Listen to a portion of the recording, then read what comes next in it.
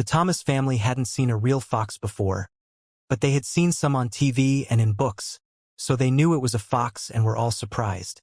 Why was there a fox here? And it even injured Kirk. They didn't connect this fox with Gu Ning, but they immediately ordered some people to catch it. Because the fox injured Kirk, they definitely wouldn't let it go. Even though it was just an animal, they would let it pay a price. However, the monster fox disappeared once it jumped from the window. It was impossible for them to find it. If they couldn't catch the fox, no one would pay for Kirk's injuries, so they were very angry. Why did the fox suddenly break in? Asked the Thomas family's patriarch. However, he didn't expect anyone to give him an answer, because no one knew. Does it have something to do with those foreigners we met today? Kirk guessed, but he didn't think it was likely. No matter how strong those people were, they couldn't order a fox to injure him. If it was a dog, it might be possible. Thinking of that, Kirk suddenly had an idea that it might not be a fox, but a dog. After all, some dogs closely resembled foxes. Hearing Kirk's words, the other family members had the same guess. Was it possible that the fox was sent by those foreigners they met today? However, they couldn't believe that was the answer because it was totally beyond their imagination that people could control a fox. Anyway, there was a possibility that the fox had something to do with Gu Ning. After all, those foreigners they met today weren't weak. Most importantly, Kirk had conflict against them and had sent professional killers to assassinate them today, so it was normal that they might want to pay them back.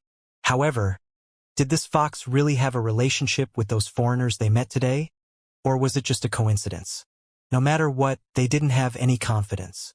And even if there was a relationship between them, Kirk deserved the punishment. In fact, it wasn't a heavy price for Kirk to pay for what he had done to Gu Ning and the Lung family. After all, he had tried to kill them, but they didn't do the same to him or disable him. Therefore, the patriarch said, if it really has something to do with them, it will be fine, because they won't do anything further. If not, they might be ready to take serious revenge, which will be worse. Only the patriarch in the Thomas family was aware that Kirk had sent out professional killers to assassinate Gu Ning and the Lung family, but the other family members had heard about what had happened in the living room. Accordingly, they strongly disapproved of Kirk's decision. Although Lung Yuanxian's daughter had injured Kane, Gu Ning had cured him. Out of gratitude and reason, they should stop blaming them for it. Instead, they should thank the Lung family, but Kirk did the opposite. They understood that Kirk did it for a reason, but they didn't know what it was. Among the Thomas family, only Kyle supported Kirk. Kyle was displeased with Gu Ning's treatment of Kane, since it greatly threatened his future to be the heir of the Thomas family. Even though it wasn't clear yet who would be the heir, he wasn't the most likely one currently. After all, Kane was more outstanding than him, and the patriarch valued Kane above him as well. The patriarch even said that he wanted Kane to take over the Thomas family.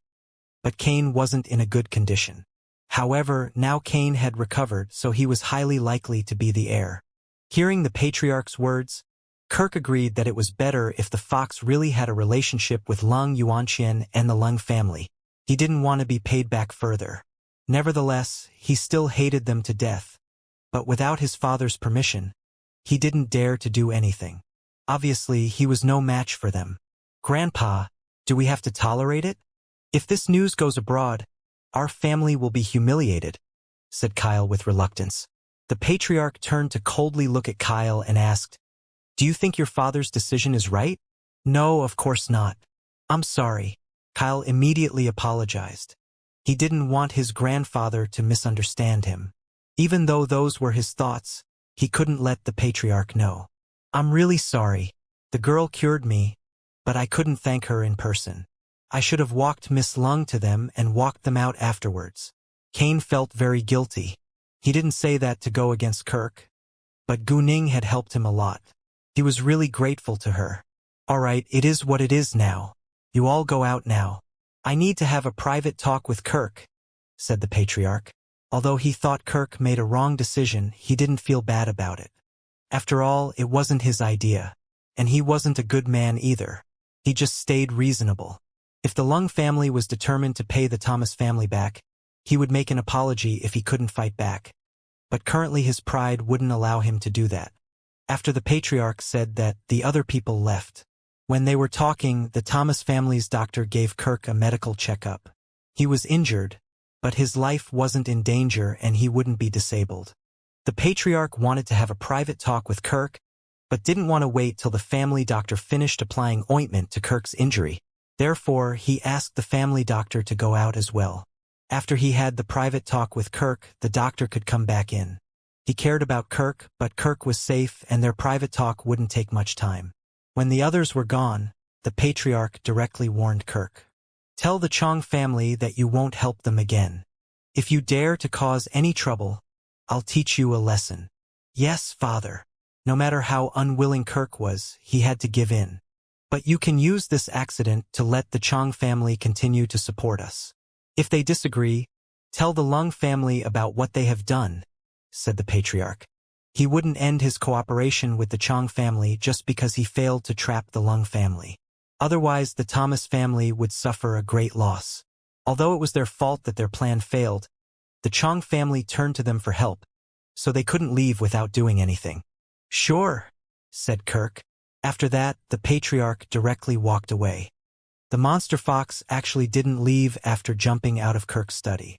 Instead, it hid in a dark corner to hear their conversation because Gu Ning felt that Kirk could give them some information after he was injured.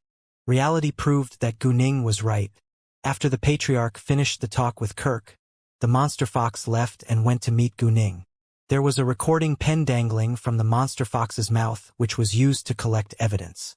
Although the Chong family weren't in the room, it was enough to prove that Kirk was working with them to scheme against the Lung family. As a result, the Lung family could pay the Chong family back, as was reasonable. Gu Ning took the recording pen, then put the monster fox into the telepathic eye space and left.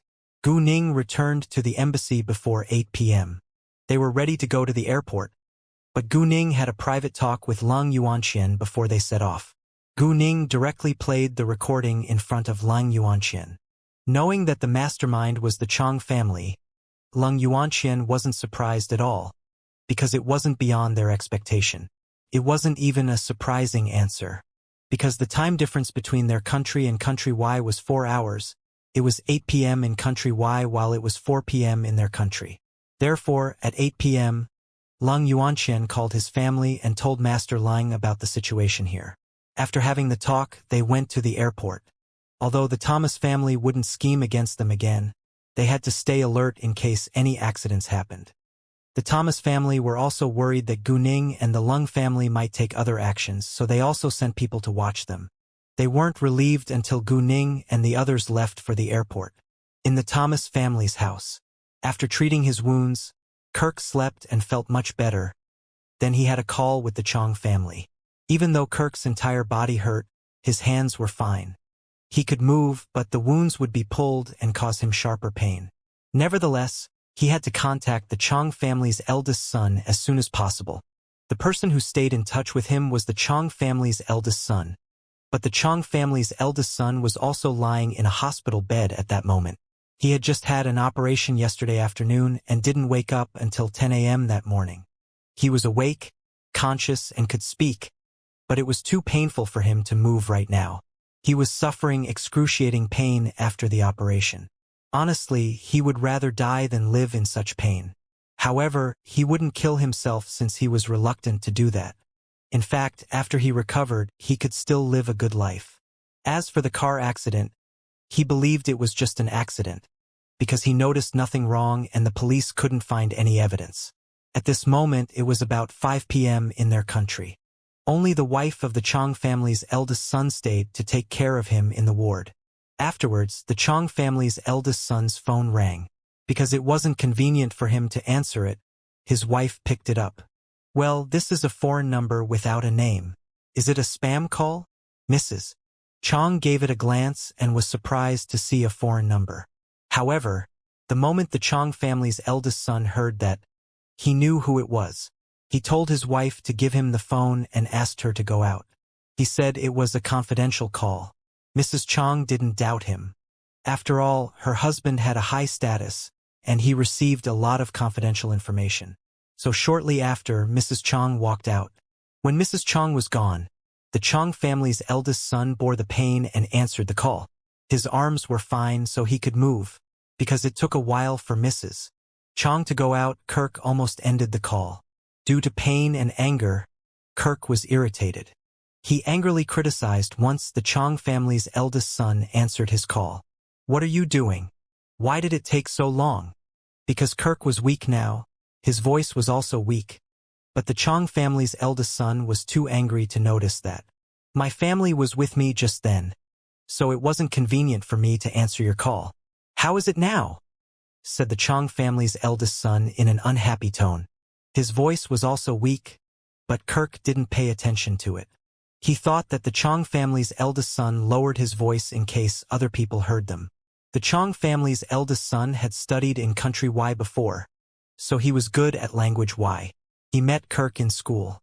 Although they weren't close, they had a good relationship. Otherwise, he wouldn't work with Kirk. "We failed.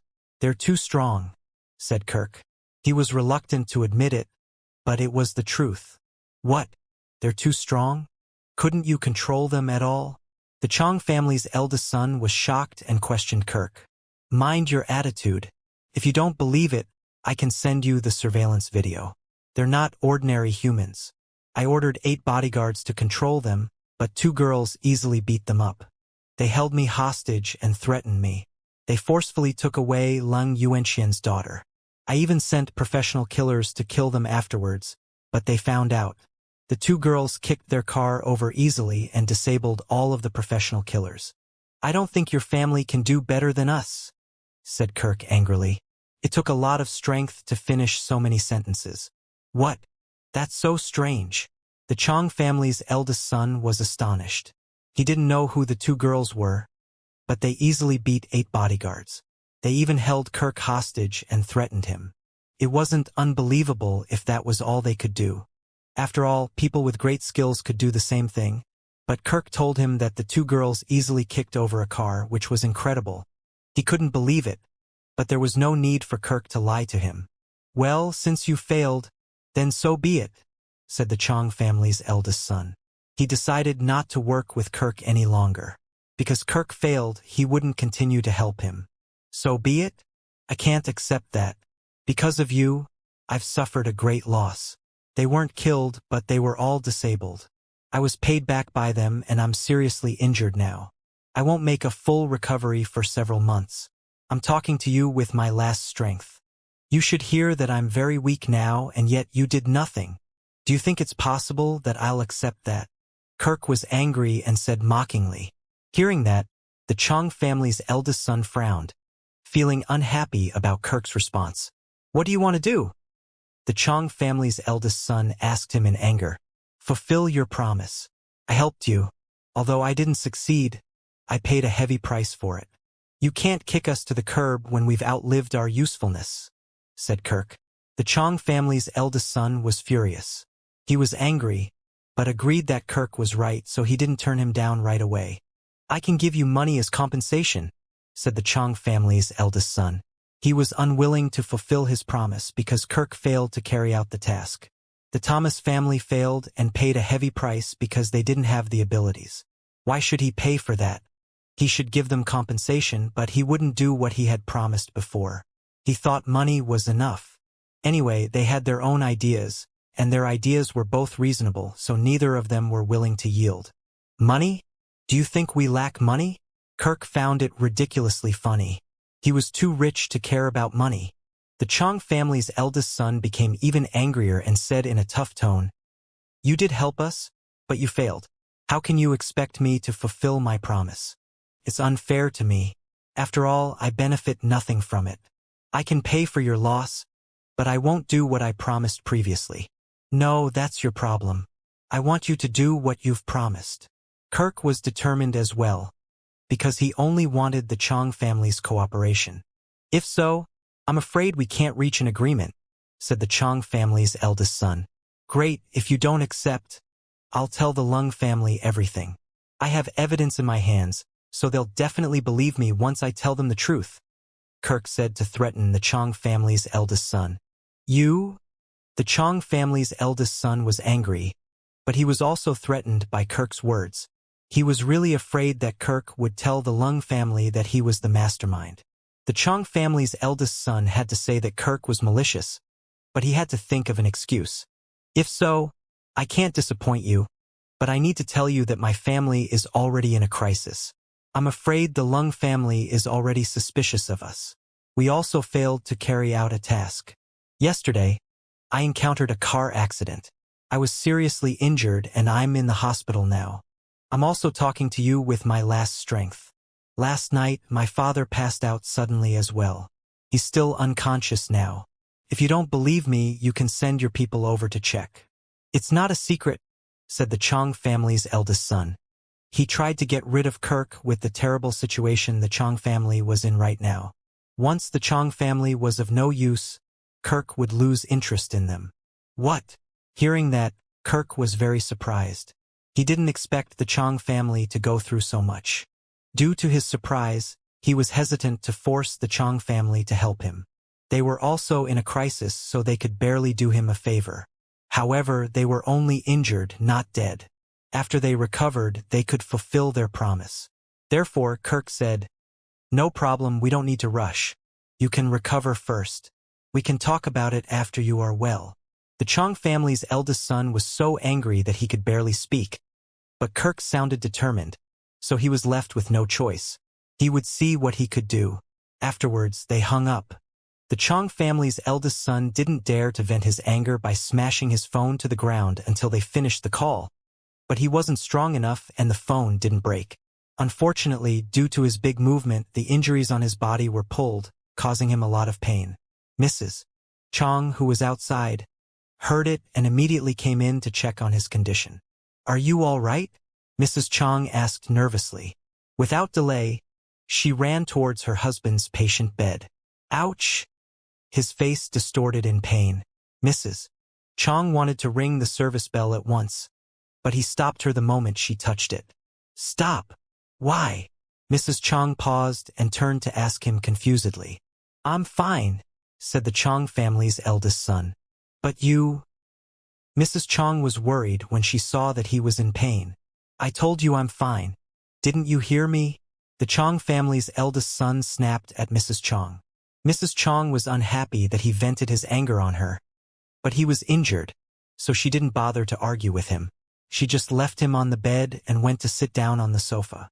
The moment she sat down, she saw the phone on the ground and realized why her husband suddenly lost his temper. He must have been angered by the call. In that case, Mrs. Chang's anger faded a lot. She wouldn't talk to him for the time being, and didn't go to pick the phone up for him either. The Chong family's eldest son became lost in his thoughts after he felt a little better. He thought about what Kirk had told him and the two strong women. How come there were such strong people in the Lung family? Did the Lung family know that the Chong family was the mastermind behind the scheme? Although he knew the Lung family was suspicious of them, the Lung family didn't have evidence. After all, it was not only the Chong family that didn't get along with the Lung family. Anyway, the Yuan family was the main suspect when the Lung family was attacked. However, now the Lung family and the Yuan family worked together to conduct an investigation, so the Chong family was worried that they might be exposed. If the Lung family had evidence, they would be in danger. Unfortunately, his father was unconscious now and couldn't wake up. If he wasn't breathing normally, they might have thought that he was already dead. However, only his father and he were aware of their cooperation with Kirk, so he felt unwilling to discuss it with his brothers. They could only focus on making a full recovery. After they recovered, they would deal with it then. Although Mrs. Chong was mad at her husband, it was time for a meal, so she went to cook for him. Gu Ning arrived at the airport in the capital at about 2 p.m. in their country. Before they even got home, Lung Yuanqian called the Lung family, so they sent people to wait for them at the airport. After that, they returned to the Lung family's house. Once Gu Ning got out of the plane, she turned on her phone to see whether there was Lung Xiaoting's message. However, he hadn't called or texted her. It seemed that Lung Xiaoting wasn't home yet. Because the Chong family had attacked the Lung family, Gu Ning was worried that Lung Xiaoting might also be affected while carrying out a task. Although it wasn't a serious problem given Lung Xiaoting's skills, Gu Ning cared about him a lot, so she wanted him to be safe. Only the lawyer and other bodyguards went back to their offices. Gu Ning, Si Jin, Lang Yuanqian, and Leng Yuanxian's bodyguards all went back to the Leng family's house. Those bodyguards served the Leng family, not any public institutions. After they were in the car, Leng Yuanxian immediately called Leng Xiaoming. He was mostly worried about Leng Xiaoming now. Leng Xiaoming was alone in another city and was just schemed against by someone. So Leng Yuanxian wondered whether Leng Xiaoming was fine now. Leng Xiaoming was safe now and all the suspects were arrested. Zhang Jin stayed with Leng Xiaoming because she was afraid he might be in danger again if she left. Anyway, they were girlfriend and boyfriend now, so they could live together. When Leng Yuanxian and the others got back to the Leng family, Jiang Shuyuan directly ran over to hug Leng Xiaojia. Then she burst into tears. Although Leng Xiaojia was safely home, Jiang Shuyuan was still frightened upon thinking about what Leng Xiaojia had been through. She cried to vent her sadness. Nobody stopped Jiang Shuyuan, because they fully understood her mood. Master Leng and Yuyin also felt like crying. No matter how naughty Leng Xiaojia was, they were family, so they worried about her when she was in trouble. Ningning, Jean, thank you so much for your help this time. You've done us a big favor. Master Leng sincerely thanked Gu Ning and Si Jin. If it hadn't been for them, Leng Yuanxian might have had to pay a heavy price in order to take Leng Xiaojia home. My pleasure, Master Leng. No need to say that, Grandpa Leng. Gu Ning and Si Jin replied to Master Leng.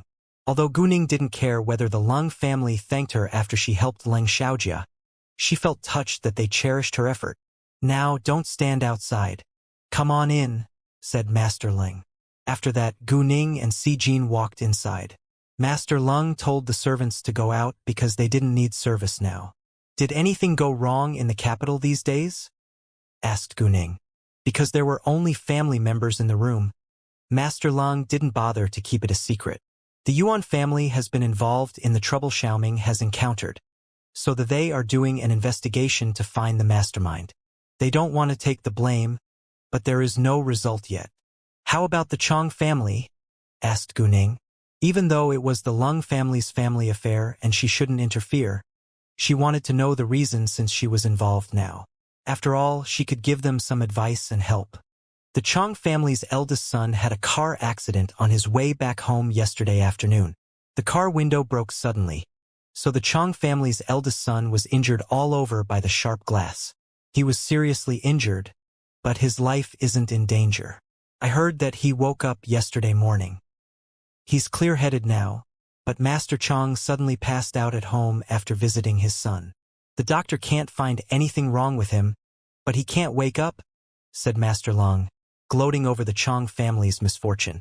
Hearing that, Gu Ning didn't think they were just coincidences, so she turned to look at Jing Yunyao. Jing Yunyao only smiled and gave a nod, which meant she caused all of it. Although other people didn't know, Jing Yunyao didn't mind if Gu Ning and Si Jin were aware of it. They were all cultivators, so only they could understand. Great! They deserve it! Gu Ning smiled. She was happy to hear the news. If Jing Yunyao didn't do that, she might take action too. Right, we're not weak. We can't just let them do whatever they want to us, said Master Leng. The Chong family had done too many bad deeds, so Master Leng was determined to kick them out of the 4 major families in the capital. No matter what you need, Grandpa Leng, feel free to let me know. I'm more than willing to help, said Gu Ning. She knew what Master Leng wanted to do and actually had the same idea. You're a great helper, so you should join us, said Master Leng. Since he decided to make the Chong family pay a heavy price, he needed Gu Ning's help. After all, Gu Ning wasn't an ordinary girl, and she was much stronger than ordinary people. I'll tell you our plan after I discuss it with your uncles, said Master Leng. Although he already had that idea, he needed to talk about it with his sons to decide on a plan. Sure, Gu Ning replied. Jiang Shuyuan didn't let Leng Xiaojia go until she had cried for a long time. Then she pulled Leng Xiaojia to thank Gu Ning and Si Jin. Gu Ning, Miss Si, thank you so much for your help. Jiang Shuyuan had no bias against Gu Ning anymore. If she still did, she didn't deserve any respect. We're glad to help, said Gu Ning. She accepted Jiang Shuyuan's apology, because Jiang Shuyuan should thank her. Jiang Shuyuan wasn't unhappy when Gu Ning accepted her apology. Instead, she felt a lot more relieved. My pleasure, Mrs. Lang, said Si Jean politely. After that, they sat down and chatted. Because they were all back, Gu Ning and Master Leng stopped talking about the major families. After Gu Ning and the others came back, they shared the news with Shangguan Yang, but Gu Ning and Si Jean dined in the Leng family's house that afternoon. So they didn't go to the Sihiyuan until that night. Because Master Chong was still unconscious, other major families suddenly had a feeling that it couldn't be so simple, but they had no idea what exactly had happened to Master Chong. However, after knowing what had happened to the Leng family, they also thought the Chong family should be guilty, because the Chong family was the main suspect among them. Therefore, the Yuan family felt they might get dragged into trouble if the mastermind was really the Chong family. The Yuan family blamed the Chong family, so they conducted an investigation of the Chong family. Although Master Chong and his eldest son were in trouble, the Yuan family didn't have sympathy for them. Instead, they felt it was a great opportunity for them to do an investigation. However, they hadn't found the person who paid Chen Yunheng to scheme against Leng Xiaoming, because they weren't as skilled as Gu Ning. They weren't as skilled as Gu Ning, but that didn't mean that they couldn't find the man. It would just take some time, but they would find him by following the clues. Even though Gu Ning knew who the man was, she had no intention of telling the Yuan family. She decided to let the Yuan family do the investigation on their own. Accordingly, the Yuan family secretly attacked the Chong family, causing them to encounter trouble again at 11 p.m. that night. Chong Kairue, the son of Master Chang's second son, was the one who got in trouble this time. Right after Fan Yue finished showering and was about to go to bed, she received a message with a video. In the video, Chong Kai-shen was in the underground parking lot of his apartment and a woman followed him. Then they hugged each other while walking into the elevator. The person who took this video went into the elevator as well, but it was obvious that the person secretly took this video. It wasn't a normal angle, but Chong Kai-shen and the woman seemed very intimate. After Chong Kai-shen reached the floor of his apartment, they got out of the elevator and the video ended. As for what happened next, it wasn't difficult to imagine. So Fan Yue changed her clothing and quickly left home. Because she hurriedly went out, it attracted attention from her family. Fan Yue's older brother stopped her and asked her where she was going. Fan Yue said she needed to deal with something. Although Fan Yue fought back her anger and sadness, her older brother still noticed that she wasn't right. He was worried, so he went out with her. Fan Yue turned him down at the beginning, but her older brother insisted, so she agreed in the end. Afterwards, Fan Yue's older brother drove her. "Where are you going?" asked Fan Juanxin. "Chong Kaishuan's apartment," said Fan Yue. Hearing that, Fan Juanxin frowned and asked, "What happened?" Obviously, Fan Yue knew something went wrong, but Fan Juanxin didn't know. Did something go wrong with Chong Kai-shen? "I received a message. It's a video. I watched Chong Kai-shen taking a woman back to his apartment, so I want to have a look," said Fan Yue honestly while crying. "What?" Hearing that, Fan Juanxin was furious. As a man, he wasn't loyal either, but he couldn't tolerate it when it happened to his younger sister.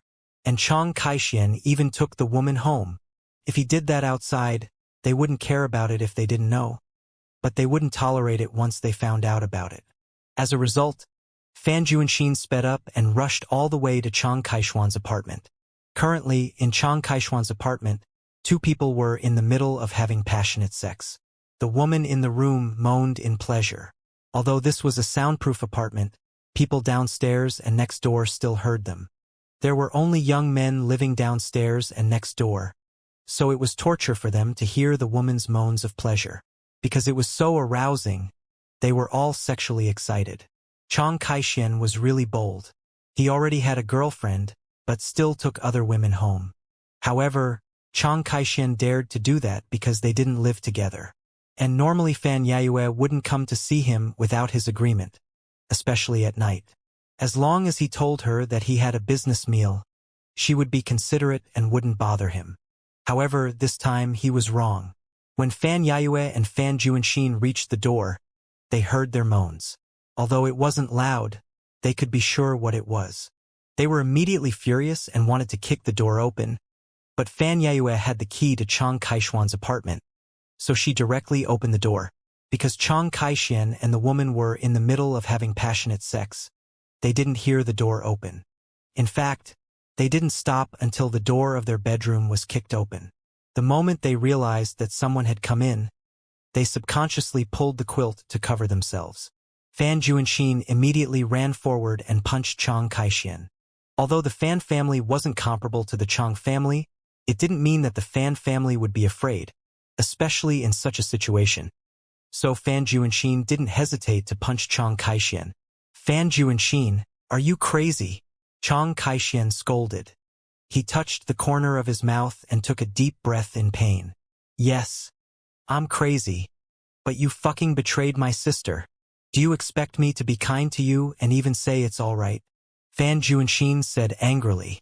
Chang Kai-shian felt a little guilty, so he didn't know what to say, nor did he fight back. Otherwise, he would want to beat Fan Juanxin to death. However, he was no match for Fan Juanxin. After all, Fan Juanxin was a retired soldier, so he was very good at fighting. At this moment, Fan Yue had no idea what to say. Watching the heartbreaking scene, she cried and couldn't stop. Her body even shook a little in anger. Chang Kai-shian, if you don't want to be with my sister, just be honest with her. Why do you have to hurt her like that? Fan Juanxin questioned. So? Don't yell at me. I just made a mistake that every man makes. We only had sex. It doesn't mean we're going to be together, Chang Kai-shian said impatiently, taking it for granted, as if it wasn't a big deal as long as he didn't accept the woman. Hearing that, Fan Juanxin punched Chang Kai-shian once more. He just made a mistake that every man would make? It was true that many men in today's society cheated on their partners, but not every man would do that. And no matter how many men made that mistake, it was wrong. No one would tolerate betrayal. In fact, even if some women tolerated it, there had to be a reason for it and they would be mentally unstable. Watching Chang Kai-shian being punched again, Fan Yue didn't stop her older brother, and her heart didn't ache for Chang Kai-shian. She loved Chang Kai-shian, so she was furious after being betrayed. Currently, she was too angry to feel sorry for him.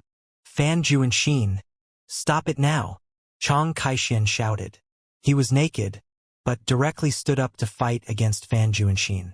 Unfortunately, Chang Kai-shian was no match for Fan Juanxin, so Fan Juanxin quickly controlled him.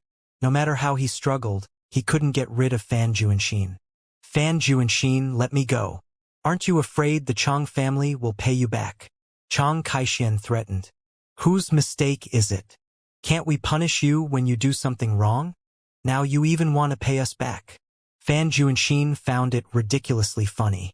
The Fan family was hardly comparable to the Chang family, but that didn't mean they were afraid of the Chang family.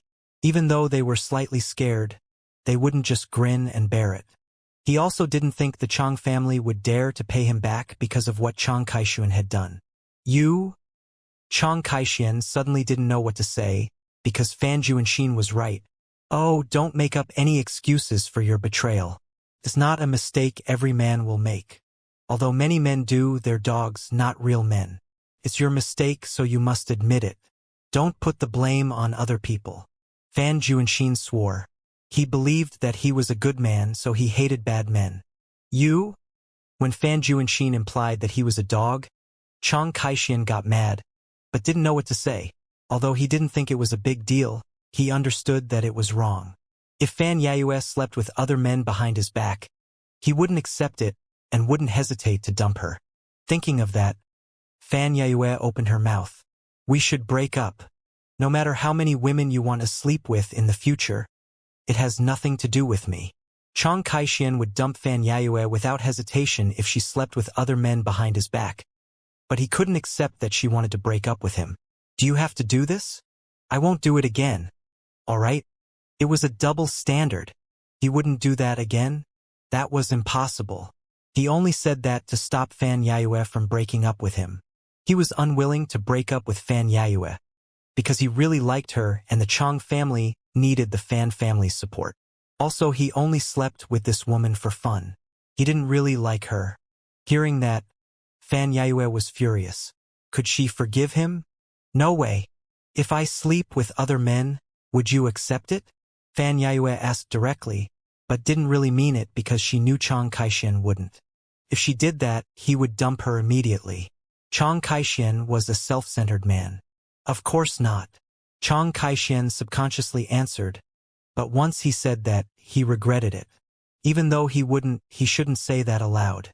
Fan Yayue would only be angrier and insist on breaking up with him. Fan Juanxin punched Chiang Kai-shien again and roared. Since you can't do that, why would you force her to? Who do you think you are? Enough! Chiang Kai-shien was also mad. If he could defeat Fan Juanxin, he would have beaten him. Fan Juanxin didn't continue, because he didn't want it to become serious. Chiang Kai-shien, you must pay for your behavior. As of today, you're no longer my sister's boyfriend. And our family won't support your family any longer, said Fan Juanxin. He wasn't just scaring Chiang Kai-shien, he had an important position in his family. Anyway, there were many other families who wanted to draw the Fan family to their side. Therefore, even if the Fan family left the Chiang family, they weren't afraid that the Chiang family would pay them back. After all, the Chiang family encountered a lot of trouble recently, so they could hardly protect themselves. What? Hearing Fan Juanxin's words, Chiang Kai-shien was shocked. He didn't expect it to be so serious, so he panicked. Fan Juanxin didn't care. He pulled Fan Yayue's hand and directly walked away. Wait a second. Chiang Kai-shien immediately got up, trying to stop them, but before he could do that, they were already gone. Somehow, there was a group of people watching outside the door. Most importantly, he was totally naked, so he had to stop and close the door. The woman who had sex with Chiang Kai-shien witnessed everything. She didn't dare to breathe, because she didn't want Chiang Kai-shien to vent his anger on her. At this moment, she only wanted to put on her clothes and leave, but didn't dare to move. Seeing that, Chiang Kai-shien shouted at her angrily, "Get out now!" Hearing that, the woman felt as if she was released. Without delay, she put on her clothing and walked away. But after she was out of the apartment, she didn't look panicked at all. Instead, she put on an evil smile and showed pride in her eyes. She was very proud of what she was doing because it was a scheme. After the woman walked away, Chiang Kai-shien called his father and told him everything. Because it was related to his family's connections, he didn't dare to keep it a secret, but it wasn't easy for him to be honest. Anyway, his family would find out soon, and he might be criticized heavily at that time. After his father heard about it, he was really mad and scolded him. Chiang Kai-shien, are you an idiot? Don't you know what situation we're in right now? How dare you cause us trouble at such a moment? What do you want to do? Will you be happy after our family loses everything? I didn't know they would stop supporting us just because of that, said Chiang Kai-shien. He still didn't realize how serious the mistake was, and even blamed Fan Juanxin for breaking off their support for the Chiang family. Hearing Chiang Kai-shwan's words, his father got mad again. Why are you still blaming them? You're literally useless. Don't you know how serious it is? Do you think everyone should spoil you because you were born in the Chiang family? You're not as important as you think you are. Because of his status, Chiang Kai-shien had great pride in himself, but he wasn't dumb, so he realized that his behavior had been too much this time, but it had already happened. What could he do now? Then what should we do now? Asked Chiang Kai-shien.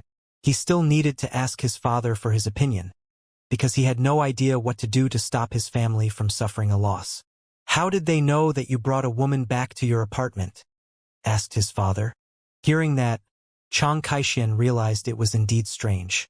How did they know he brought a woman back to his apartment?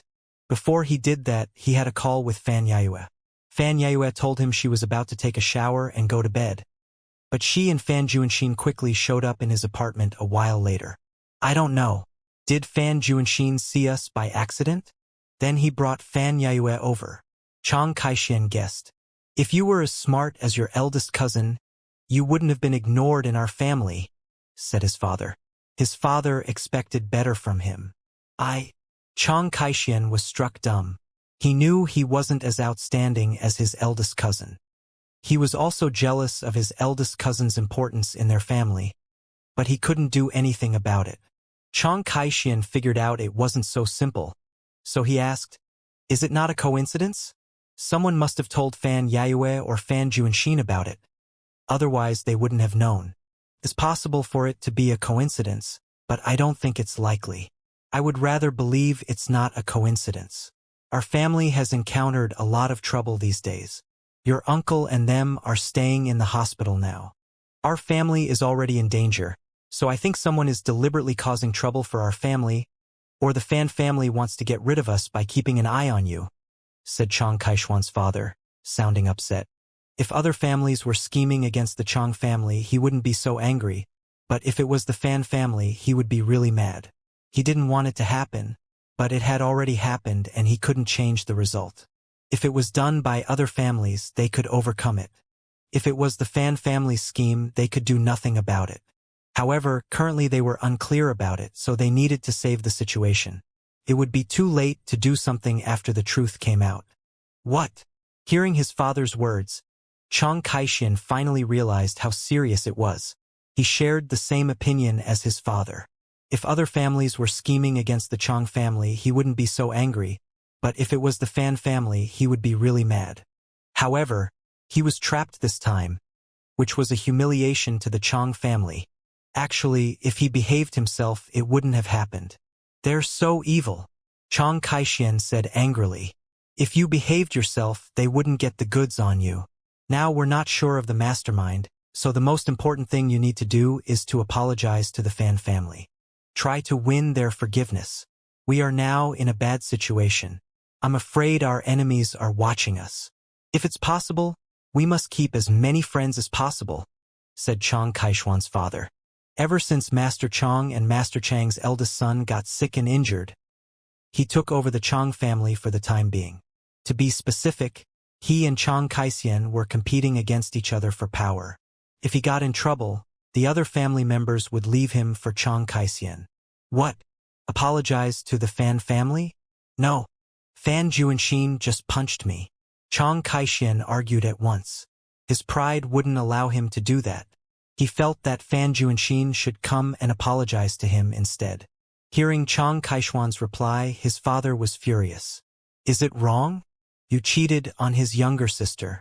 Shouldn't he punch you? His father didn't want him to be punched, but it was indeed his fault. And now their family was in danger. They couldn't afford to make any mistakes. You should be aware of the dangerous situation our family is in right now. After your father and uncle encountered trouble, we're in a total mess. Chang Kaisien and I are competing to take over the family's wealth. If our family loses influence, who can protect you?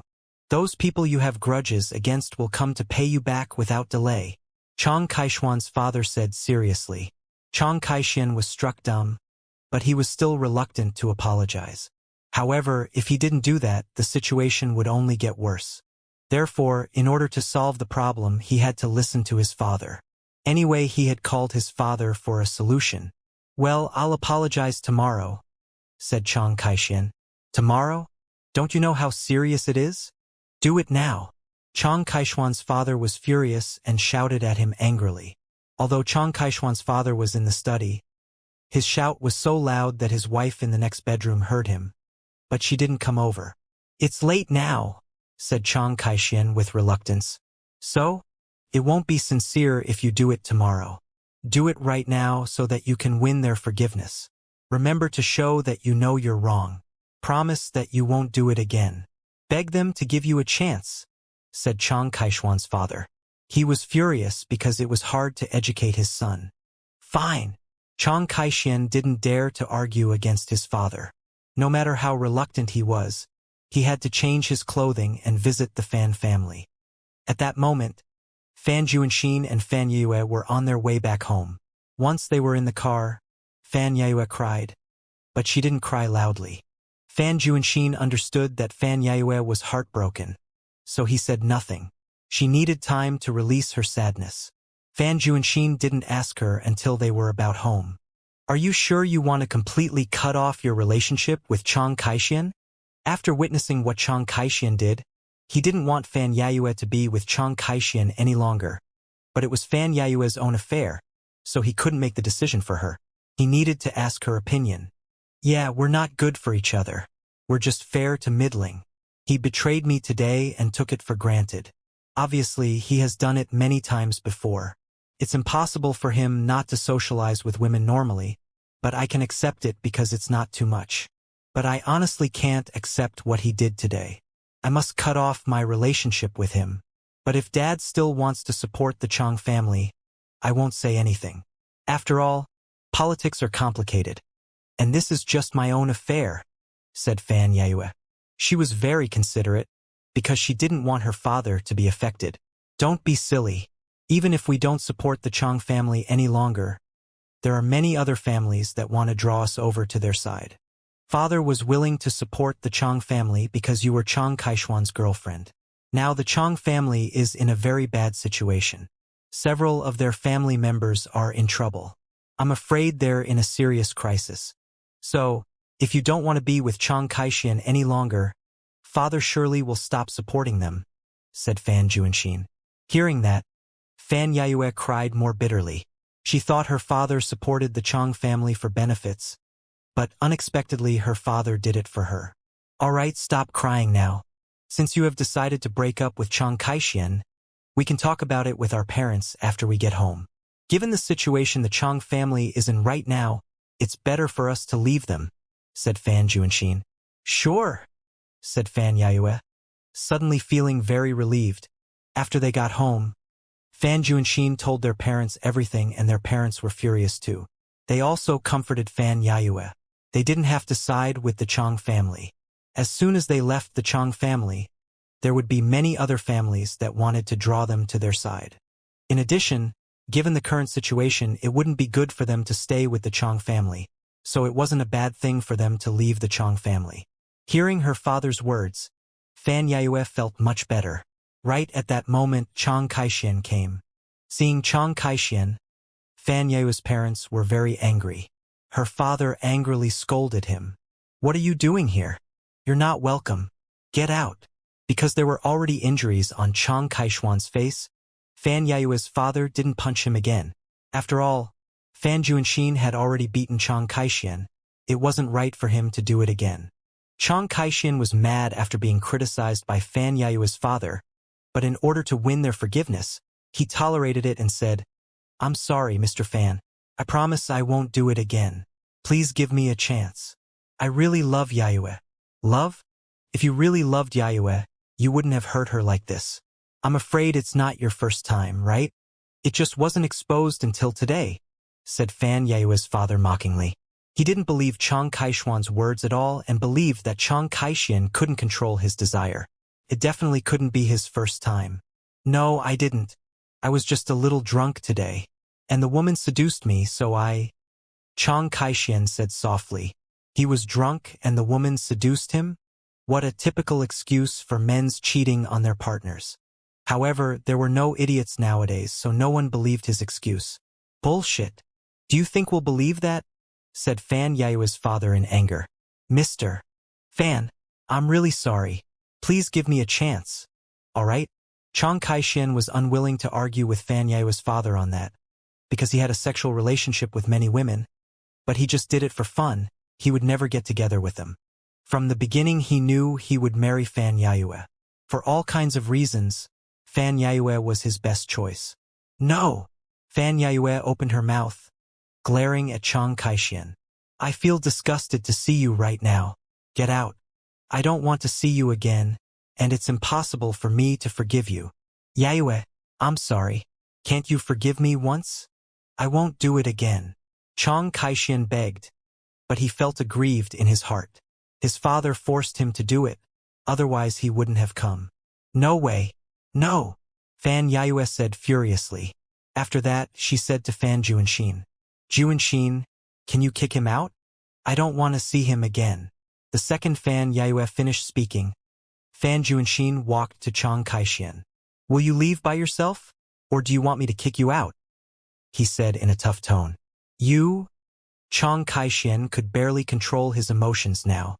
He felt they were out of line because he already apologized and begged them, but they still refused to forgive him. However, it wasn't their duty to forgive him just because he apologized. If an apology could make up for everything, the police and the law would be meaningless. Chang Kaishian couldn't stand the humiliation, so he said nothing and left without hesitation. After Chang Kaishian left, the Fan family felt better. Fan Yayue was totally exhausted and sank to the sofa, which scared her family members. I'm fine. I'm going back to my room now. Fan Yayue immediately comforted her family. In order not to worry them, she had to be strong. Don't lie to us. Fan Yayue's mother choked and cried out. Her daughter had just suffered a painful betrayal, so as a mother it broke her heart. At the same time, Chang Kai-shian called his father after walking out of the Fan family's house. Because it wasn't a surprising result, Chang Kai-shian's father accepted it, but he still felt disappointed. Because Chang Kai-shian failed to win their forgiveness, he thought the Fan family might be the suspect. Dad, I think they set the trap. They know we're in a crisis, so they want to get rid of us. They're shameless.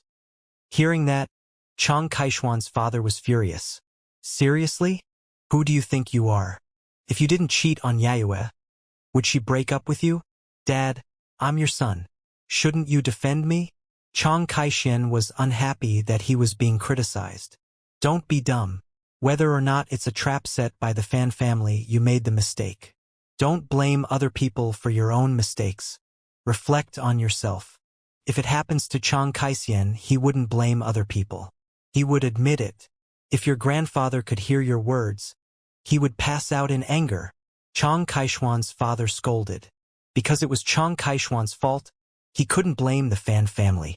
Even if it was a trap set by the Fan family, they only wanted to see whether Chang Kai-shian would betray Fan Yayue. They wouldn't pay a woman to sleep with Chang Kai-shian. Therefore, it was Chang Kai-shian's fault. Although the Chang family had done many illegal things for power and money, it didn't mean that they had no sense of shame. They couldn't blame the Fan family for Chang Kai-shian's betrayal. Why are you always comparing me with Chang Kai-shian? Don't you care about my feelings at all? Chang Kai-shian lost his temper. He hated it when they compared him with Chang Kai-shian. He had had enough of it. Because Chang Kai-shian got emotional all of a sudden, he hit the steering wheel and an accident happened. The car suddenly lost control and rushed towards the sidewalk, then slammed into a big tree. Because Chang Kai-shian was driving with fluctuating emotions, the speed of the car was very high. The entire front of the car was deformed in the collision, and the airbag on the driver's seat popped out. Chang Kai-shian was also severely shaken. Luckily, it was very late now, so there weren't many pedestrians, otherwise innocent people would have been injured. Kai-shian, Chang Kai-shian's father was scared when he heard the sound.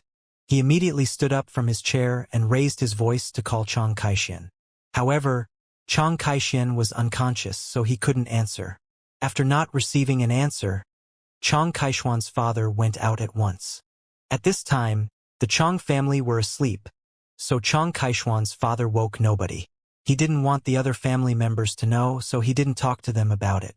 Although it would be exposed tomorrow, he still decided to keep it a secret as long as possible.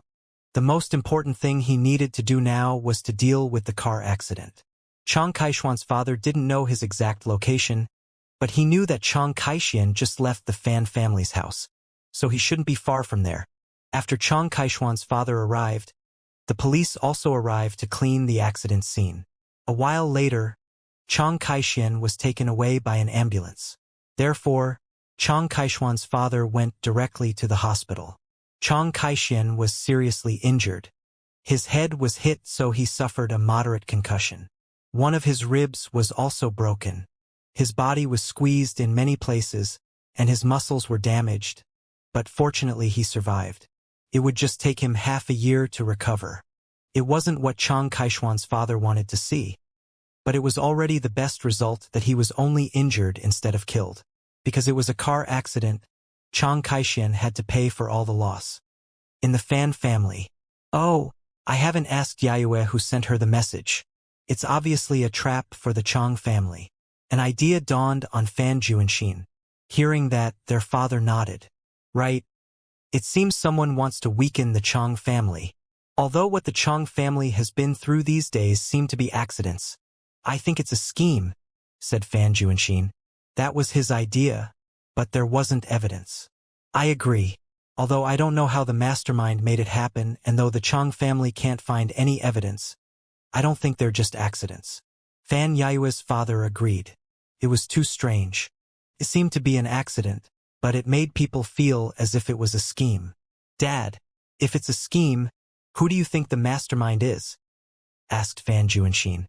The Lung family was a suspect, but he didn't think it was likely. Before the Chong family got in trouble, the Lung family encountered something bad.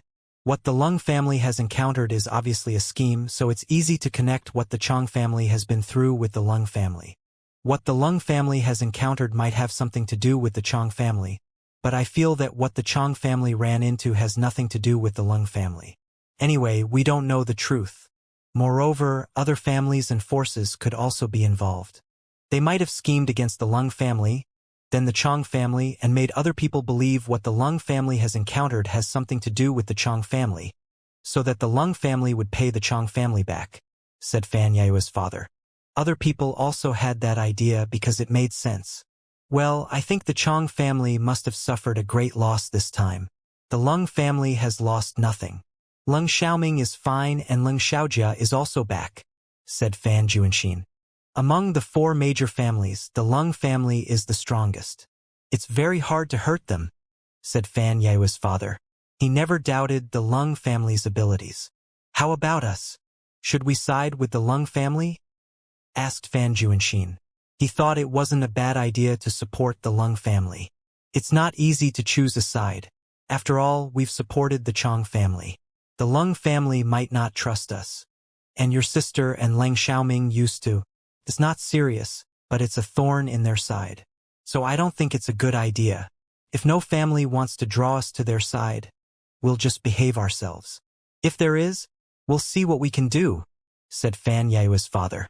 Hearing that, Fan Juanxin had to agree.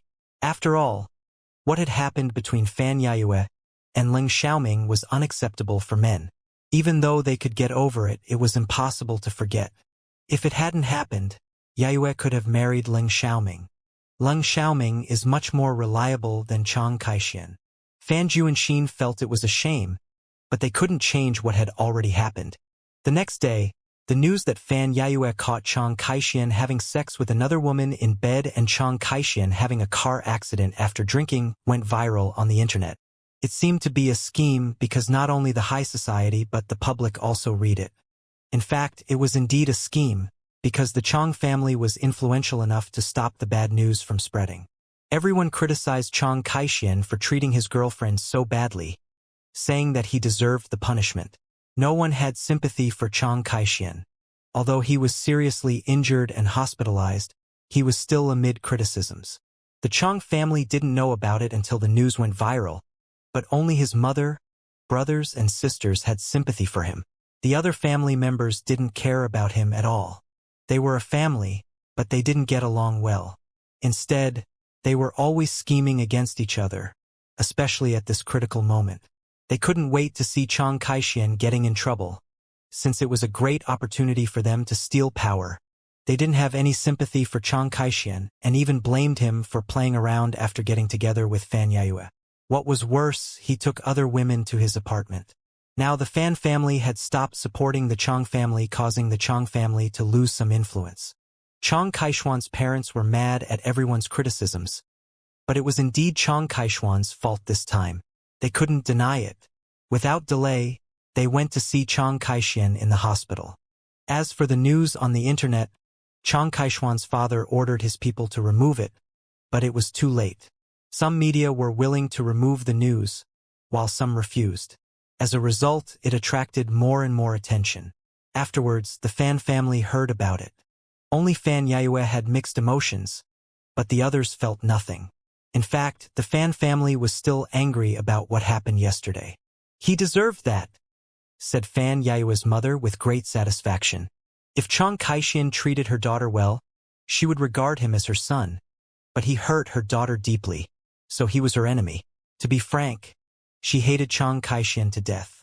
That morning, Fan Juanxin asked Fan Yao who sent her the message. Fan Yao didn't remember that until her older brother asked her about it. She immediately took out her phone and called the number, but no one answered. Because no one answered, she gave up. The Fan family could conduct an investigation, but it wasn't necessary. Even though the person did it for a purpose, it helped Fan Yao, so they had no intention of catching the person. It was a good thing for Fan Yue to get rid of Chang Kai-shian as early as possible.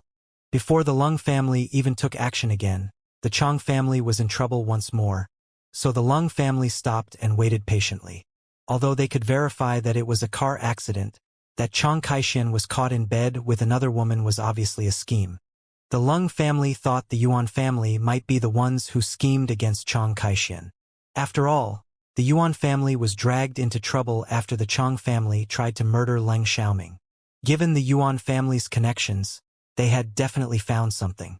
However, that was just their guess, and they knew that the Lung family was the main suspect now that the Chang family was in trouble, because the Chang family encountered so many accidents right after something bad happened to the Lung family.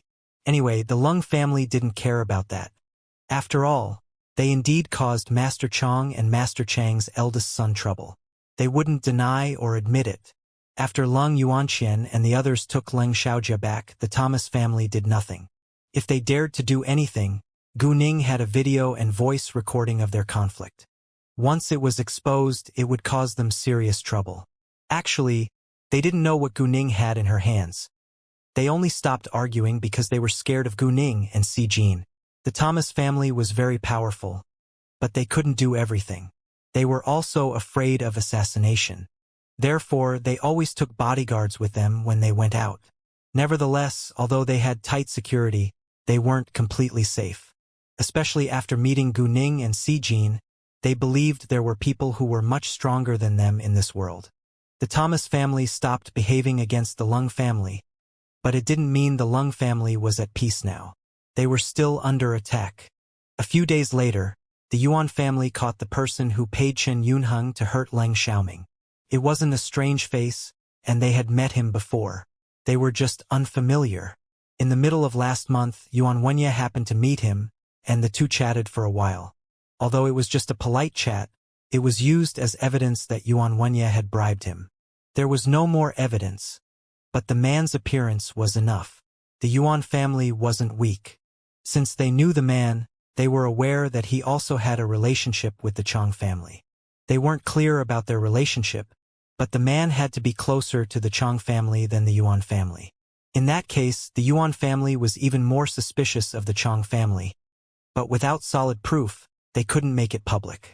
They could only do an investigation first. The Yuan family was framed, so they were very angry.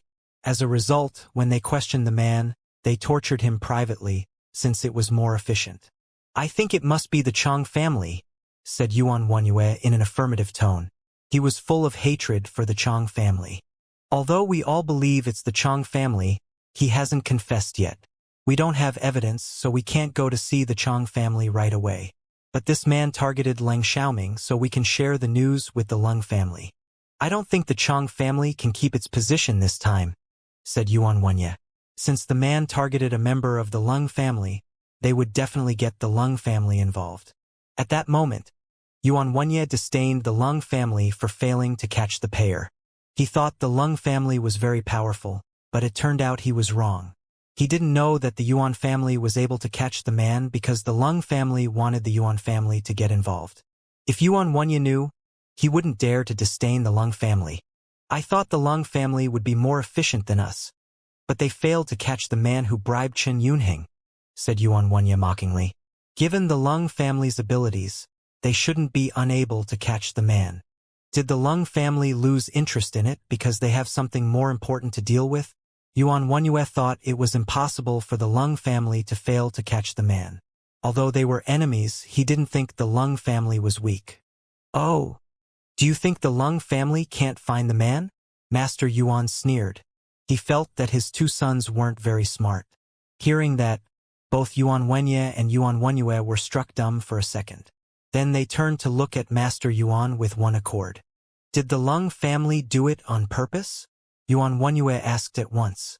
Yuan Wenye also realized that might be the case. Thinking of that, Yuan Wenye and Yuan Wenye had a premonition. In that case, did the Lung family deliberately drag the Yuan family into trouble? "Right, we're obviously involved in this matter. But the Lung family didn't come to see us. It means that the Lung family has already found out that the Chang family, instead of us, was the mastermind. We don't know whether the Lung family has evidence, but they might know who's behind Chun Yunheng. However, since Chun Yunheng said he's a member of the Yuan family, the Lung family wanted us to do the investigation. Perhaps the Lung family hasn't found out who's behind it, so they want us to do it. They simply want the Yuan family to be involved and cause us trouble, said Master Yuan. Although Master Yuan was very displeased, he didn't blame the Lung family for it because the Lung family did it for a reason. After all, it was the man, not the Lung family, who dragged the Yuan family into trouble. Both the Yuan family and the Lung family were victims. Even if the Lung family didn't do that, the Yuan family would still punish the man who dragged them into trouble. The Lung family is so evil. How could they get us involved in this matter? Yuan Wenye said angrily. He wasn't as smart and sophisticated as Master Yuan. I think it's normal. After all, it's not the Lung family who dragged us into trouble. Even if the Lung family knows that the mastermind is the Chong family, they don't have evidence. If they had evidence, they wouldn't waste their time. Because they don't have evidence, no matter how suspicious they are of the Chong family, they can't do anything about it. Other important families could be guilty too. Sometimes, the main suspect might not really be the mastermind. Anyway, we're the Lung family's enemy. If someone said we did it, no one would doubt them. Otherwise, the Chong family wouldn't have gotten the man to drag us into trouble, said Yuan Wenye. He was smarter than Yuan Wenye. Hearing that, Yuan Wenye realized that it was the answer, but he felt jealous of Yuan Wenye at the same time. Yuan Wenye saying it aloud made him look stupid. There was competition among the brothers in the Yuan family. If they wanted to earn Master Yuan's approval, they had to learn how to stabilize their position in the family. Now the rules were different. The eldest son might not be able to take over the family. Only the strongest person would be the heir. A large family needed a capable heir to keep it influential. Yes, that's the case. Master Yuan nodded. What happened to Master Chong and his eldest son seems to be an accident, and there is no evidence to prove it's not. But I have a feeling that it must have something to do with the Lung family. However, that's just my feeling. Perhaps the Chong family caused the Lung family trouble first. Anyway, there is no clue that it was done on purpose. We can't say anything about it without evidence. We have to keep ourselves out of unnecessary trouble. It's a key moment now, so we should focus on our own business. They might be suspicious of us and other families too for what has happened to them. If the Lung family and the Chong family are in conflict, the mastermind can benefit from it without using much effort, said Yuan Wenye. Right? Said Master Yuan. He looked at Yuan Wenye with satisfaction. Seeing that, Yuan Wenye was upset and felt even more uncomfortable. He was worried that Master Yuan preferred Yuan Wenye to him. In order to attract Master Yuan's attention, Yuan Wenye said at once, "Do I need to talk with Lang Yuanqian about that?" "Sure, no one is an idiot. No need to feel him out when you go to see him. Just be straightforward." "It'll be better," said Master Yuan. "Sure, I understand," said Yuan Wenye. Afterwards, Yuan Wenye directly contacted Lung Yuanqian. At that moment, it was 8 p.m., so everyone was free. The Lung family was aware of the situation the Yuan family was in, so Lung Yuanqian understood why Yuan Wenye called him.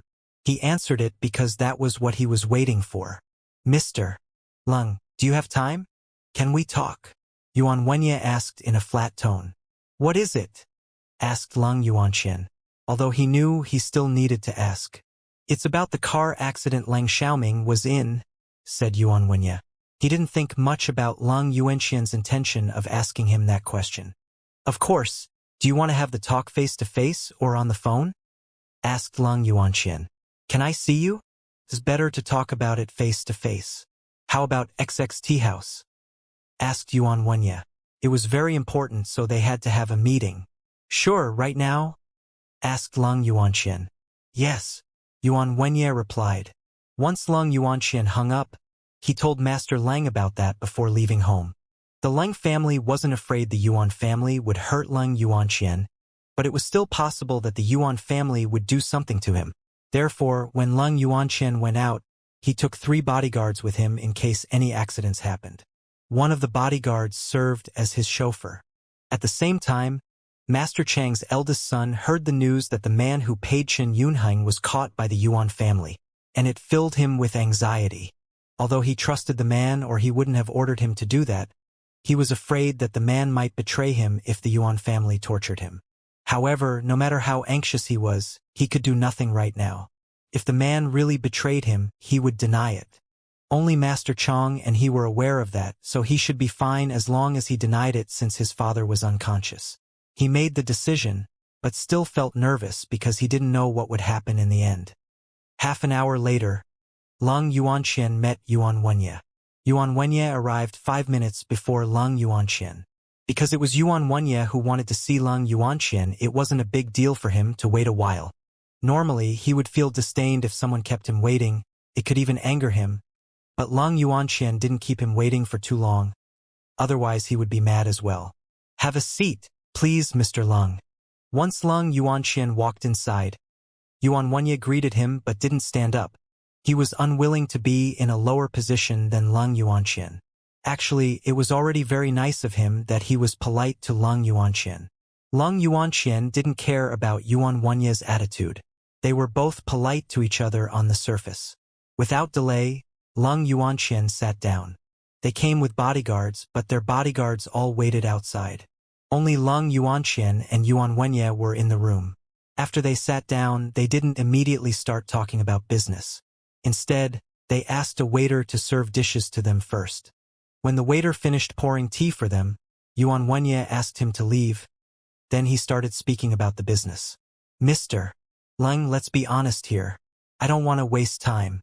I bet the Lung family must have heard the news that we found the person who paid Chen Yunheng to assassinate Lang Xiaoming. Although the man insisted on saying that it's the Yuan family's order, it has nothing to do with us. The Lung family must know something about it, since you didn't come to see us. Both of us are victims, so I think we need to work together to deal with this problem. What do you think?" Because it indeed had nothing to do with the Yuan family, Yuan Wenye was very frank. "Yes, although Chen Yunheng said it's the Yuan family, we didn't believe him. But without evidence, we were still suspicious of you. We didn't want to jump to conclusions, so we didn't go to see you," said Lung Yuanxian. He didn't mention that the Lung family was suspicious of the Chong family, and that the Chong family was actually the mastermind. Even if they needed to talk about that, Yuan Wenye should bring it up. "What has the Lung family found out till now?" asked Yuan Wenye. "Mr. Yuan, you can be honest with me. What do you want?" Lung Yuanxian said. Since Yuan Wenye came to see him, he decided to let Yuan Wenye do more. Yuan Wenye understood Lung Yuanxian's intention. Although he was displeased, he didn't argue with him over that. "If so, let's be straightforward. My family thinks that it was the Chong family's scheme. The man who paid Chen Yunheng has a close relationship with the Chong family, and they are distant relatives. We're not very sure, because it might have been done by other families. Because the man has refused to tell us the truth, we don't know yet. Anyway, both of our families are involved, so I think it's better for us to do the interrogation together. After all, it had a lot to do with the Lung family, so the Yuan family wouldn't do the job alone and let the Lung family benefit from it without doing anything.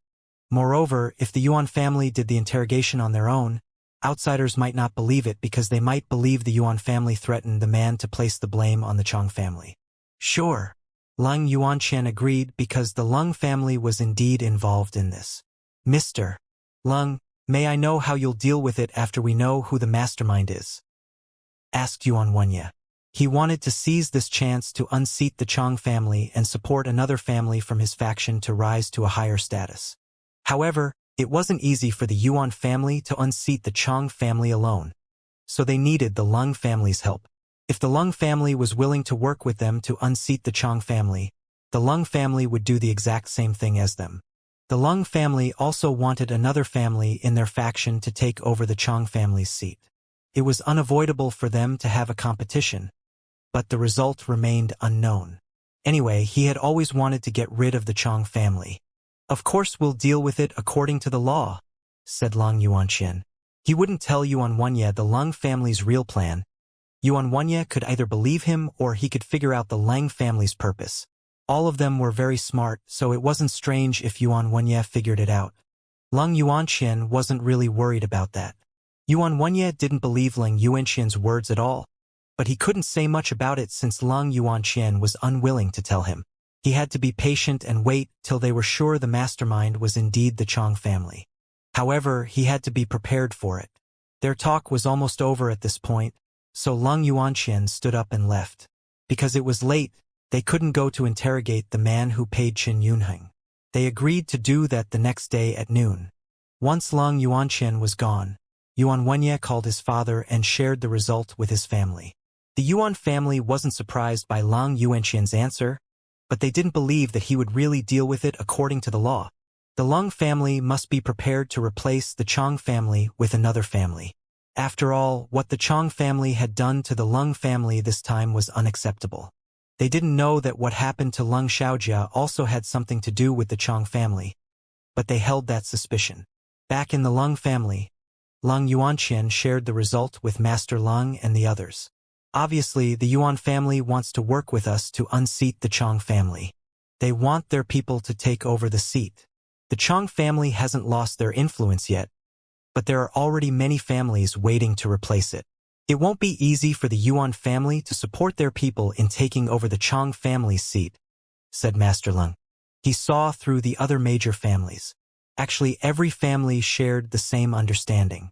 If there was a chance, they wouldn't hesitate to compete with each other. If they didn't compete, who knew who would win in the end? Although no one wanted to lose, there would be losers once there was a competition. If they lost, they would wait till they had the next chance. Whether in politics or business, there were always ups and downs. No family could stay powerful forever, because their offspring might not be able to keep their family strong. So, we need to cause the other major families some trouble before unseating the Chong family. While they are in chaos, we'll have a chance to support our people in taking over the seat, said Master Lung. Dad, do you have a choice? Asked Lung Yuanqian. If we select a family from our own faction, our influence will be weakened and two factions might be formed. By then, it won't do us any good. So, we must support a family that's out of our faction, but they need to support Wei Lingfeng as well. If they can keep a close relationship with us, it'll be for the best. If not, they can't team up with other families against the Lung and Wei families. Master Lung said, "We're very clear about the other influential families' abilities. I think the Dai family isn't a bad choice. The Dai family was a second-rate family in the capital and they had a good reputation. Although the Dai family was weaker than the other families in the past, it had the ability to replace the Chong family. The Dai family? I think they're good." Lung Yuanqian agreed. "What should we do next?" asked Lung Yuanqian. "Many forces are watching us. In order not to let the other families know our purpose or give them an opportunity to hurt the Dai family, we better not stand out to deal with it," said Master Lung. "Then who should?" asked Lung Yuanqian and Lung Yuanqian at the same time. "Yunyao can do it for us. She has special skills, so no one can find it out," said Master Lung. "Right, Yunyao is the best person to deal with it, but will the Dai family trust Yunyao?" asked Lung Yuanqian. They agreed that Jing Yunyao was the best choice, but they were afraid the Dai family might not take her seriously. "We can talk with them on the phone. We can't call them with our phones, but we can do it through Yunyao's phone," said Master Lung. Because it was very important, they had to be cautious. Hearing that, Lung Yuanqian and Lung Yuanqian were relieved. Although they didn't have a private relationship with the Dai family, they were acquaintances. After all, they often met each other at events and work. Even if they only talked about their business on the phone, they could recognize each other's voices. And Jing Yunyao had married into the Lung family, so the Dai family shouldn't doubt her. Because Jing Yunyao was back at the Sihiyuan and it wasn't early, Master Lung didn't talk to her about it right away. Instead, they decided to do that tomorrow. Guning went back to school today. Because Song Miaoga and her other friends hadn't seen her for a while, they stayed together for a whole night, sharing stories that happened in the school. One of the stories was about Yuan Yilin. "Guning, there is a rumor but not many people know about it. Last week, the Chamber of Commerce went out for a gathering. Because they were all drunk, Lu Junqing ended up having sex with Yuan Yilin. But Yuan Yilin doesn't want to be with Lu Junqing because he doesn't deserve her. It's true that the Lu family isn't comparable to the Yuan family. Besides, Yuan Yilin dislikes Lu Junqing, said Song Miaoga. Last week when the Chamber of Commerce had a gathering, Nye Chenyang had called Gu Ning, but she was busy so she didn't go. Some people were dissatisfied with that and believed that Gu Ning was a little arrogant, but the others understood Gu Ning. She had a large business empire to manage, so it was understandable that she was busy. Hearing that, Gu Ning was slightly surprised, but she was aware that Lu Junsheng admired Yuan Yilin. It was possible that he made it happen. If he was really drunk, he wouldn't be able to get an erection, let alone have sex. Whether it's true or not, don't tell other people, or it might cause unnecessary trouble, said Gu Ning. She knew that they weren't dumb, but she still needed to remind them to be careful. Sure, we know. We won't tell anyone else, they answered. Even if Gu Ning didn't remind them to be careful, they would still keep it a secret among themselves. They were smart, but they weren't upset that Gu Ning reminded them to be careful. Whether it was true or not, Gu Ning didn't have much interest in it, because it had nothing to do with her. The next morning, Master Leng called Jing Yunyao and asked her to come to the Leng family's house. They needed to talk about something with her. Without delay, Jing Yunyao rushed to the Leng family's house. At that moment, most of the Leng family members had gone to work. Only Master Leng stayed to talk to Jing Yunyao. Once Jing Yunyao arrived, she went straight to Master Leng's study. Then Master Leng told her what they wanted her to do. Dad, don't worry, leave it to me, said Jing Yunyao. Since Jing Yunyao agreed, Master Leng trusted her. Jing Yunyao wanted to start at once, but Master Leng said that she could leave after having lunch, so she agreed. At lunch, Leng Xiaojia walked out. She felt embarrassed when she saw Jing Yunyao, but she still greeted Jing Yunyao. Hi, Aunt Yunyao. This was the first time that Leng Xiaojia greeted Jing Yunyao of her own accord after Jing Yunyao joined the Leng family again. After being through what had happened previously, Leng Xiaojia had changed.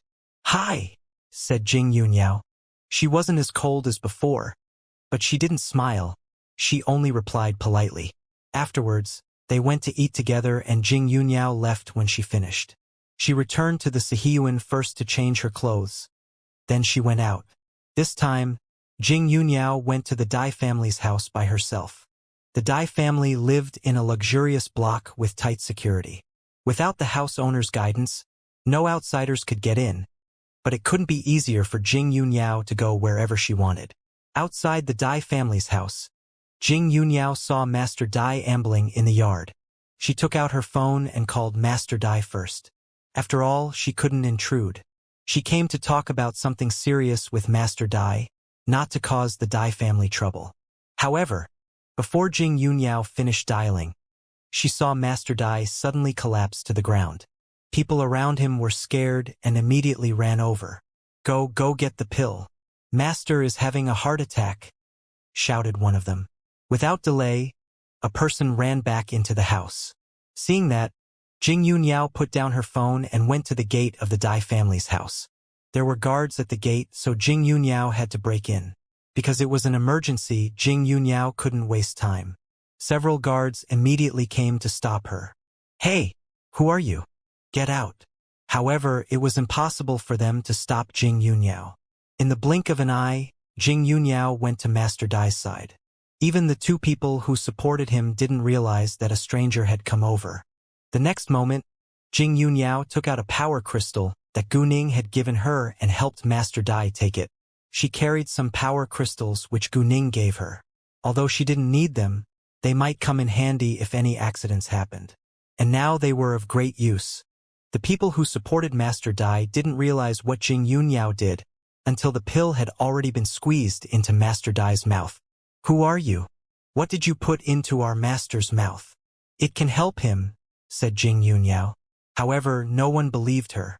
After all, she was a complete stranger to them. Guards, catch her. She just put something strange into Master's mouth. What if any accidents happen? Someone snapped at Jing Yunyao at once. At that moment, several guards ran over and wanted to catch her. Unfortunately, it was impossible for them to catch Jing Yunyao. Jing Yunyao easily avoided them. Afterwards, the Dai family security guards ran out, but they failed to catch Jing Yunyao too. Half a minute after taking the power crystal, Master Dai suddenly opened his mouth. Stop it. Master Dai recognized Jing Yunyao. No matter why Jing Yunyao visited the Dai family, he quickly felt better after taking her medicine and he was full of energy now. The pill was much better than his own medicines. Hearing Master Dai's words, they stopped. Hi, Master Dai.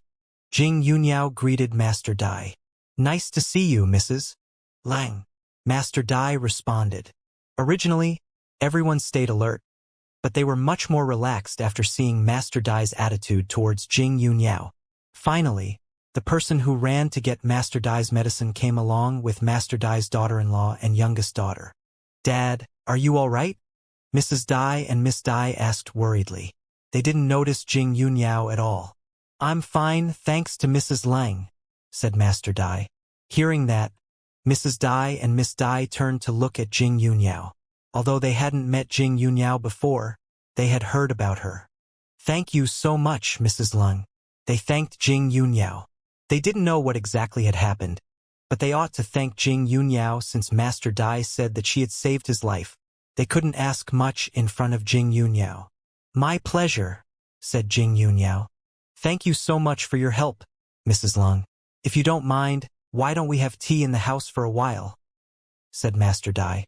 Master Dai didn't think much about Jing Yunyao's sudden appearance. He thought that she had just passed by.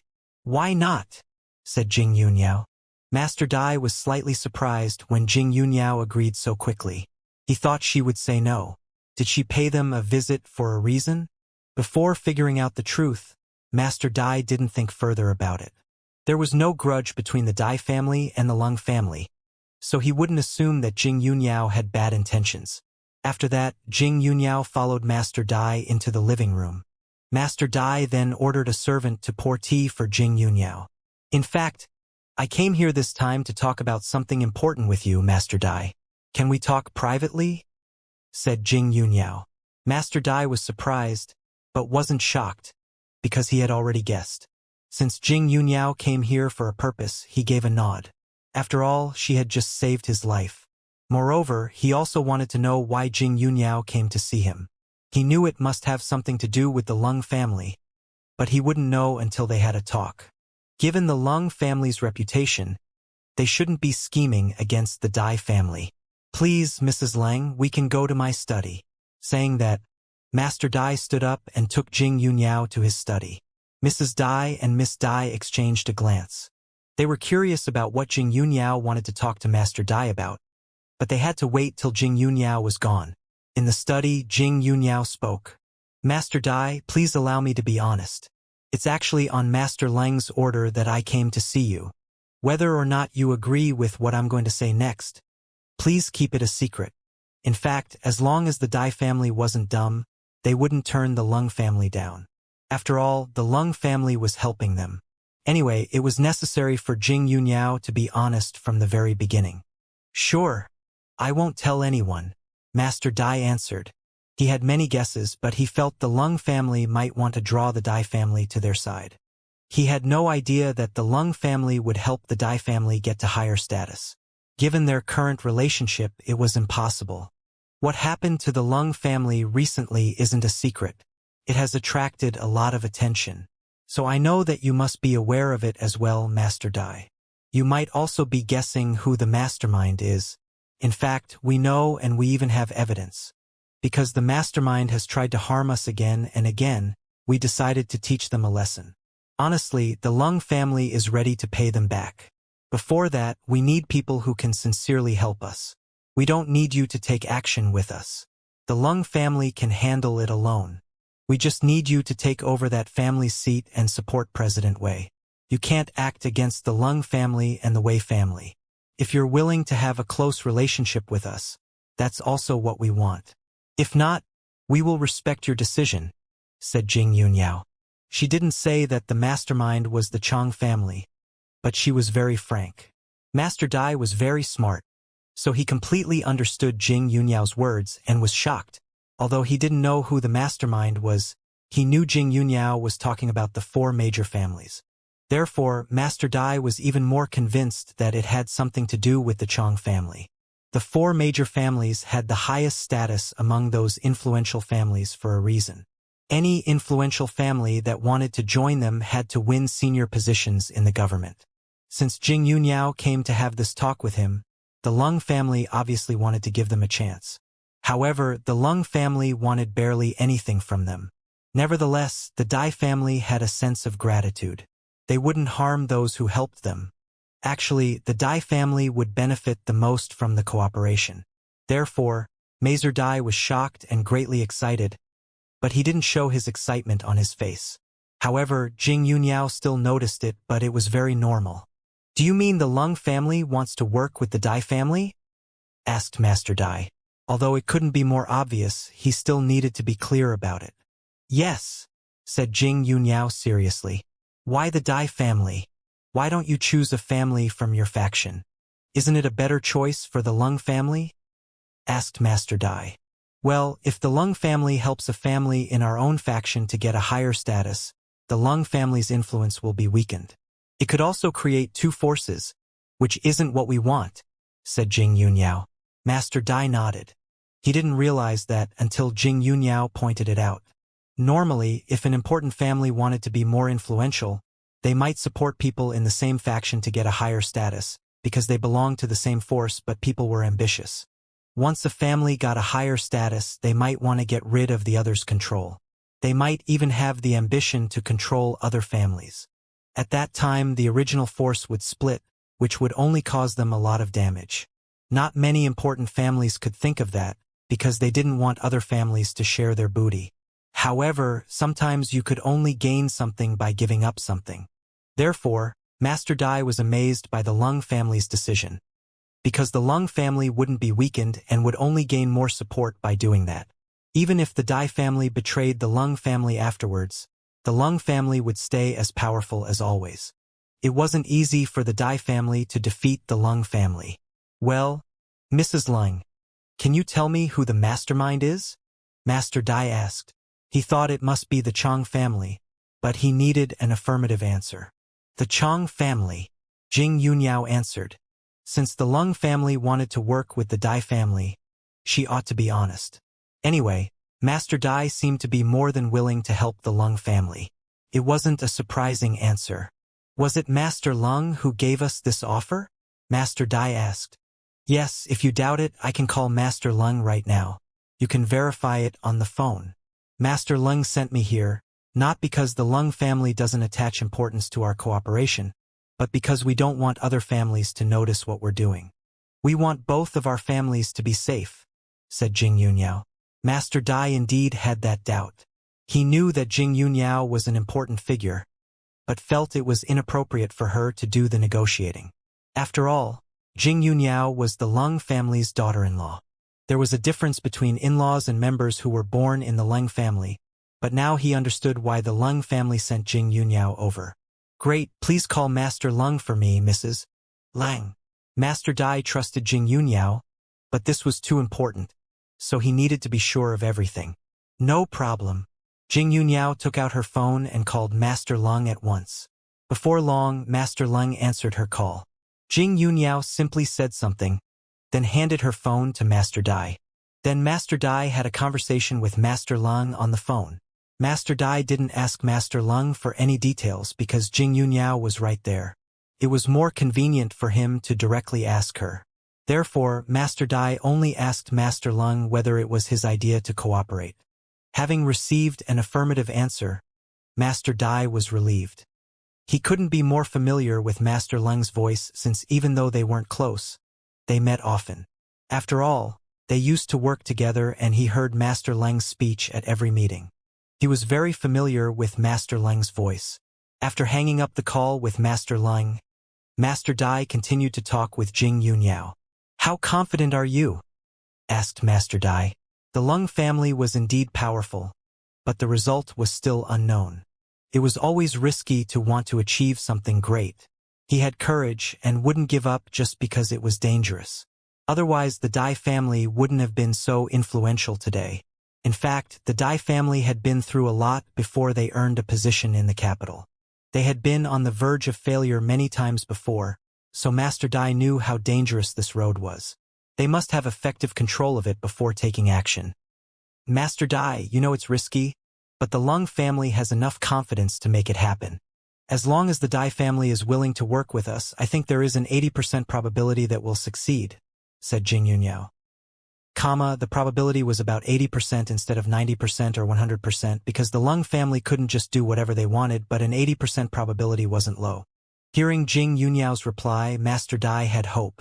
What do you need us to do? Asked Master Dai. It was barely enough that the Dai family agreed to help, because there were many things they needed to do. Anyway, the Dai family would benefit the most from it.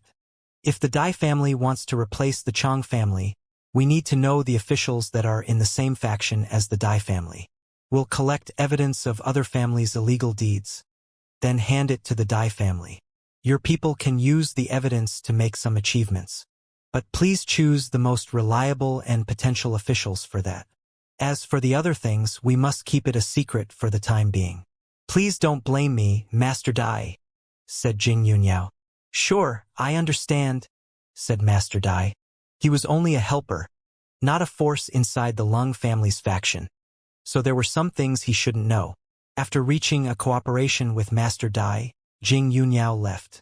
While Jing Yunyao was talking with Master Dai in the study, Mrs. Dai and Miss Dai were in the living room.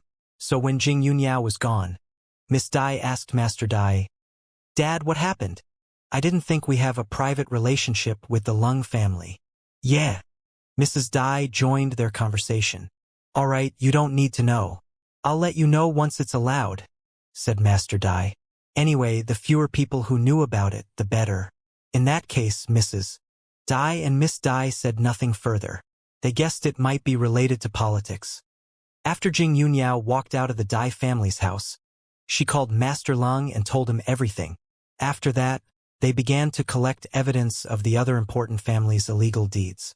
Because they were going to conduct an investigation, they needed Gu Ning's help. So Master Lang called her that afternoon.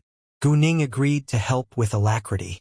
They needed hackers to collect evidence and people to secretly follow their targets at the same time. Therefore, Gu Ning assigned the task to K's team and a group of killers like Gao Yi, Xiaoya, Ba Tianyang and so on that served her right now. They were killers, so they were very good at investigating. As long as they took action and worked with K's team, they would find whatever clues were left behind by those powerful families. Gu Ning didn't join them right away, but she would when it was necessary. The Chamber of Commerce were holding a meeting that afternoon, and Gu Ning was a few minutes late because she needed to assign tasks, which aroused some people's dissatisfaction. Oh, we're all waiting for you. The busy boss of a large business group. She isn't only the boss of a large business group, she's also the fiancée of Lord Lung. She's definitely more important than us. Right? Shut up. Nie Chenyang snapped at them. Many people had already heard that Gu Ning was Lung Xiaoting's fiancée. After all, there were many people from high society in the chamber. President, it's a compliment. Why are you so mad? Right? Are you one of her admirers? Enough, I know you're jealous of her. If you have enough energy, why don't you focus on your business? Nie Chenyang angrily said to them. Was he one of Gu Ning's admirers? Of course he liked her, because Gu Ning was so outstanding that it was hard for a man not to be impressed by her, but he had reason and a clear understanding of himself. He wouldn't hold bias for Gu Ning just because he had a very good impression of her, nor would he hate her just because he couldn't win her heart. Nie Chenyang said what they were thinking, so they felt embarrassed. We're not jealous of her. Why should we be jealous? There are plenty of people who are better than her. Right, we're not jealous of her at all. At this moment, Gu Ning opened her mouth. Then shut your mouths. Stop mocking me. I said nothing, but you should know where to stop. If you dare judge me again, don't blame me for teaching you a lesson. She wouldn't let them attack her and not fight back. She wasn't their parent, so she wouldn't spoil them. Once Gu Ning said that, some people closed their mouths in horror. Although they dared to laugh at Gu Ning openly, they were still unwilling to argue against her face to face. However, Lu Junqing jumped out at this moment.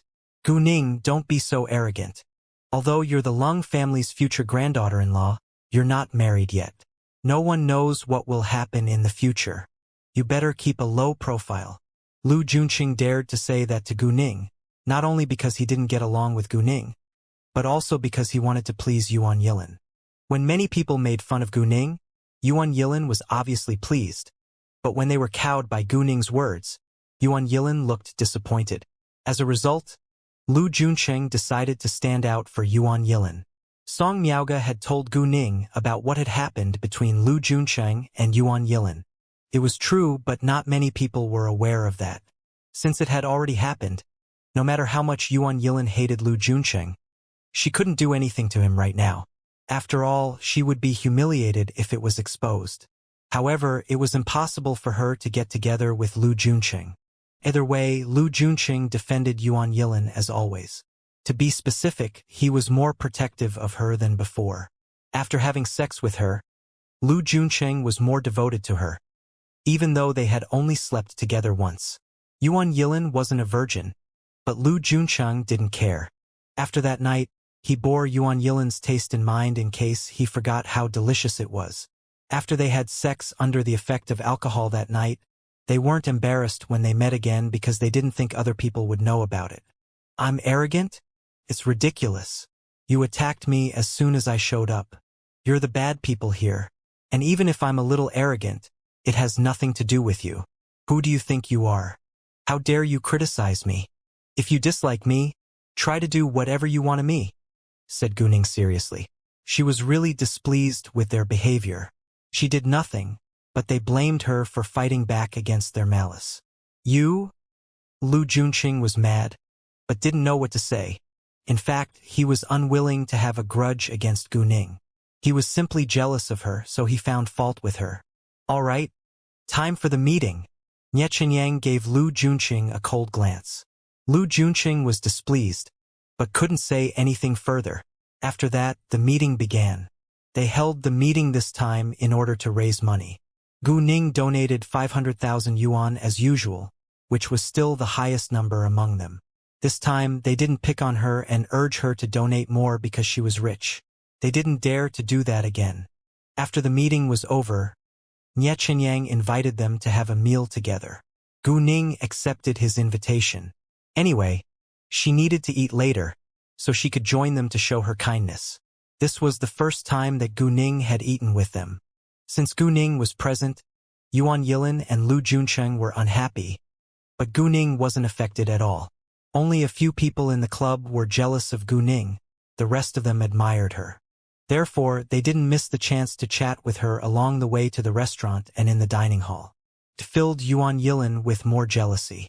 After having the meal, they went back to their own classes for the evening class. When Gu Ning had just reached the door of their classroom, she almost knocked into their head teacher, who rushed outside. Sir, are you all right? Gu Ning asked with concern. I'm fine. There is an emergency, and I need to leave right now, said their head teacher in a trembling voice, then hurriedly walked away. Gu Ning gave a glance at the back of their head teacher, then saw a picture of foreknowledge. In the picture, their head teacher drove fast on the main road and ignored the red light at the crossroads, then was hit by a private car. Without delay, Gu Ning chased after their head teacher. It was obvious that their head teacher wasn't calm and that something terrible must have happened. Since Gu Ning had foreknowledge, she must do something. After a few steps, she reached the side of their head teacher. Sir, it seems something bad has happened.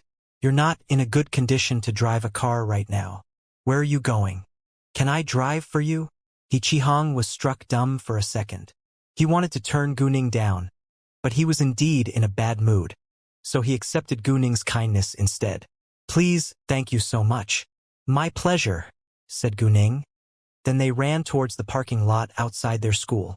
In the parking lot, they took a car and drove out without delay. Mr. He, where are we going? Asked Gu Ning. The number 9 hospital, said He Qihong. May I know what has happened? Asked Gu Ning again.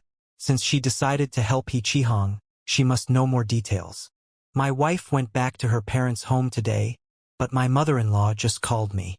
She told me that my wife had a fall. The baby has miscarried and my wife is in danger. He Qihong choked. Even though Gu Ning didn't look at him, she knew his eyes must be full of tears. Don't worry, Mr. He. Trust me. I can cure your wife, said Gu Ning. He Qihong understood that Gu Ning wasn't an ordinary girl, so he felt relieved when she said that to him. Gu Ning sped up. Because He Qihong wanted to get to the hospital as soon as possible, he didn't pay much attention to Gu Ning's driving skills. But he soon noticed that Gu Ning was extremely skilled at driving. At that moment, there was a lot of traffic on the road, but Gu Ning skillfully overtook all of them, which amazed a lot of people. However, some still swore at her and felt that she was rude and aggressive on the road. After all, she drove so fast which could easily cause a car accident. Normally, they needed to spend about 40 minutes on the road, but Gu Ning arrived at the hospital within half an hour. Actually, if there wasn't so much traffic on the road, she could have had the time. However, if Gu Ning didn't come with He Qihong would have gotten in a car accident halfway there. Although she didn't know the result of He Qihong's accident, he might die or be seriously injured if the accident happened. At the hospital, they stopped the car, then hurriedly ran towards the operating room. Outside the operating room, He Qihong's mother-in-law, brothers-in-law, and sisters-in-law were all waiting. He Qihong's mother-in-law was restless, but the other people didn't seem worried at all. Gu Ning followed He Qihong to the operation room. When they saw Gu Ning, they were mad. He Qihong's brother-in-law said acidly, "Oh, He Qihong, your wife is in the operating room now. Why do you come with another woman? If my sister knew, she would be angered to death." He was very unkind. "Shut up. Don't be so ridiculous." Before He Qihong explained it, his mother-in-law snapped at his brother-in-law. She trusted He Qihong, so she didn't think that there was an abnormal relationship between him and the girl. Even if there was, He Qihong wouldn't take the girl here. Am I wrong? Why does he come with a girl? She's a siren, He Qihong's brother-in-law argued. A siren? Gu Ning had nothing to do with a siren. Actually, she looked cold and a little aloof. It didn't seem easy to get along with her. Actually, He Qihong's brother-in-law said that on purpose. He didn't really think He Qihong had an abnormal relationship with this young girl. Shut up. You can't bear the result if you anger someone you shouldn't mess with. He Qihong snapped at his brother-in-law at once, then apologized to Gu Ning. "Gu Ning, I'm sorry for the misunderstanding." "I'm fine," said Gu Ning, but she was displeased. She only wanted to save He Qihong's face, so she didn't show her anger. "What? Is she someone?" He Qihong's brother-in-law still looked very malicious. He slighted Gu Ning because he didn't think He Qihong could have a relationship with an important figure. The Li family was rich, although not very rich, while the He family was an ordinary family. Therefore, He Qihong's two brothers-in-law never respected him. "Yes, I'm someone, but I don't want to waste time on you. If you think you're superior to other people, keep on being so arrogant and I'll teach you a lesson afterwards," said Gu Ning. She couldn't stand the man's attitude any longer. She tolerated it for He Qihong's sake, but the man didn't care about He Qihong's face at all. As a result, there was no need for Gu Ning to care about the man's feelings. Who did he think he was? There was no relationship between them. Why should she tolerate him? Li Mingzhang was angry, but didn't believe that Gu Ning was an important figure. He only felt humiliated by her. "Oh, young girl, you sound very aggressive. Qihong, shouldn't you say something?" He Qihong's older brother-in-law joined them at this moment. He had the same attitude as Li Mingzhang. Both of them looked down their noses at Gu Ning. "What do you expect Mr. He to say? It has nothing to do with him. And no one can shut my mouth," said Gu Ning, looking coldly at Li Mingzhuan. Li Mingzhuan had been to many places, so he could see that Gu Ning indeed had some connections from the way she held herself. Therefore, he said nothing further. If Gu Ning was really an important figure, it wouldn't do them any good if they angered her.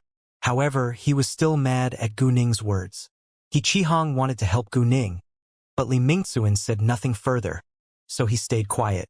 A while later, he asked his mother-in-law, "Mom, how did Mingyue fall? Why is it so serious?" Hearing that, He Qihong's mother-in-law looked a little guilty and didn't know how to explain it. It was not only He Qihong's mother-in-law, the others had the same expression. He Qihong didn't pay attention to other people, but he clearly saw the guilt on his mother-in-law's face. He was immediately angry because he felt it might not be an accident. "Mom, tell me," He Qihong urged. He really wanted to know what exactly had happened. She fell by accident, said Mrs. Li, but even she didn't believe her words. I bet one of you pushed her, said Guning. She didn't miss their reaction, so she made that guess. She understood it wasn't appropriate to say that before the truth came out. But Mrs. Li was obviously hiding something.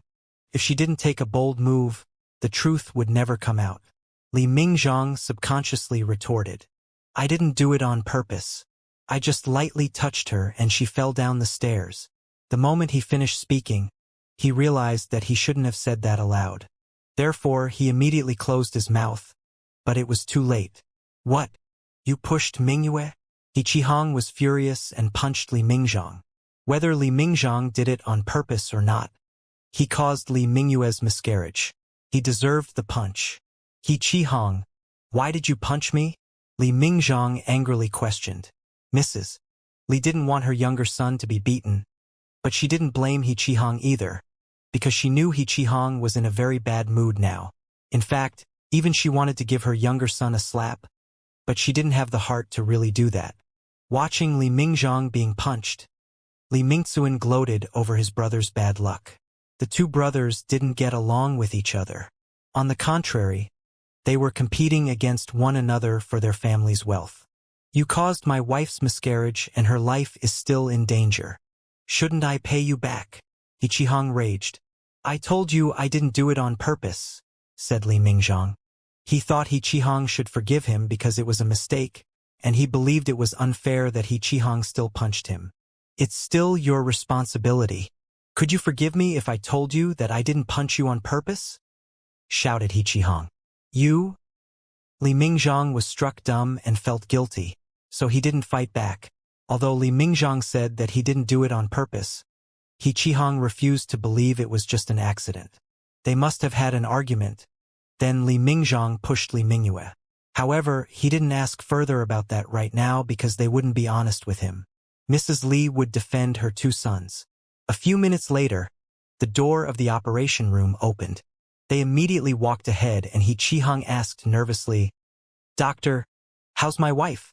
She's still in critical condition, and she's losing a lot of blood.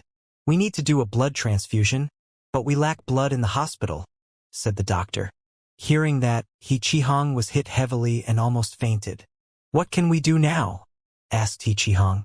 I can help, said Guning at this moment. The next moment, everyone turned to look at her. However, other than He Qihong, no one trusted her and they even felt it was ridiculous. What Guning said was a complete joke in their ears. You can help? That's a ridiculous joke. Who do you think you are? Are you a doctor? Li Mingzhang said to mock Guning. Miss, this is very serious. Please don't joke about it, said the doctor seriously, showing obvious disdain for Guning. Mister, do you trust me? Guning didn't care about other people's opinions and directly asked He Qihong. As long as He Qihong agreed, the other people couldn't stop her. Of course, said He Qihong. He wouldn't trust other people, but he trusted Guning. Qihong, Mrs. Li was mad and couldn't believe her ears. She didn't expect He Qihong to trust a young girl. No, I don't trust you. You can't treat my daughter. If anything happens, you can't bear the result. Guning, however, ignored her and directly went into the operating room. You can't go in. The doctor immediately went to stop her, but he was too late. Guning was already in the operating room, so he had to follow her. Jesus, stop her now. Seeing that, Mrs. Li shouted angrily. Guning was just a young girl. She wasn't a doctor. How dare she go into the operating room without permission? Let me catch her, said Li Mingzhang angrily. Without delay, he walked to the operating room, wanting to bring Guning out. Stop right there. He Qihong shouted to stop Li Mingzhang at once, because he trusted Guning. He Qihong, how can you let the young girl do whatever she wants? Do you want my older sister to die quickly, so that you can marry a new woman? Li Mingzhang grabbed He Qihong's collar and angrily criticized him. Qihong, I can't believe that you chose to trust a young girl. Can you take the responsibility if anything happens to Mingyue? Li Mingxuan said. Qihong, you greatly disappointed me, said Mrs. Li. I will pay with my life for it if anything bad happens to Mingyue. All right? Said He Qihong. He cared about Li Mingyue more than any of them. He wouldn't take risks unless he had the confidence. Although they were Li Mingyue's family, they didn't really care about her because they always valued sons above daughters. Only Mrs. Li cared a little about Li Mingyue. However, if their benefits were involved, she would still side with her sons even if it was her son's fault. They didn't know what to say. After Gu Ning ran into the operating room, doctors inside were surprised. Hey, who are you? You shouldn't come in here. A doctor wanted to stop Gu Ning. Gu Ning swiftly avoided him. The next moment, she quickly approached the operating table, unplugged Li Mingyue's oxygen tube, and put a power crystal into her mouth. In the blink of an eye, she finished everything, leaving the doctors in shock. What did you do? After those doctors came back to their senses, they were all frightened. Because several doctors were in the middle of the operation, it was inconvenient for them to deal with Gu Ning, so the two doctors who failed to stop Gu Ning just then tried to stop her once more. I can save her life, said Gu Ning seriously. But no one believed it, and the two doctors still tried to catch her. Gu Ning understood that it was unrealistic if she wanted them to be quiet and leave the operation to her. So she took out her name card and handed it to them. If anything bad happens, I will take responsibility.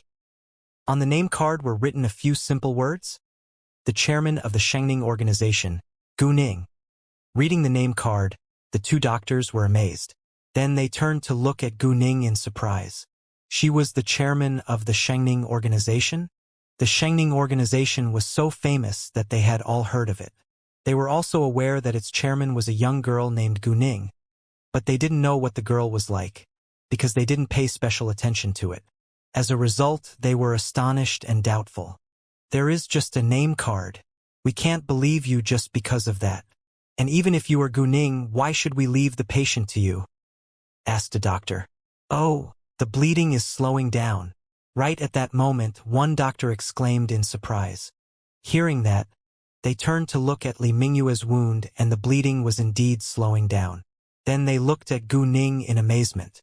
Could this girl really save the patient's life? After that, another doctor said, her heartbeat is going back to normal. This time they were more surprised. Can you really save her life? The attending physician asked Gu Ning seriously. Gu Ning won a little trust from him, because Li Mingyue slowly stopped bleeding and her heartbeat gradually went back to normal. But could a single pill stop the patient from bleeding? It was unbelievable. I just helped her take a pill. I'll stop her from bleeding and let her regain her strength afterwards so that the operation can continue. You witnessed it with your eyes, so I think you should believe me, said Gu Ning. A single power crystal could stop Li Mingyue from bleeding, so the operation could continue, but Gu Ning still needed to put magical power into her body to make sure that she would survive. Anyway, Li Mingyue's life was out of danger now. It would be fine even if Gu Ning didn't put magical power into her body. It's hard to say. No matter what, you still need to take responsibility if anything bad happens to the patient, said the attending physician. Sure, Gu Ning answered. Therefore, the doctors continued to do the operation, while Gu Ning stood at the side. She secretly released magical power and put it into Li Mingyue's body. It wasn't necessary for Gu Ning to touch Li Mingyue. She could put magical power into her body through the air as well, but it wouldn't be as efficient. Anyway, it was helpful. When the magical power was released, those doctors were affected too, but positively because they suddenly felt refreshed. They were surprised, but didn't think further about that. Outside, the Li family were mad when those doctors didn't chase Gu Ning out. What's going on here? Why don't they chase her out? How could they let her do whatever she wants? Shouted Li Mingzhong. Qihong, why do you trust the girl so much? She's so young and she isn't a doctor, Mrs. Li cried. Because she can save Mingyue's life, said He Qihong. I think you've lost your mind. What's your relationship with her? Li Mingzhong questioned. He believed their relationship was abnormal. Don't make rumors. She isn't someone you can mess with. Don't blame me for not reminding you. If you dare anger her, she can easily unseat the Li family. He Qihong warned seriously. Although Guning wouldn't bother to punish the Li family just because of their bad attitude towards her, it was necessary for He Qihong to stop Li Mingzhong from bad-mouthing Guning. Li Mingzhong was angry. Although he didn't doubt He Qihong's words, he was still displeased. "Who is she?" asked Li Mingzuan curiously.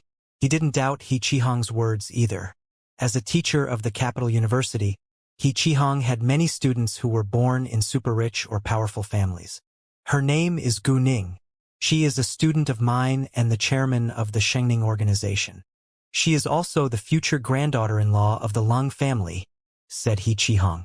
Because it wasn't a secret, he didn't bother to hide it. "What?"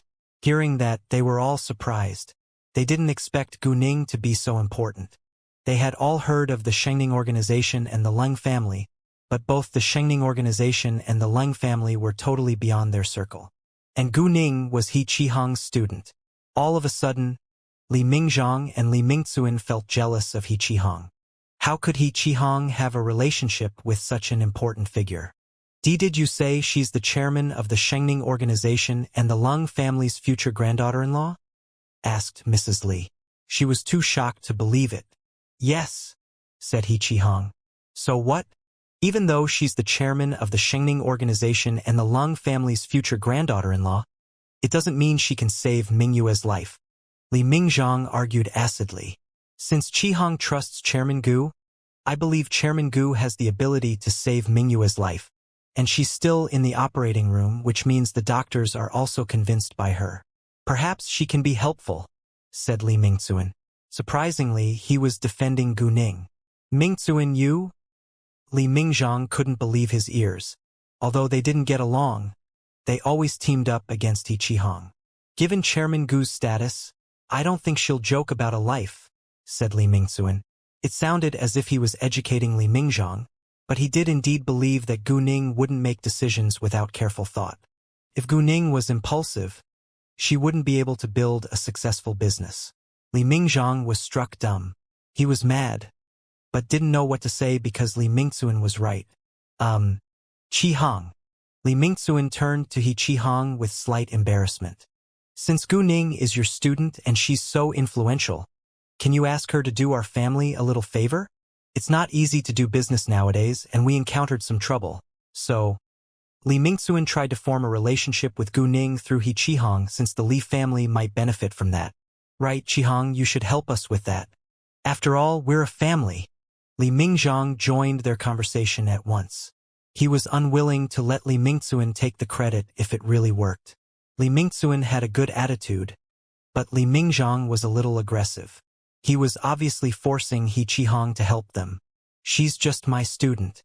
I'm not in a position to ask her for help," said He Qihong. The two brothers were really calculating. To be frank, he wouldn't do them a favor like that. "He Qihong, how can you say that? You're so ungrateful. Why can't you help us? Aren't we a family?" Li Mingzhong was mad. "Right? She's your student, so she shouldn't refuse to help you," said Li Mingzuan. He showed obvious unhappiness on his face, feeling that He Qihong was deliberately embarrassing them. "Why do you think she should help me just because she's my student? She just studies in the capital university. We're not close at all, and I have plenty of students. Do all of them have to help me? Are you too naive or too self-centered? You don't have a clear self-understanding, but I have. Don't drag me into trouble just for your own benefits." He Qihong argued. He was not afraid of them. He had just always tolerated their behavior, but now he had enough of it. Hearing that, Li Mingzuan and Li Mingzhong were mad. "Fine, you don't want to help us. But do you have to humiliate us like that? We take you as our family, so we turn to you for help. How can you say we're naive and—" "Right, He Qihong, it's too much. After all, if the Li family gets better, you can also benefit from that," Li Mingzhong said angrily. "Li Mingzhong, did you forget how you argued against her earlier? It's already very nice of her if she doesn't pay you back. How can you expect her to do you a favor?" "Who do you think you are?" said He Qihong, laughing at Li Mingzhong. "You?" Li Mingzhong was struck dumb for a moment and felt embarrassed. Obviously, he had forgotten. Mrs. Li actually had the same idea. but she didn't open her mouth after hearing their argument. After all, He Qihong was just Gu Ning's teacher and they weren't close. Why should Gu Ning help them? Li Mingzhong and Li Mingzuan didn't know what else they could say, but they disliked He Qihong more than ever. They believed that He Qihong refused to help them. In the operating room, everything went smoothly and the patient was getting better and better, shocking all the doctors. However, no matter how astonished they were, they needed to focus on the operation. So they would ask Gu Ning about it after the operation was done. Half an hour later, it was finished. From the beginning to the end, they stayed in the room for nearly an hour, but they didn't feel tired at all. Normally, it was tiring to do an operation for an hour, and they often needed to complete an operation in shifts to make sure they had enough energy and strength. The operation was very successful, and the patient is already getting better. "That has never happened before," said the attending physician happily. He knew the credit should go to Gu Ning. Therefore, the attending physician thanked Gu Ning sincerely. "Miss Gu, thank you so much for your help, but I have to say what you did earlier is very rude. Out of duty, we had to be impolite to you. I understand it's hard for people to believe you, but the result is good, so let's get over it." "I know, but it was an emergency. Even if I wasted a lot of time on explaining, you wouldn't believe me either. So I directly came in." "Thank you for your understanding," said Gu Ning. The doctor was very nice, so Gu Ning had a good attitude. "However, Miss Gu, can you tell me what medicine that was? It has unbelievable effects," asked the attending physician. Hearing that, everyone looked at Gu Ning with anticipation and curiosity. "I'm sorry, it's my master's unique medicine. I don't know its formula, but I know it's really good at healing and is capable of curing many diseases." Gu Ning said, "Although it's effective, there isn't much of it. I only had one with me, but it was taken by Miss Li, so I no longer have any with me now." Gu Ning said that in order to stop them from asking her for a pill for study. The doctors didn't believe that Gu Ning had no more pills, but they understood that she was not willing to share it with them, so they stopped asking about it. After that, they pushed Li Mingyue out. Once the door of the operating room opened, He Qihong and the Li family went forward. "Doctor, how's my wife?" asked He Qihong. Although he believed that Li Mingyue would be fine with Gu Ning's help, he was still worried before hearing the result. "Doctor, how's my daughter?"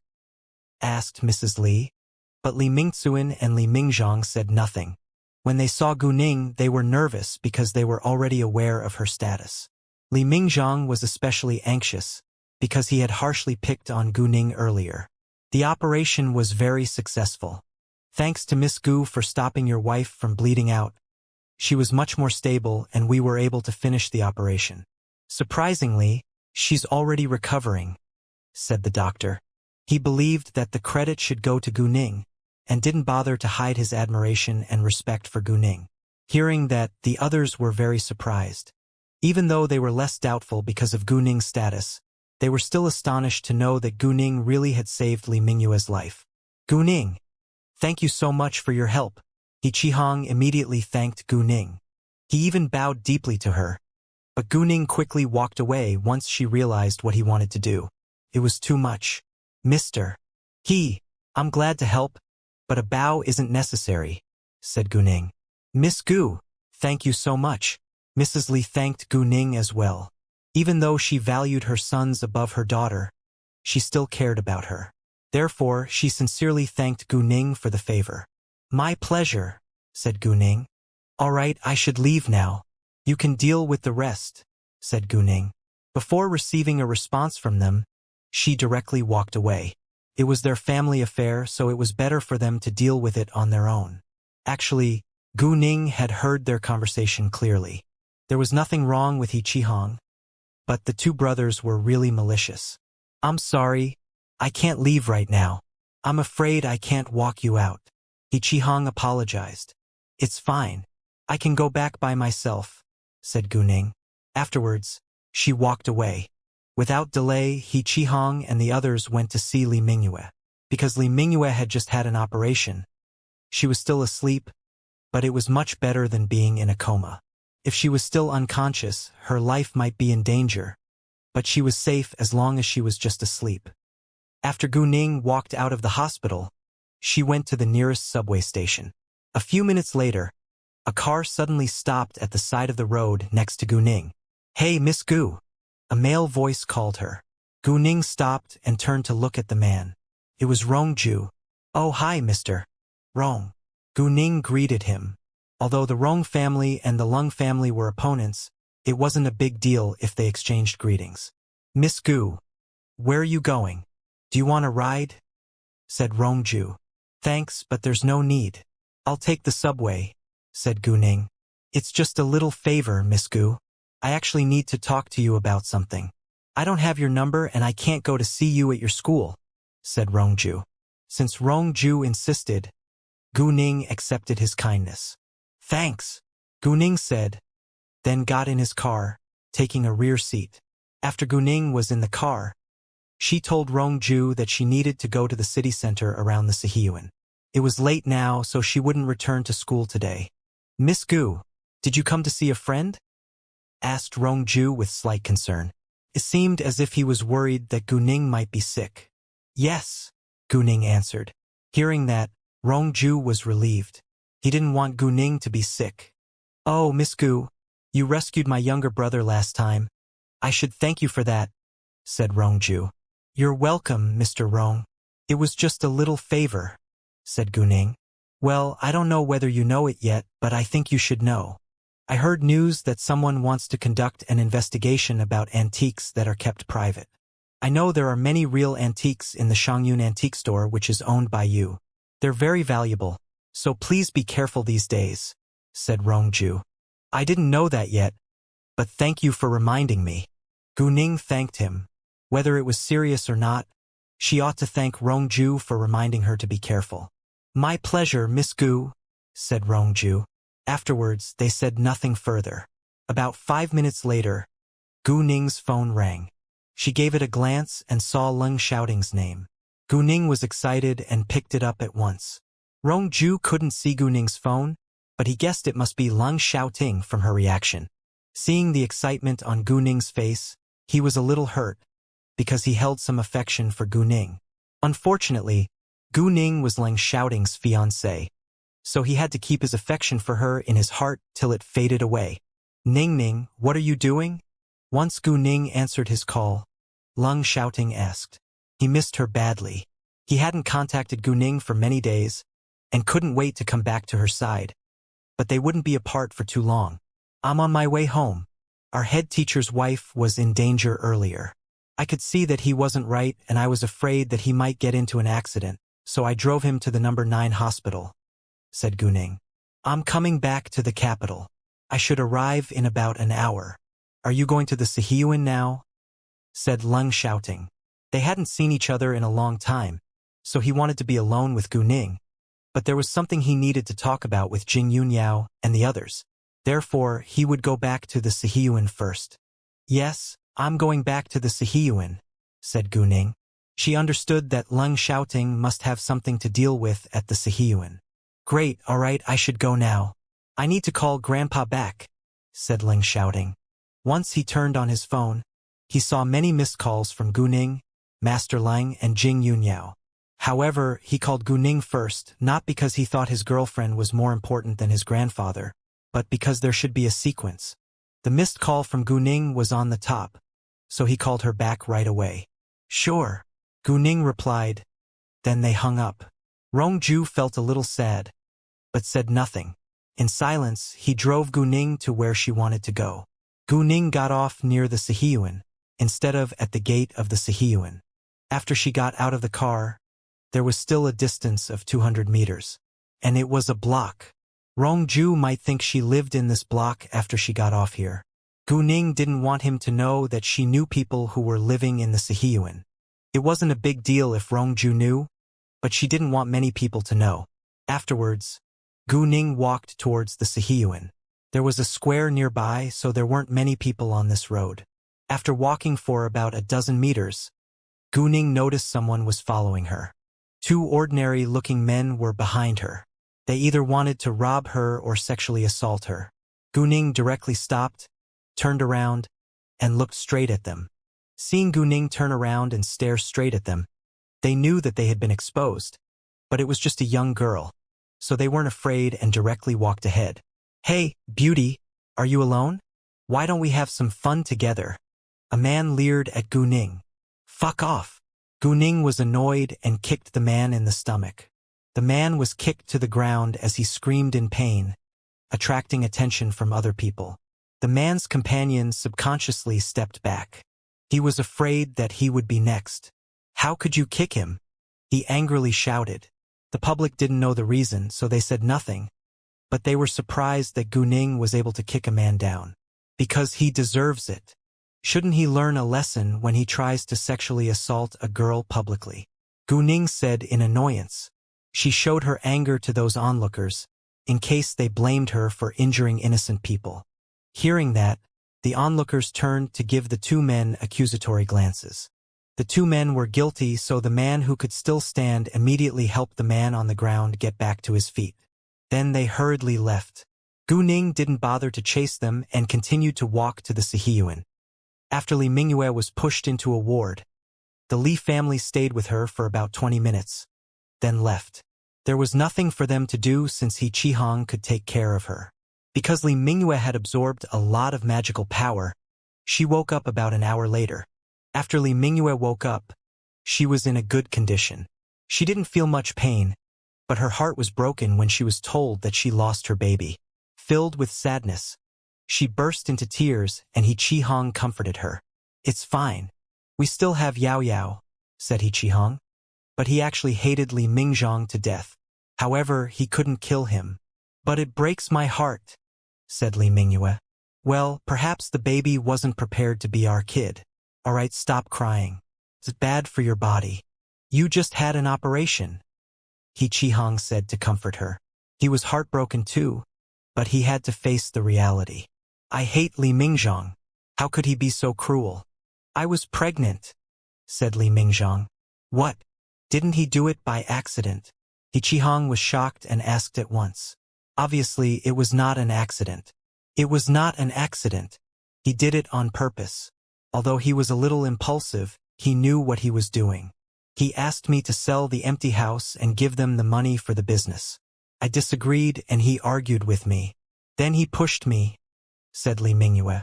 Because the Li family valued sons above daughters, Li Mingzuan and Li Mingzhong treated Li Mingyue badly. Therefore, Li Mingyue didn't bother to keep it a secret for Li Mingzhong.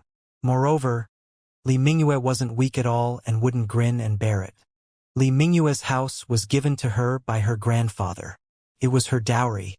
Although the house wasn't large and was only about 60 square meters, it was located in a very good block. After all, the housing price was crazily high in the capital, so the house was worth a fortune. "What? Ichi?" He Qihong was so mad that he couldn't finish a sentence. He even gasped for breath, furious and hating Li Mingzhong more than ever. Li Mingzhong pushed Li Mingyue downstairs for money. Even though they weren't close, he shouldn't do that. Given what he had done, he had to be a cruel and selfish man. They were always aware of Li Mingzhong's cruelty and selfishness, and knew that Li Mingzhong strongly disapproved of their marriage when He Qihong wanted to marry Li Mingyue. They wanted Li Mingyue to marry a rich man so that the Li family could benefit from it, but Li Mingyue disagreed. Then Li Mingzhong beat He Qihong and chased him out. Li Mingzhong even controlled Li Mingyue and forbade her from leaving the house. He Qihong was angry whenever he remembered that, but it had been a few years, so he didn't bring it up. After all, he still married Li Mingyue. However, what Li Mingzhong had done to Li Mingyue this time was totally unacceptable.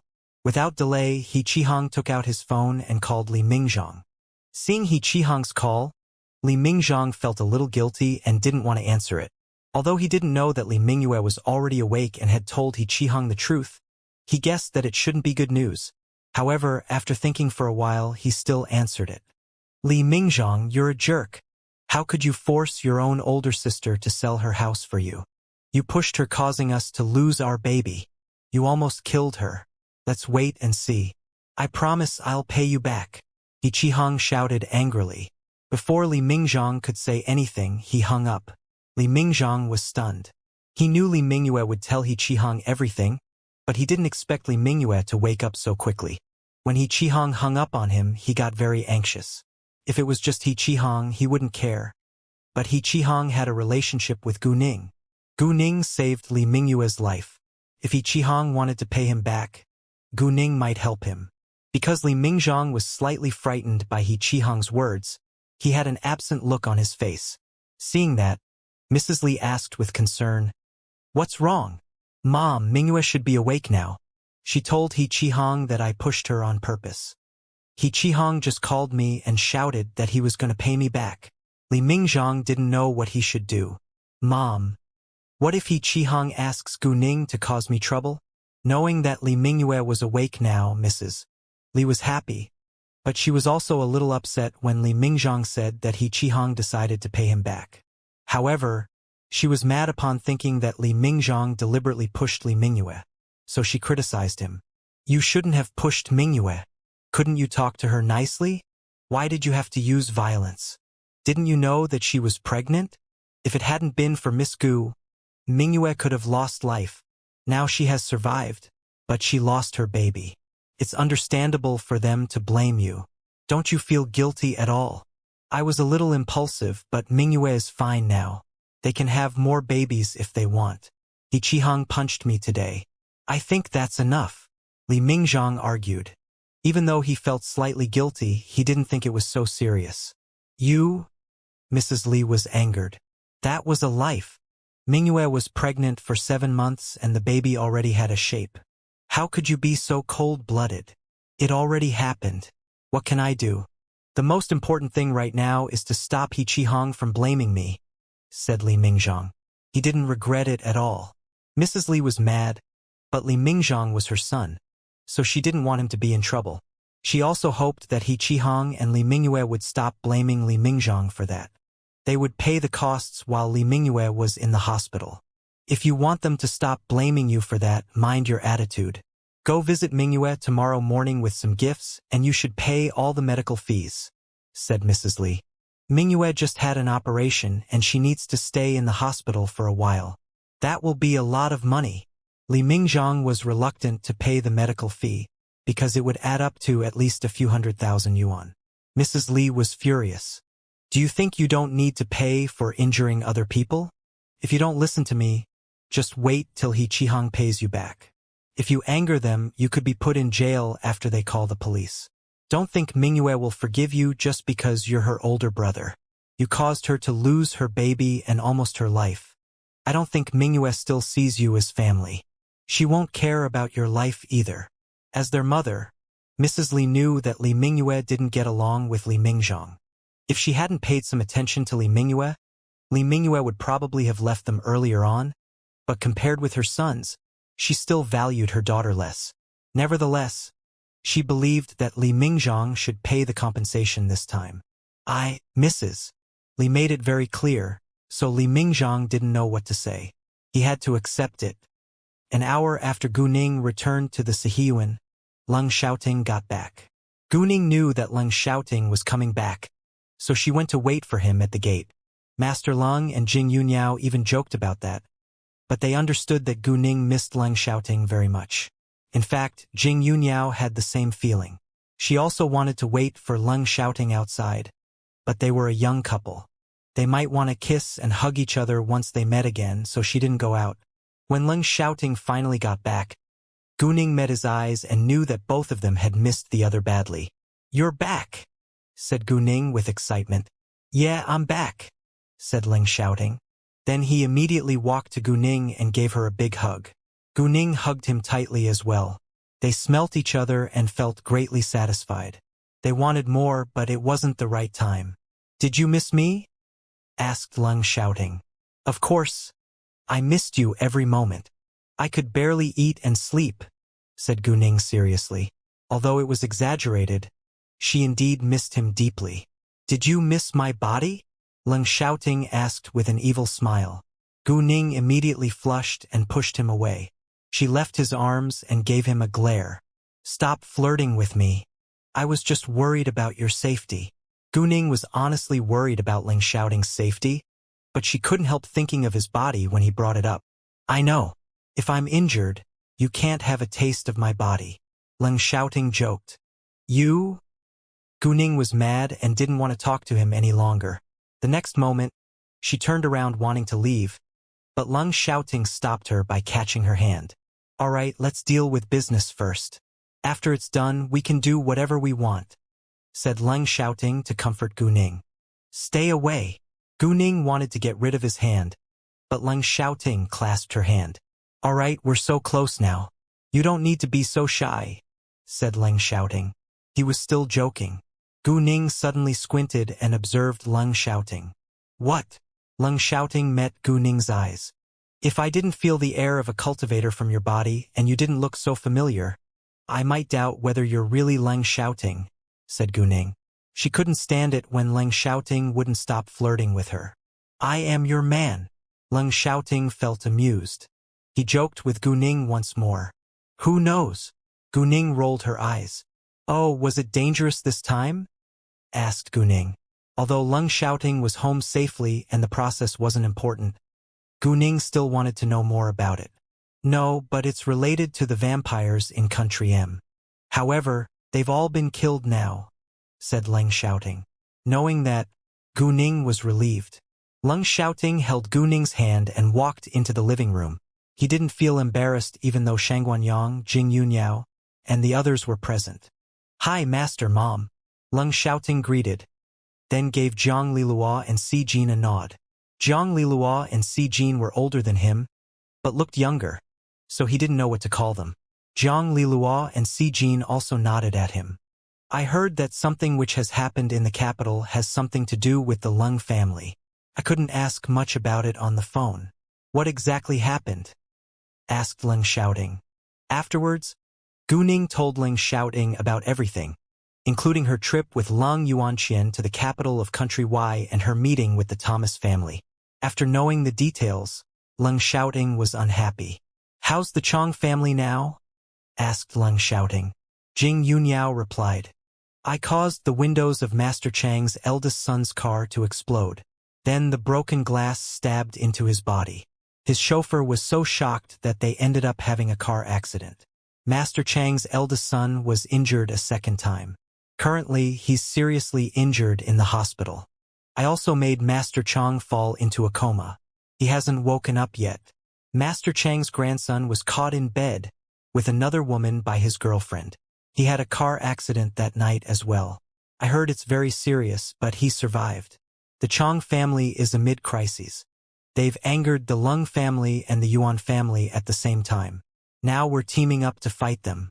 We're collecting evidence of their illegal deeds. The Chang family is losing its influence. If they don't stop attacking other families, they'll be replaced sooner or later. Actually, the task I did this time also has something to do with the Chang family. However, the Chang family doesn't know that vampires are involved. They only cooperated with a dark force in Country M, wanting to kill me while I was carrying out the task, said Leng Xiaoting. Leng Xiaoting stayed calm about the Chang family's scheme, but the others were mad. The Chang family is digging its own grave, Gu Ning said coldly. She really hated the Chang family now. If it was possible, she wouldn't hesitate to unseat them. Well, we just planned to kick the Chang family out of the 4 major families and weaken them so that they can't get the position back. But now I think we should completely destroy them, Jing Yunyao said in a deep voice, showing malice and cruelty. This time, Jing Yunyao was really furious. They tried to kill her son. Did you get hurt? Asked Jing Yunyao. She had the same feelings as Gu Ning. Even though Leng Xiaoting was safe in front of her eyes right now, she still wanted to know whether he had encountered any danger. I didn't, but Chun Meng is slightly injured. Anyway, we're fine and we've already killed our target. I just don't know whether they will take revenge. Anyway, since I'm back, I needed to let you know about it. You must be prepared. After all, I won't stay in the capital for too long, and I need you to protect the Leng family, said Leng Xiaoting. Don't worry, we'll be well prepared. We already have a plan, and I'll stay in the Leng family's house for a while. If anything happens, I'll discuss it with Senior Shangguan. Lilua will leave to protect President Wei from tomorrow, since President Wei is also in danger now. Si Jin will be on standby, so is Ningning. Ningning can go to class as usual, but she'll come and help us if anything goes wrong. Jing Yunyao answered. Great. It's a great plan, said Ling, shouting. If you don't have enough helpers, turn to cultivators in the cultivation world for help. I know, said Jing Yunyao. She had the same idea. From the beginning to the end, Shangguan Yang said nothing, but he wouldn't hesitate to stand out if he was needed. He said nothing because he didn't know much about the complicated relationships among the 4 major families. After talking about the business, Leng Xiaoting said, Well, I need to deal with something now. Ningning will go with me. I need a helper in case I can't handle it alone. Sure, be careful, said Jing Yunyao. She didn't doubt Leng Xiaoting's words. Neither did Gu Ning. After that, Gu Ning left with Leng Xiaoting. When they were in the car, Gu Ning asked seriously, What is it? Leng Xiaoting suddenly laughed and said in a seductive tone, You'll know in a while. Looking at the expression on Leng Xiaoting's face, Gu Ning immediately realized what it was. There was nothing he needed to deal with, but, remembering what Leng Xiaoting just said, Gu Ning flushed and didn't dare to meet his eyes. Oh, she lightly answered, pretending that she had no idea what Leng Xiaoting was talking about. Leng Xiaoting noticed Gu Ning's reaction and felt more satisfied. Ning, you're very smart, so you should know what we're going to do, right? Don't flatter me. You said nothing about it. How could I know? I can't read your mind. Gu Ning argued, but her voice lacked confidence. Really? But I bet you already know, said Leng Xiaoting. He wouldn't miss any chance to flirt with Gu Ning. That's your feelings, not the truth, Gu Ning retorted, but she knew she was lying. Leng Xiaoting watched her reaction and felt amused. Her words weren't persuasive at all. Fine, don't disappoint me when we do it later, Leng Xiaoting said purposely. Gu Ning said nothing, because she knew what Leng Xiaoting was talking about. She felt too embarrassed to answer it. What? Aren't you willing to help? Leng Xiaoting asked, showing a little disappointment on his face, but there was excitement in his eyes. Focus on the road. Stop asking me so many questions. Gu Ning was annoyed. She didn't want to answer his questions any longer. They were familiar and very close, but she still felt embarrassed to talk about some topics. Fine. Leng Xiaoting stopped joking with Gu Ning. Whether she answered it or not, the result would be the same. Leng Xiaoting drove all the way to Mid-Level's mansion. Because it was late at night, there was barely any traffic on the road, so Leng Xiaoting drove fast, and they arrived about 20 minutes later. Once they reached the house, they had passionate sex till they were exhausted. Then they fell into a deep sleep. The next day, they got up and had breakfast together before going to the Sihiyuan. Jing Yunyao went to the Leng family's house. On their way, Gu Ning received He Qihong's call. He told her that Li Mingyue woke up last night. It was late, so he didn't call her in case it was a bother. Li Mingyue didn't only wake up, she was also much more energetic than before. She could talk, eat, and drink. In fact, even if He Qihong didn't call Gu Ning would still know that Li Mingyue had already woken up yesterday. After all, she treated Li Mingyue, so she knew her condition very well.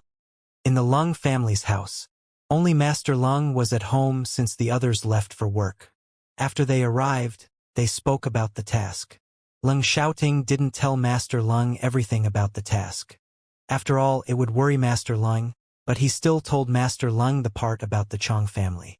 Hearing that the task Leng Xiaoting carried out this time also had something to do with the Chong family and that they even used vampires to try to kill Leng Xiaoting, Master Leng was furious. He even gasped for breath from the fury. Gu Ning immediately put magical power into his body to help him breathe normally. The Chong family is really digging its own grave.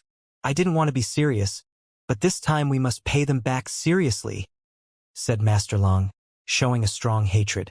Master Leng decided to completely destroy the Chong family after knowing that they had tried to kill Leng Xiaoting, not because he believed Leng Xiaoting was more important than Leng Xiaojia, but because what the Chong family had done was too much.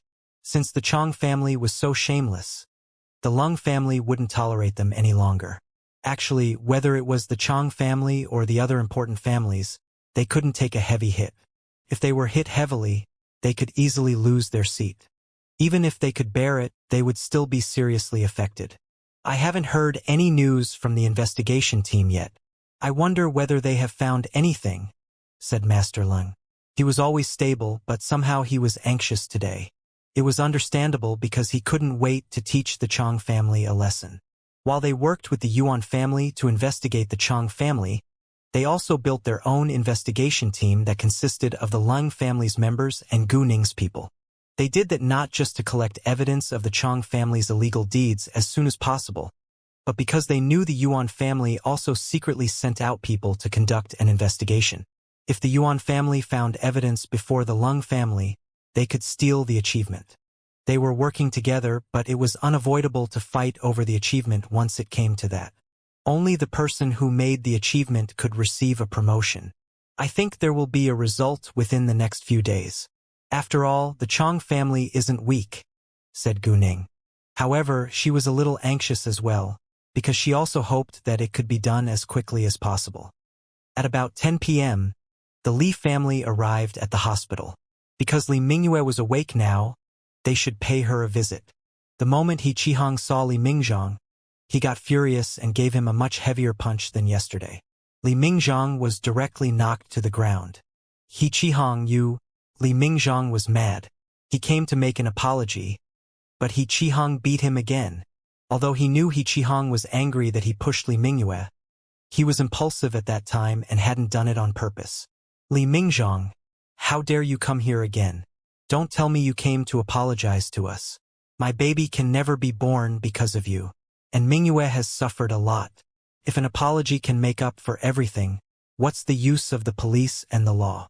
Can I stab you a few times and apologize to you? Would you forgive me for being a little impulsive? Shouted He Qihong angrily. He Qihong, don't be so aggressive. I didn't mean to. Li Mingzhang argued in annoyance.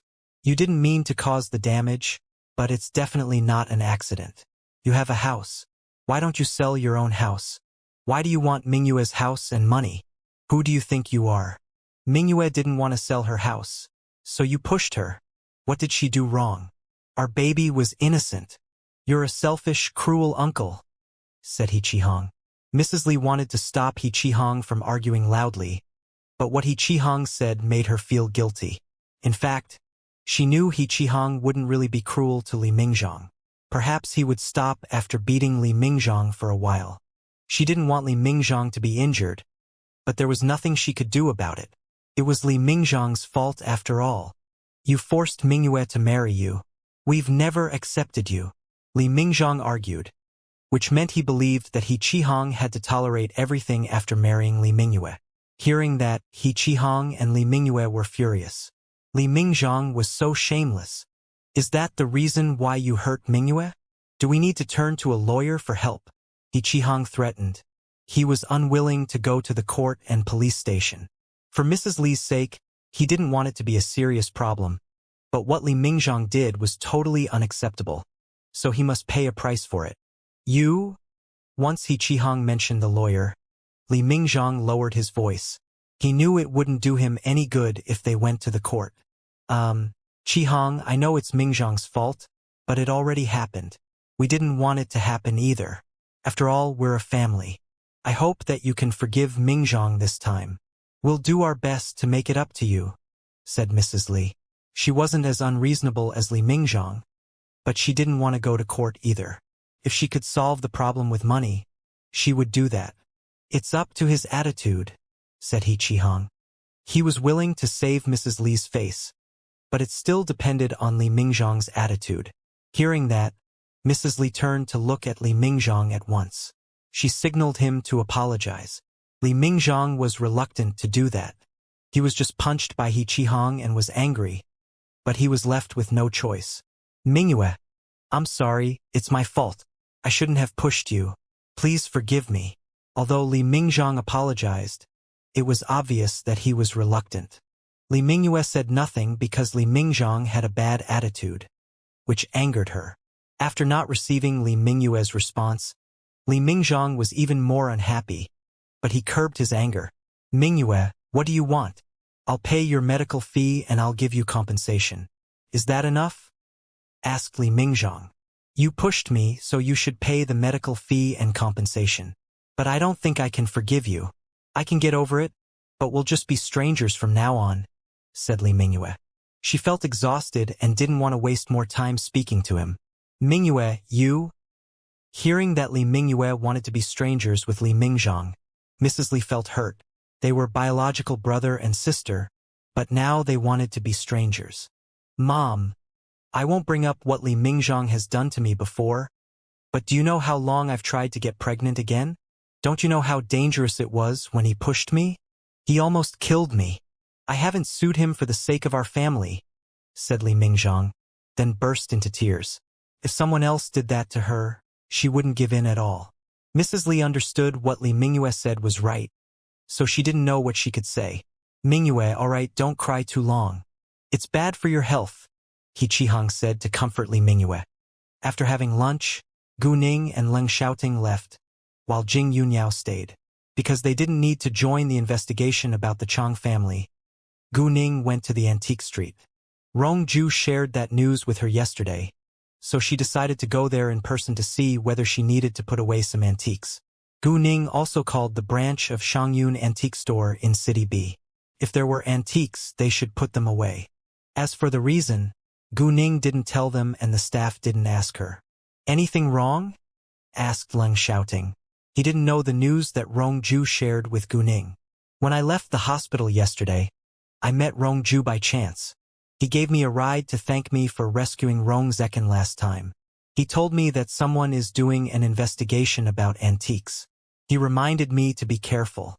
After all, I got those antiques from ancient graves, said Gu Ning. If she got those antiques from legal sources, she wouldn't be worried. Moreover, perhaps she was the target. Gu Ning had that worry, not because she was self-centered, but because it was a possibility. First, she was famous in this industry and had many real and highly valuable antiques. Many people were jealous of her and doubted whether she got those antiques from legal sources. Second, she was Leng Xiaoting's fiancée, so the Leng family might be targeted, affecting her. It was just Gu Ning's guess and she wasn't sure, but it was a key moment, so she had to be prepared in order to avoid trouble. Hearing that Gu Ning met Rong Ju, Leng Xiaoting was slightly displeased, but he said nothing. They met by chance and Rong Ju gave Gu Ning a ride. Gu Ning noticed Leng Xiaoting's displeasure and asked resignedly, "Are you mad about this?" "No," said Leng Xiaoting. He wasn't mad, but he was indeed a bit unhappy about it. Since Leng Xiaoting denied it, Gu Ning said nothing further. Half an hour later, they reached the antique street. Even though Gu Ning already had many antiques, she still subconsciously observed the goods along the sides of the road to see whether there were real antiques. Those who recognized Gu Ning were alert once they saw Gu Ning because they were afraid that she would see real antiques at their stands. Some of them actually hoped that Gu Ning would come and ask them for prices. They wouldn't sell unless she offered a high price. They simply wanted to know whether there were real antiques by using Gu Ning. Seeing their reaction, Gu Ning understood what they were thinking. She felt a little guilty and rubbed her nose. She didn't blame them for being so alert. No one was willing to lose real antiques. If other people came, they wouldn't be on alert because they didn't think other people would have the ability to buy real antiques, but Gu Ning could. Someone directly asked Gu Ning, "Boss Gu, why don't you come to my stand and have a look?" Gu Ning smiled and shook her head. There were only fake products on his stand, and Gu Ning gave up looking around after seeing their reaction. Without hesitation, she walked to Shangyun Antique Store. Before she came, Gu Ning had called Chun Darong. So Chun Darong rushed over from Shangyun Crafts Company, arriving 5 minutes before Gu Ning and Leng Xiaoting. Afterwards, they put away the very valuable antiques in the office and waited for Gu Ning to deal with them. Gu Ning walked straight to the office and decided to take away those antiques. Coincidentally, right after Gu Ning and Leng Xiaoting went upstairs, 4 people walked inside. They showed their permits and said that they were from the Bureau of Cultural Relics. They heard that many antiques were on the market, so they came to inspect the antique stores. Hearing that, the cashier was nervous because Chun Darong just put away those antiques and they were in the office upstairs. If those public servants searched around, they would be caught. "Please wait for a while. I need to tell our boss about it," said the cashier. He needed to report it to Gu Ning. "Be quick." Those public servants didn't stop him because they needed their cooperation to do the inspection. They couldn't be violent. After all, the owner of this antique store was very influential. They didn't think a few minutes were enough for them to hide any antiques. The cashier immediately went upstairs, while those public servants from the Bureau of Cultural Relics sized up the objects in the store. However, there weren't many real antiques left, only a few objects without high value. The rest was all crafts. However, those public servants didn't think that these were all the goods on sale. Real antiques could be hidden in a warehouse. After all, it wasn't safe to place real antiques on the shelves in the store. When they were talking, Gu Ning and Leng Xiaoting heard them. So Gu Ning and Shindarong walked out. As for Leng Xiaoting, Gu Ning told him to leave through the window before them, taking the real antiques. Because Chundarong was there, Gu Ning couldn't directly put them away in her telepathic eye space. She had to bother Leng Xiaoting to take those real antiques away. After all, she needed to keep her secret. Boss, Manager Chun, people from the Bureau of Cultural Relics are here, the cashier said worriedly. It's fine. We're done. Let's go downstairs now, said Gu Ning. Then they went downstairs together. The public servants from the Bureau of Cultural Relics met Gu Ning for the first time, but they had seen her photos before, so they recognized her at a glance. After that, the leader of those public servants said, Miss Gu, nice to see you. We're from the Bureau of Cultural Relics. Because of active grave digging, there are lots of antiques on the market now. We have been ordered to search antique stores. Please cooperate. He was very nice. After all, Gu Ning was an important figure, and there was no need for them to offend her. And if they had a bad attitude, it would seem as if they were deliberately finding fault with Gu Ning. Although Gu Ning was indeed targeted, they still needed to hide their purpose. Since it's your job, we will definitely be cooperative, but I need to see your documentation, said Gu Ning.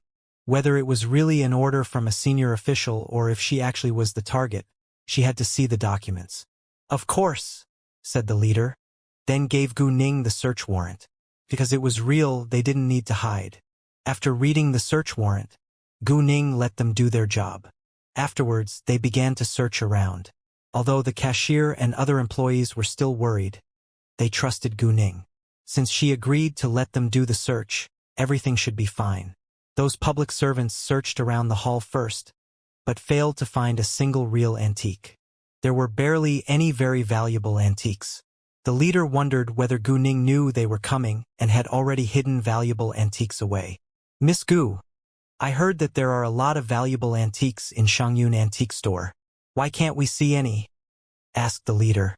Because they've all been sold. You should know that there are less real antiques on the market lately. I didn't have many good pieces recently. That's the reason why we're selling crafts now, said Gu Ning. It wasn't a secret that Shangyun Antique Store started to sell crafts. But those public servants didn't believe that there weren't real antiques in this store. There used to be a lot. How come all the real antiques disappeared suddenly? You're right, but since we need to do a search, we must be meticulous. Miss Gu, can you take us to the warehouse or offices? We need to do a thorough search, said the leader.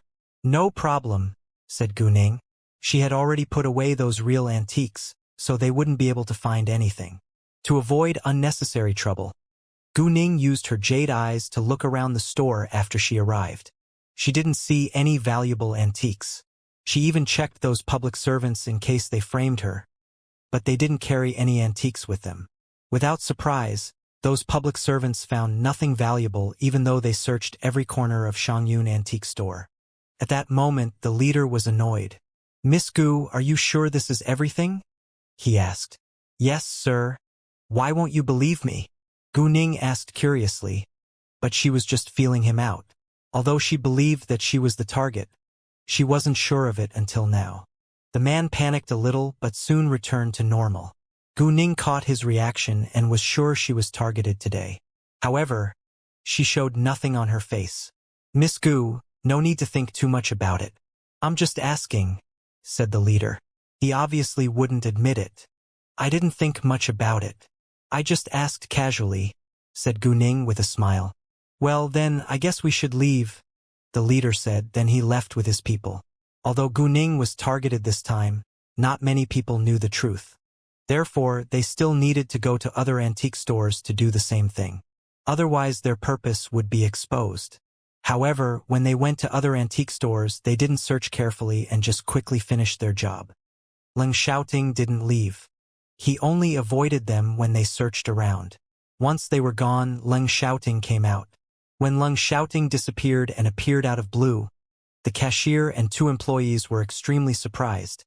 But no one dared to ask about it. Those antiques are hidden away. Don't sell them till it's safe, said Guning. Sure, said Chen Darong and the others. After that, Guning left with Leng Xiaoting. She watched the group of public servants casually search the other antique stores, so she was convinced that she was the only target. Did they do that on purpose? Who's behind them? Said Leng Xiaoting. Guning didn't tell him any details, but from what he observed he could tell it wasn't simple. I just had doubts at the beginning, but now I'm sure it's a trap. I just don't know whether the Leng family or I are the target. Although I'm not a member of the Leng family, said Guning. What? You're not a member of the Leng family? Before Guning finished, Leng Xiaoting interrupted and squinted at her. Guning put on a resigned look and explained. I mean, I wasn't born in the Leng family, I just have a relationship with the Leng family. However, given what has happened recently, I think I might be the target. It's possible, said Leng Xiaoting. After all, Guning had a very close relationship with the Leng family. She could be easily affected. So we need to investigate it. Whether it is you or the Leng family that are the target, we must catch the mastermind. Leng Xiaoting said coldly. He wouldn't allow anyone to hurt the Leng family or Guning. Thanks to Rongju's reminder. Otherwise, they would be in trouble. Whether the trouble was serious or not was up to the mastermind.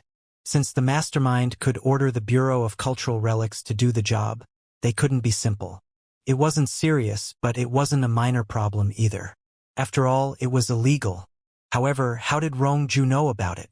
Did it have something to do with the Rong family? If it had something to do with the Rong family, why would he remind Guning to be careful? Wouldn't it ruin the Rong family's scheme? Or did Rongju hear about it by accident and decide to kindly remind Guning to protect herself? It was possible that the Chang family was the mastermind, but the Chang family was in a mess now. It wasn't very likely for them to target Guning, who couldn't greatly affect the Leng family. Guning had an impact, but it was not a very great impact on the Leng family. Therefore, if anyone wanted to attack Guning, they were either planning to drag the Chang family into trouble or wanted to cause trouble for the Leng family. Either way, they had no answers, so they needed to conduct an investigation. After Guning and Leng Xiaoting left, they had nothing to deal with, so they directly went back to the Sihiyuan. Unfortunately, they had bad luck today. Halfway on their way home, Leng Xiaoting received a call from Su Jinshin, who said that something went wrong with Xiao Nanshan. Xiao Nanshan might be possessed by something and wouldn't stop attacking them, because they were all aware of the existence of monsters and people with superpowers. Once Xiao Nanshan started behaving abnormally, they thought he might be possessed by a monster or a ghost. As a result, Xiao Nanshan became incredibly strong and invulnerable. None of them could stop him. They didn't dare to shoot at him because they didn't want to injure him. Even though Xiao Nanshan was attacking them now, he wasn't himself. The other teammates were clear-headed, so they wouldn't injure him. Hearing that, Leng Xiaoting immediately went to their military base, because the team was currently staying there. Guning was also angry when she heard the news. She hoped that no one would be seriously injured. Because it was an emergency, Leng Xiaoting drove as fast as possible, but they still felt as if it was slow. They were in the city center, so they couldn't fly with swords. Why is there trouble continuously? Is it an accident or a scheme? Guning felt irritated. She had never encountered so much trouble within such a short time. No idea, we'll only know after catching the mastermind, said Leng Xiaoting. He was also wondering whether the trouble was related to what had happened recently or if it was just an accident. Anyway, they needed to investigate it. When they were out of the town in an area without surveillance cameras and other people, they got out of the car and took out their sword. Without delay, they got aboard the sword and flew to the military base. It was much faster to fly with a sword. Because they could take a direct path, they saved 2/3 of the time. Normally, they had to take 1.5 hours on the road, but this time Lung Xiaoting and Gu Ning arrived after 40 minutes. They spent most of that time in the city center. Some people saw them as they flew by a village. A kid who was playing outside caught a glance at them. However, because he was too little, nobody took his words seriously and it didn't cause a sensation. When they reached the military base, they saw hundreds of people in total chaos. None of them were Xiao Nanshan's match, so a lot of them were already injured. At the same time, Gu Ning and Lung Xiaoting clearly sensed a monster. Obviously, the monster was at a high level. Without delay, Gu Ning and Lung Xiaoting ran over. In order to not expose their secret, they went back to the ground when they were close to the gate of the military base. The soldiers at the gate didn't stop them, but felt confused about the way they came here. However, when they saw how fast Lung Xiaoting and Gu Ning could run, they were amazed. Seeing Lung Xiaoting, everyone was relieved. They had unconditional trust and admiration for Lung Xiaoting. Even though Xiao Nanshan was abnormally strong, they believed that Lung Xiaoting could handle it. As soon as Lung Xiaoting came, he directly attacked Xiao Nanshan, but he didn't beat the monster out of Xiao Nanshan's body right away. Instead, he led Xiao Nanshan to the woods without anyone around before he did that, because he didn't want the other people to see. The monster that hid in Xiao Nanshan's body panicked when Lung Xiaoting came. Before Lung Xiaoting even drew it to the woods, it rapidly ran there, so Lung Xiaoting quickly followed. Gu Ning understood that Lung Xiaoting could deal with it, so she didn't go there. She stayed to take care of their wounds. She directly took out a large bottle of power crystals and handed each of them a pill. They were injured, but luckily not seriously. They should make a full recovery a few days after taking a power crystal. They trusted Gu Ning very much, so no one refused to take her power crystal. After taking it, they thanked Gu Ning. Before long, they felt the effect and were surprised, but they didn't ask about it. Ning, should we go to help Xiaoting? Asked Su Jinshan. Although he knew Lung Xiaoting was very strong, he was still a bit worried. After all, they had nothing to deal with now. Don't worry, he can handle it. If I don't stay here and take care of you, he won't be able to focus on fighting against the monster, said Gu Ning. She wanted to help Lung Xiaoting, but he had told her to stay there. She could only listen to him to set his mind at ease. In that case, Su Jinshan said nothing further. He was also afraid that something else might go wrong if Gu Ning left. They had been through a lot today. They could accept it because they had killed monsters and ghosts several times with Lung Xiaoting. They were already used to it, but some soldiers who encountered it for the first time were extremely frightened. They were men and soldiers, but they would still be frightened. After all, it was totally beyond their imagination. They couldn't believe it really existed. Therefore, Gu Ning needed to remind them not to spread the news in case it caused unnecessary trouble. At the same time, Lung Xiaoting chased Xiao Nanshan to the woods and targeted the monster in his body. However, the monster was strong, so it wasn't injured by Lung Xiaoting so quickly. The fight continued for a long while even though the monster was at a disadvantage. The monster wasn't comparable to Lung Xiaoting, otherwise it wouldn't have run away the moment it saw him. Due to the gap between their abilities, the monster had to run away. In fact, the monster was really surprised to see a cultivator at such a high level. After Lung Xiaoting controlled the monster couldn't fight back at all, but it threatened. If you dare to attack me any longer, I'll destroy myself and this body. Hearing that, Lung Xiaoting had to be gentle, but he didn't stop attacking the monster. It was impossible for him to let it get away. What are you? Why did you possess his body? He asked coldly. Because the monster hid inside Xiao Nanshan's body? Lung Xiaoting didn't know what it was. I have no intention of becoming your enemy. I just need to live in a mortal's body, said the monster. So? You broke the rule when you possess a mortal's body, said Lung Xiaoting. I don't care about the shit rules. I need you, those so-called good people, to stay away from me. We can live our life well. Anyway, I already possessed his body. If you separate us violently, he won't live long, said the monster. Really? Let's see, said Lung Xiaoting in a cold voice and became violent. He summoned strong magical energy and hit Xiao Nanshan heavily. He was determined to beat the monster out of Xiao Nanshan's body. Because the monster was completely controlled by Lung Shouting, it could barely fight back and was easily hit by him. The monster was knocked out of Xiao Nanshan's body and Lung Shouting saw that it was a black wolf. It turned out to be a monster wolf. The monster wolf wasn't badly injured in the fight against Lung Shouting. It only lost a lot of strength.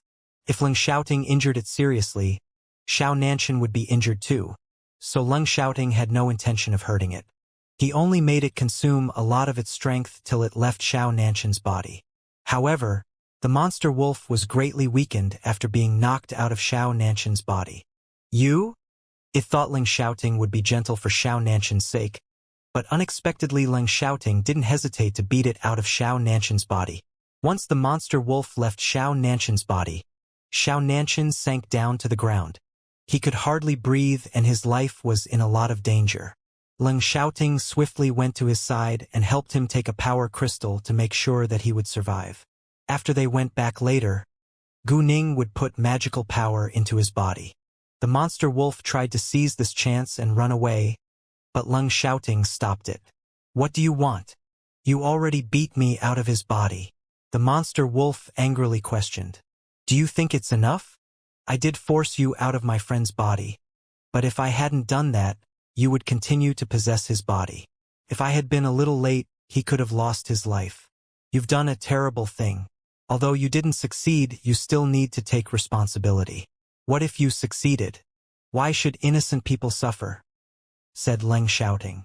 Hearing that, the monster wolf didn't know what to say. It knew arguing was useless, so it could only fight back, but it was not comparable to Lung Shouting, so he easily beat it. "Tell me, why did you possess his body?" asked Lung Shouting. He didn't think it was a scheme, but it was necessary to interrogate it. "Because he has the date of birth and horoscope I need. Otherwise, I wouldn't have been able to enter his body," said the monster wolf. It was true that it wasn't easy for monsters to possess a mortal's body. They needed the right date of birth and horoscope. "Why did you have to possess him?" asked Lung Shouting. "Because I want to see the mortal world. I can't do anything with my own body," said the monster wolf. When it said that, it showed great interest and anticipation for the mortal world. "Are you sure you have not been ordered to cause trouble?" asked Lung Shouting. It wasn't likely for it to be a scheme, but he should be careful. Hearing that, the monster wolf was struck dumb for a second, then mocked. "No mortal can order me to do anything." The monster wolf looked sincere. Lung Shouting was mostly convinced by it, but he wasn't sure it was the truth. "Are you sure?" asked Lung Shouting. "What? Do you think someone has ordered me to do that? Don't think lightly of me. I don't listen to mortals," said the monster wolf mockingly. In that case, Lung Shouting stopped asking more questions and directly killed it. At the moment that the monster wolf was killed, it was reluctant to leave this world, because it still hoped that Lung Shouting would let it go. If it were a human or a cultivator, Lung Shouting couldn't kill him randomly because it would affect his luck, but since it was a monster, he could gain good luck by killing it. Afterwards, Lung Shouting picked Xiao Nanshan up and walked back. From a distance, Gu Ning, Su Jinshin, and the others saw Lung Shouting carrying Su Jinshin while walking back, so they immediately went forward to welcome them. By that time, Xiao Nanshan had gotten rid of the monster, which meant that Lung Shouting had killed it, but Su Jinshin and the others didn't know that, so they asked worriedly, "Boss, how's Nanshan now?" "He's fine. He'll be normal after resting for a few days," said Lung Shouting. Although Xiao Nanshan was still weak now, Gu Ning could help him regain his energy again. "Let me carry him," Chen Meng said, asking Lung Shouting to put Xiao Nanshan on his back. He thought Lung Shouting would be tired after helping Xiao Nanshan get rid of the strange creature. "It's fine. I can do it." Lung Shouting declined, because it didn't take much strength to kill the monster wolf. After that, they went to Xiao Nanshan's dormitory room. Back in the room, Lung Shouting told the others to go out. Only Gu Ning and he would stay. Once everyone left, Lung Shouting asked Gu Ning to insert magical power into Xiao Nanshan's body. Normally, Lung Shouting didn't want Gu Ning to touch other men, but it was a matter of life. He shouldn't think much about it. Anyway, the man was a close brother who had been through a lot of danger with him. Once Su Jinchen and the others were out, Gu Ning placed her hand on Xiao Nanshan's forehead to insert magical power into him. It was faster to put magical power into his body by touching his skin rather than through the air. And it could also reduce the amount of magical power used. If the magical power was put into one's body through air, it would decrease during the process.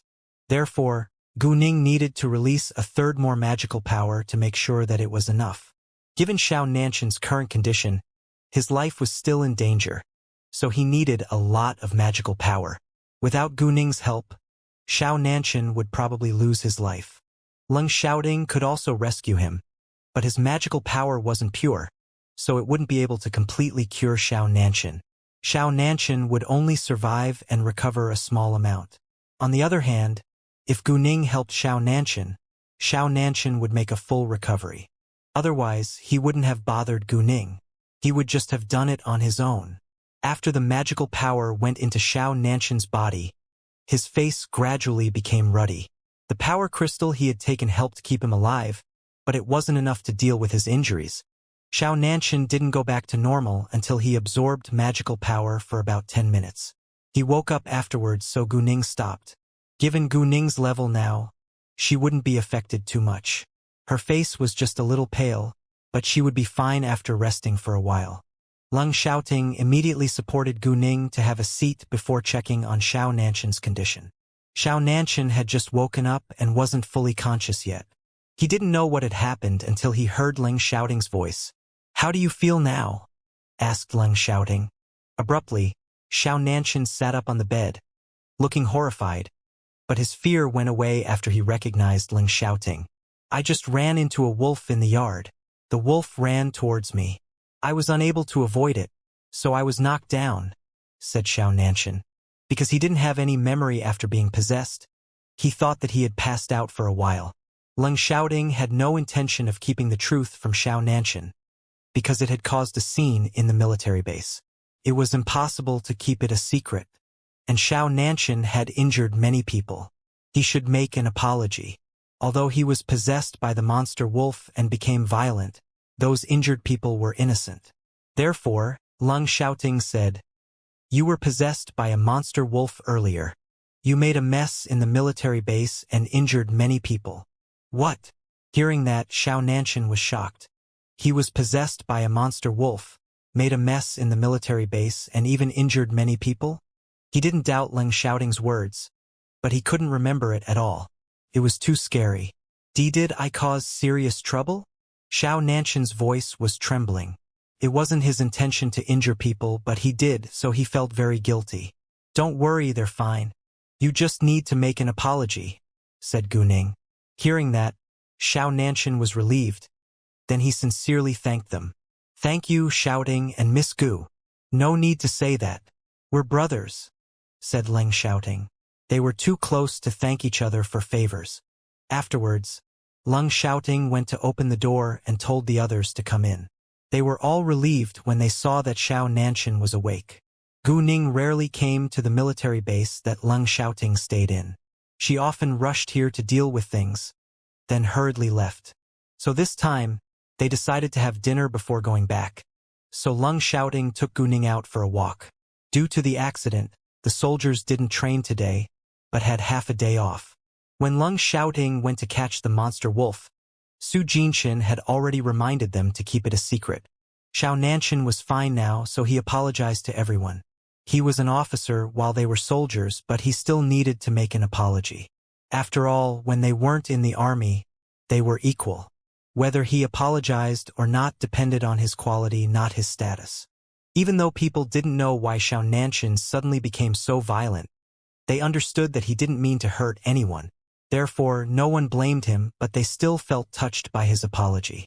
"Tell me about the monster wolf," Gu Ning asked Leng Xiaoting when no one was around.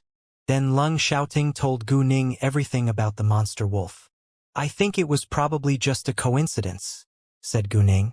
She had also wondered whether it was a scheme, but now it seemed unlikely. "Why don't I leave the monster fox here? If such a thing happens again, it can help. At least it could reduce damage before we rush over," said Gu Ning. It was an accident, so it wasn't likely to happen again. but they could never be too careful. Oh, you can also give them your mother, Lilua and Sijin's phone numbers. If they can't get through to me, they can call them. After all, you need to leave to carry out tasks. They might not be able to find you if you're absent. I have a lot of free time, but it's better if they have more choices, said Guning. This place was managed by Leng Xiaoting, so they were all his subordinates. Leng Xiaoting devotedly trained them for their country, so Guning ought to help them. Ning. Suddenly, Leng Xiaoting grabbed Guning's hand and pulled her over. He stared straight at her, looking touched. Thank you. Why did you say that? I'm also helping myself when I help you, said Guning with a smile. Leng Xiaoting was satisfied. Right, you're also helping yourself when you help me. If I'm busy with so much work, you won't have a husband by your side. Well, there are plenty of other fish in the sea. And, Guning said jokingly. However, before she could finish, Leng Xiaoting kissed her. Guning was surprised and immediately pushed him away. You can't do that here. There are people around us. She glared at him. They were at the edge of a training field near the woods, but there were still some people around them. It would be embarrassing if other people saw them.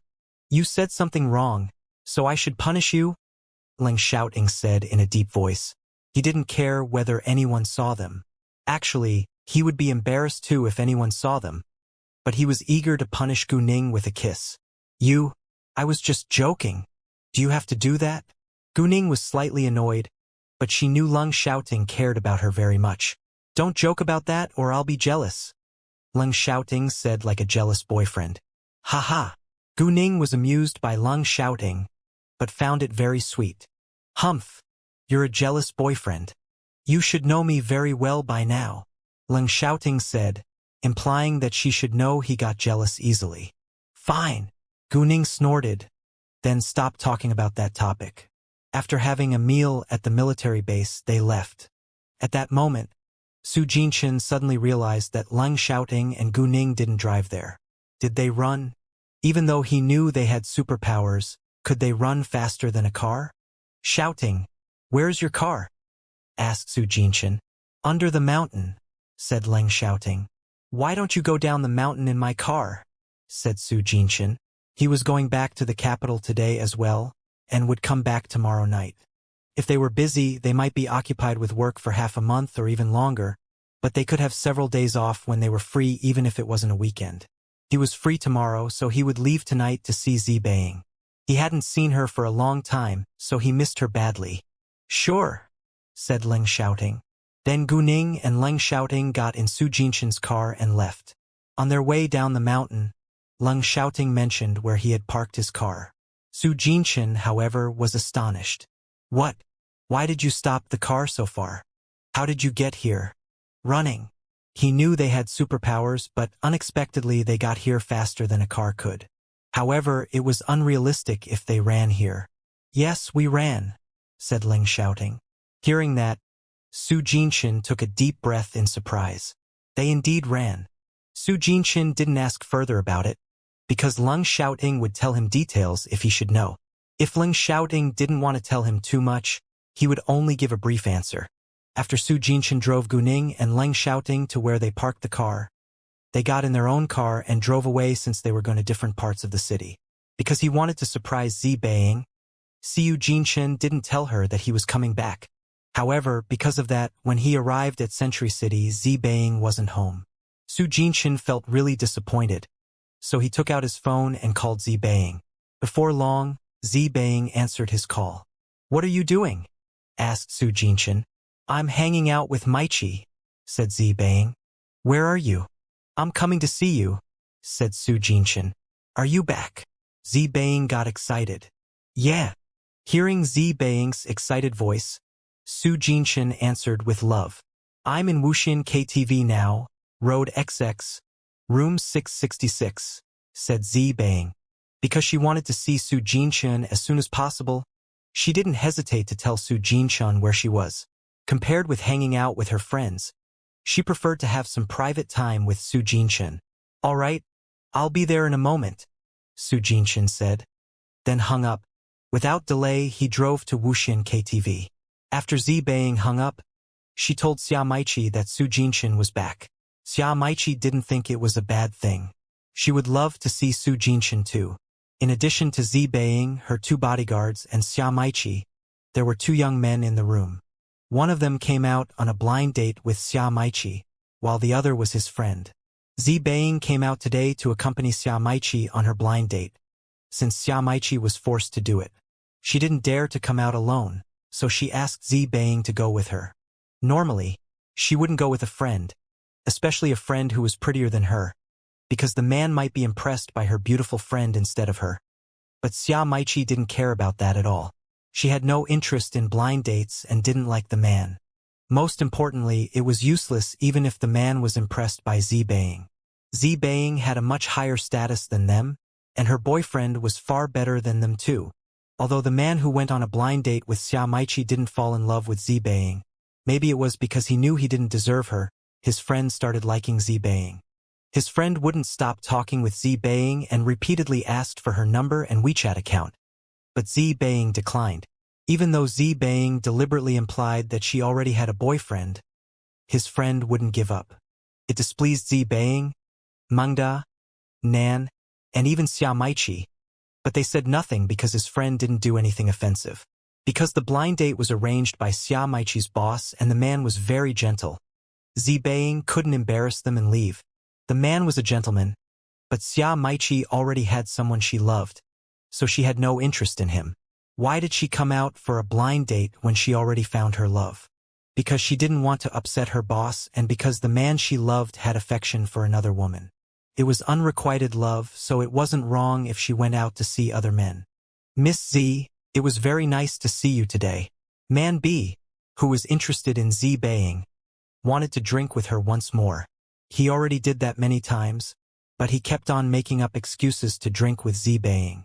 Luckily, Zi Beiying was good at drinking, otherwise she would already be drunk.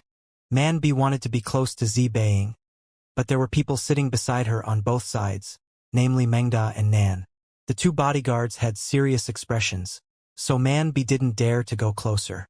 Man B clinked glasses with Zi Beiying, so she had to drink with him. After all, it wasn't too much. In addition, Su Jinshin was coming. Anyway, they wouldn't stay too late even if Su Jinshin didn't come. They would leave before 11 p.m. Due to the short distance, Su Jinshin arrived about 10 minutes later. Miss Z, you can drink a lot, said Man B. Yeah, said Zi Beiying in a flat tone. I wonder what your boyfriend does?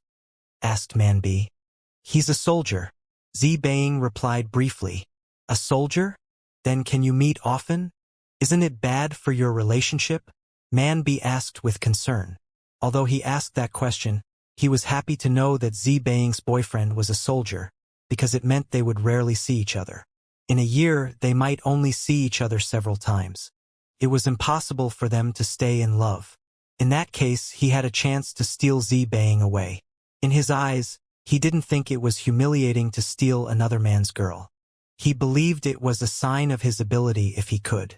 Man B had great confidence in himself because he was good-looking and was born in a rich family. Although his family background was hardly comparable to Su Jinshin's and Zi Beiying's, he didn't know that.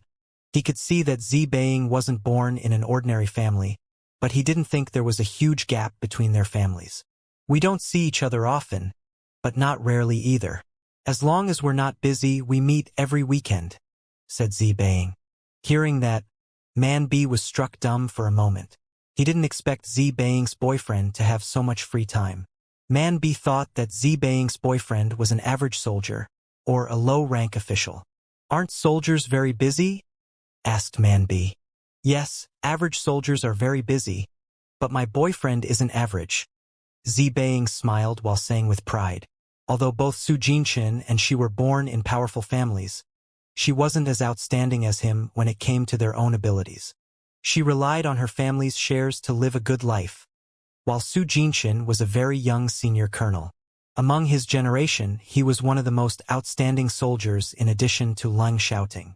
There were few soldiers who could reach the rank of senior colonel at his age. Not an average soldier? Then what's his rank? Is he one of the special forces? Asked Man B. Yes, he's a special forces soldier with a rank, said Zi Beiying. Knowing that, the man was disappointed, because Zi Beiying's boyfriend might be more influential than he thought. If so, he wouldn't have any chance. "What's his rank?" asked Man B again. "I don't think it's necessary to elaborate on that," said Zi Beiying. She was unwilling to talk about Su Jinshan's title. Since she said that, Man B had to stop asking about it. Because Century City wasn't far from Wuxin KTV, Su Jinshan soon showed up. The moment he walked inside, Man B was stunned. He recognized Su Jinshan, although Su Jinshan didn't know him. Surprisingly, Zi Beiying's boyfriend was Su Jinshan. In that case, not to mention stealing Zi Beiying away, he wouldn't even dare to have a crush on her. Even though he recognized Su Jinshan, he pretended that he didn't know him. After Su Jinshan came, Mengda and Nan moved away, leaving enough space for the couple. Zi Beiying only told the two men that her boyfriend's surname was Su. She didn't tell them his full name, so they called Su Jinshan Mr. Su. Once Su Jinshan came, Man B stopped clinking his glass with Zi Beiying and talking with her. At about 11 p.m. they separated. Zi Beiying asked Mengda and Nan to drive Xia Maiqi home, while she left in Su Jinshan's car. When they were gone, the two men were left in the room, and Man B finally relaxed. Man A didn't know that Man B recognized Su Jinshan, but he could see that his friend became much more nervous after Su Jinshan came. So he joked, "What? Didn't you enjoy chatting with Miss Z? Why were you so quiet after her boyfriend came?" He didn't think it was a big deal that Man B tried to get close to Zi Beiying, even after knowing that Zi Beiying already had a boyfriend. After all, Man B did nothing offensive and simply wanted to drink with her. "Because you don't know who the man is," said Man B.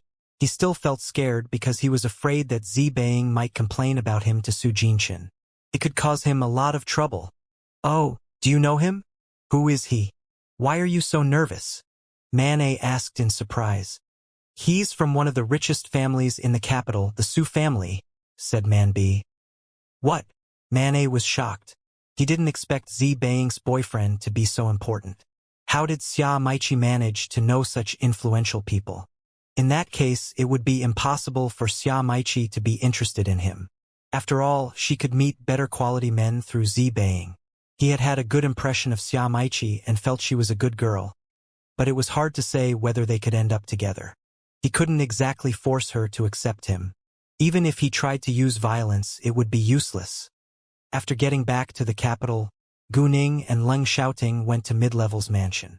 The next morning, they went to the Sihiyuan before returning to the Leng family's house in the afternoon.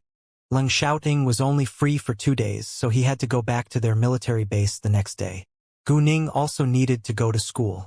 After several days, Master Chang was still unconscious and the Chang family fell into a total mess.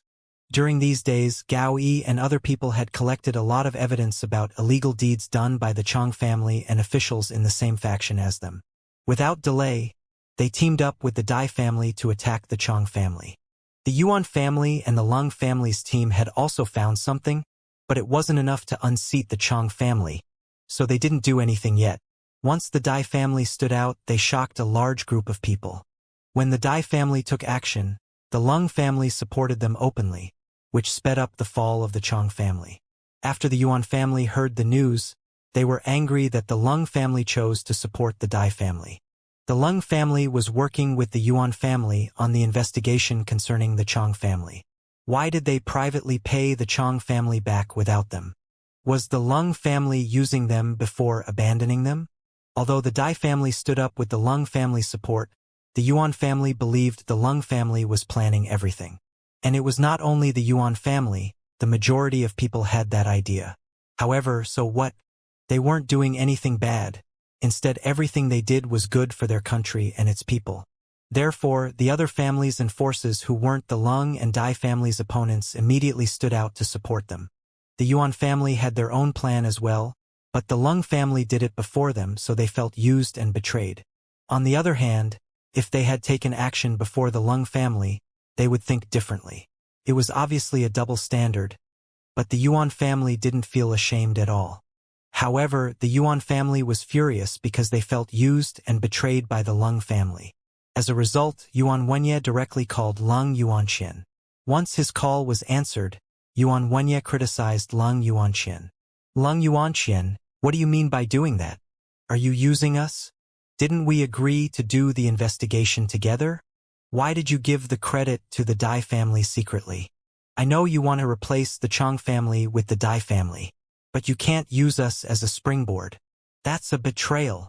Hearing Yuan Wenye's angry tone, Leng Yuanqian wasn't mad. He replied calmly. Don't misunderstand us, Mr. Yuan. We didn't give the Dai family whatever we found. He wasn't lying, but Yuan Wenye didn't believe it. Leng Yuanqian, don't fool me. No one is an idiot here, Yuan Wenye shouted. He felt Leng Yuanqian was trying to fool him. Right, it's precisely because none of us are idiots that I'm not lying to you. Do you think that only we want to unseat the Chang family? The Chang family is in a mess now, and there are countless people who want to replace them, but they don't have solid proof. Now the Dai family has collected so much useful evidence. Why can't I support them? The Leng family simply wants to unseat the Chang family. If you want their place, why don't you compete for it? Said Leng Yuanqian. After a pause, he continued. I know that you were also using us and that you wanted your people to replace the Chang family, but unfortunately you don't have that ability. We'll never let you use or betray us. Before you knew any of the details, you eagerly called to question me. Isn't it a little sloppy?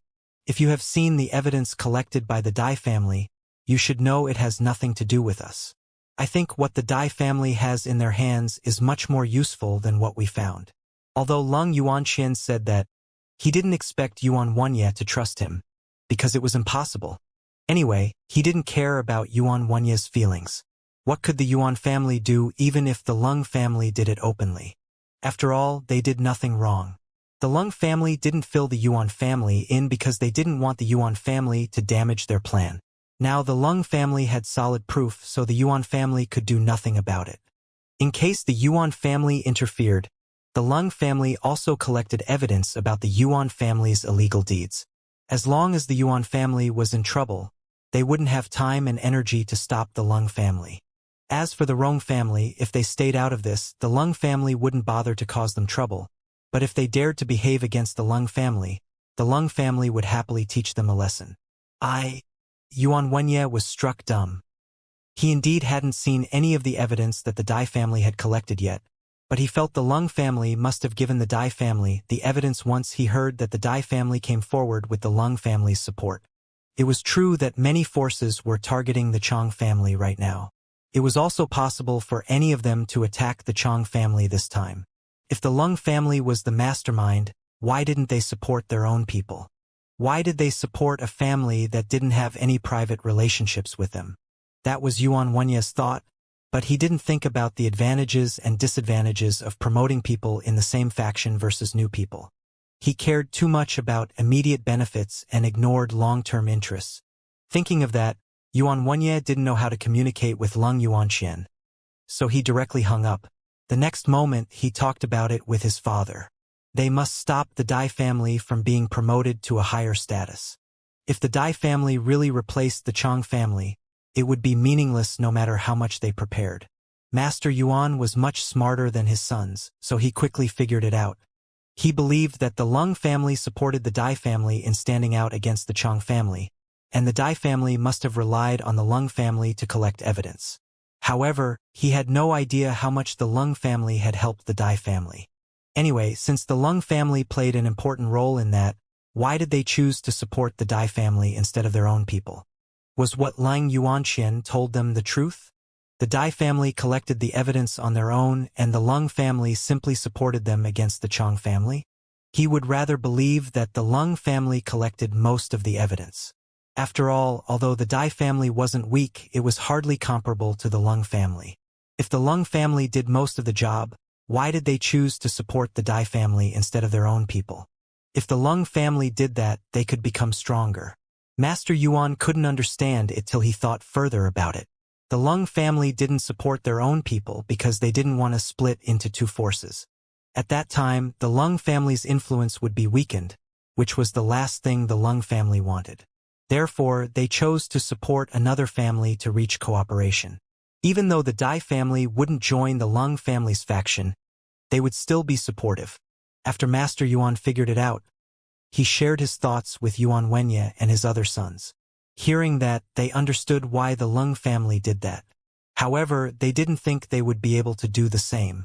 If so, the Lung family is very generous, said Yuan Wenye. No pain, no gain. If I were them, I would choose my own people without hesitation, but after careful thinking, I think we need to think twice, said Master Yuan. It was a loss for the Lung family to support another family, and they might have a new enemy if the new family didn't form a good relationship with them, but there was an advantage because the Lung family's own force wouldn't be split. They would be as powerful as usual. What should we do now? Do we have to watch the Lung family and the Dai family kick the Chang family out? Yuan Wenye asked reluctantly. Of course not, Master Yuan said in anger. He didn't want the Lung family and the Dai family to have everything either. No matter what the reality was, they felt betrayed by the Lung family, so they would do something about it. Then what can we do? Asked Yuan Wenye. He didn't want the Lung family and the Dai family to kick the Chang family out of the game. Although it was highly likely for the Dai family to replace the Chang family, they still needed to do what they could now. Conduct an investigation into the Dai family. Although the Dai family has a good reputation, I don't believe that they haven't done anything illegal before. Once we find any of their dirty secrets, we'll expose it and damage their reputation. We also need to see whether there are ambitious people in the Lung family's faction.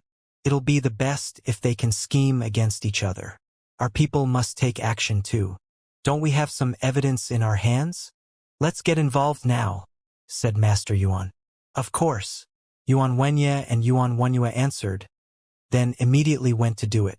However, right after they started their investigation, a senior official in their faction was arrested for bribery and corruption. Caused a great impact on the Yuan family. Normally, they would remove the news as quickly as possible. If they failed, they could only give up and cut off their connection. It must have been done by the Lung family. They don't want us to interfere, so they deliberately caused trouble. Yuan Wenye guessed. I believe so. Otherwise the scandal wouldn't explode at this key moment, said Yuan Wenye angrily. He felt what the Lung family had done was totally unacceptable, but they had done bad deeds, so they had to be prepared to be caught at any time. In fact, bribery and corruption weren't uncommon in their circle. If they caught other powerful families doing bad deeds, they would actively report them, but they would hate the people who did the same thing to them. Master Yuan was very angry, because he also believed that it must have been done by the Lung family. The Lung family is really arrogant. Master Yuan hit the table heavily, but he couldn't argue with the Lung family because his people had indeed done something wrong. If he dared to argue with the Lung family about it, it would become his fault. Dad, what should we do next? Asked Yuan Wenye. No matter what happened, they tended to ask Master Yuan for his opinion. They had their own ideas, but Master Yuan was the patriarch of the Yuan family. Whatever they did had to have Master Yuan's permission. Therefore, they got into the habit of asking Master Yuan about everything. If they made decisions on their own, Master Yuan would harshly criticize them if they failed. No one wanted to be scolded. Most importantly, they all wanted to leave a good impression on Master Yuan. To prevent them from succeeding once but failing twice, they would rather do what they could be sure of. Yuan Wenye was the first kind of person. He made many mistakes in order to succeed once, while Yuan Wenye was much more cautious. He never took action before making sure that he would succeed. Therefore, Master Yuan had a better impression of Yuan Wenye and felt that he was more stable. What can we do? Just see if there is anything we can change. If not, we can only give up, Master Yuan said in annoyance. He was really depressed by everything. Lung Weihua was bullying him. The Yuan family felt that they were being treated unfairly, but they deserved it. Sure, I'll do it now, Yuan Wenye said, then rushed out. Every time Master Yuan wanted someone to do something, Yuan Wenye would compete for the opportunity.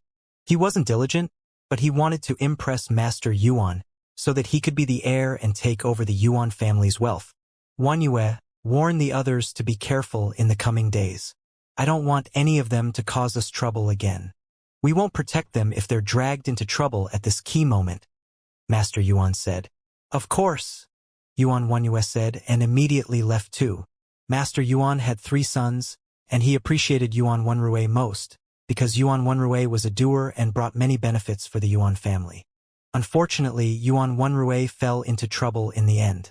Now he felt that Yuan Wenyue was more stable and smarter than Yuan Wenye. Yuan Wenye was always too eager to achieve something and was a little reckless. Although Yuan Wenye had the abilities, he had ruined many things too. They needed to think carefully before taking action to deal with an important matter. If not, they could easily make mistakes. The Rong family did nothing inappropriate.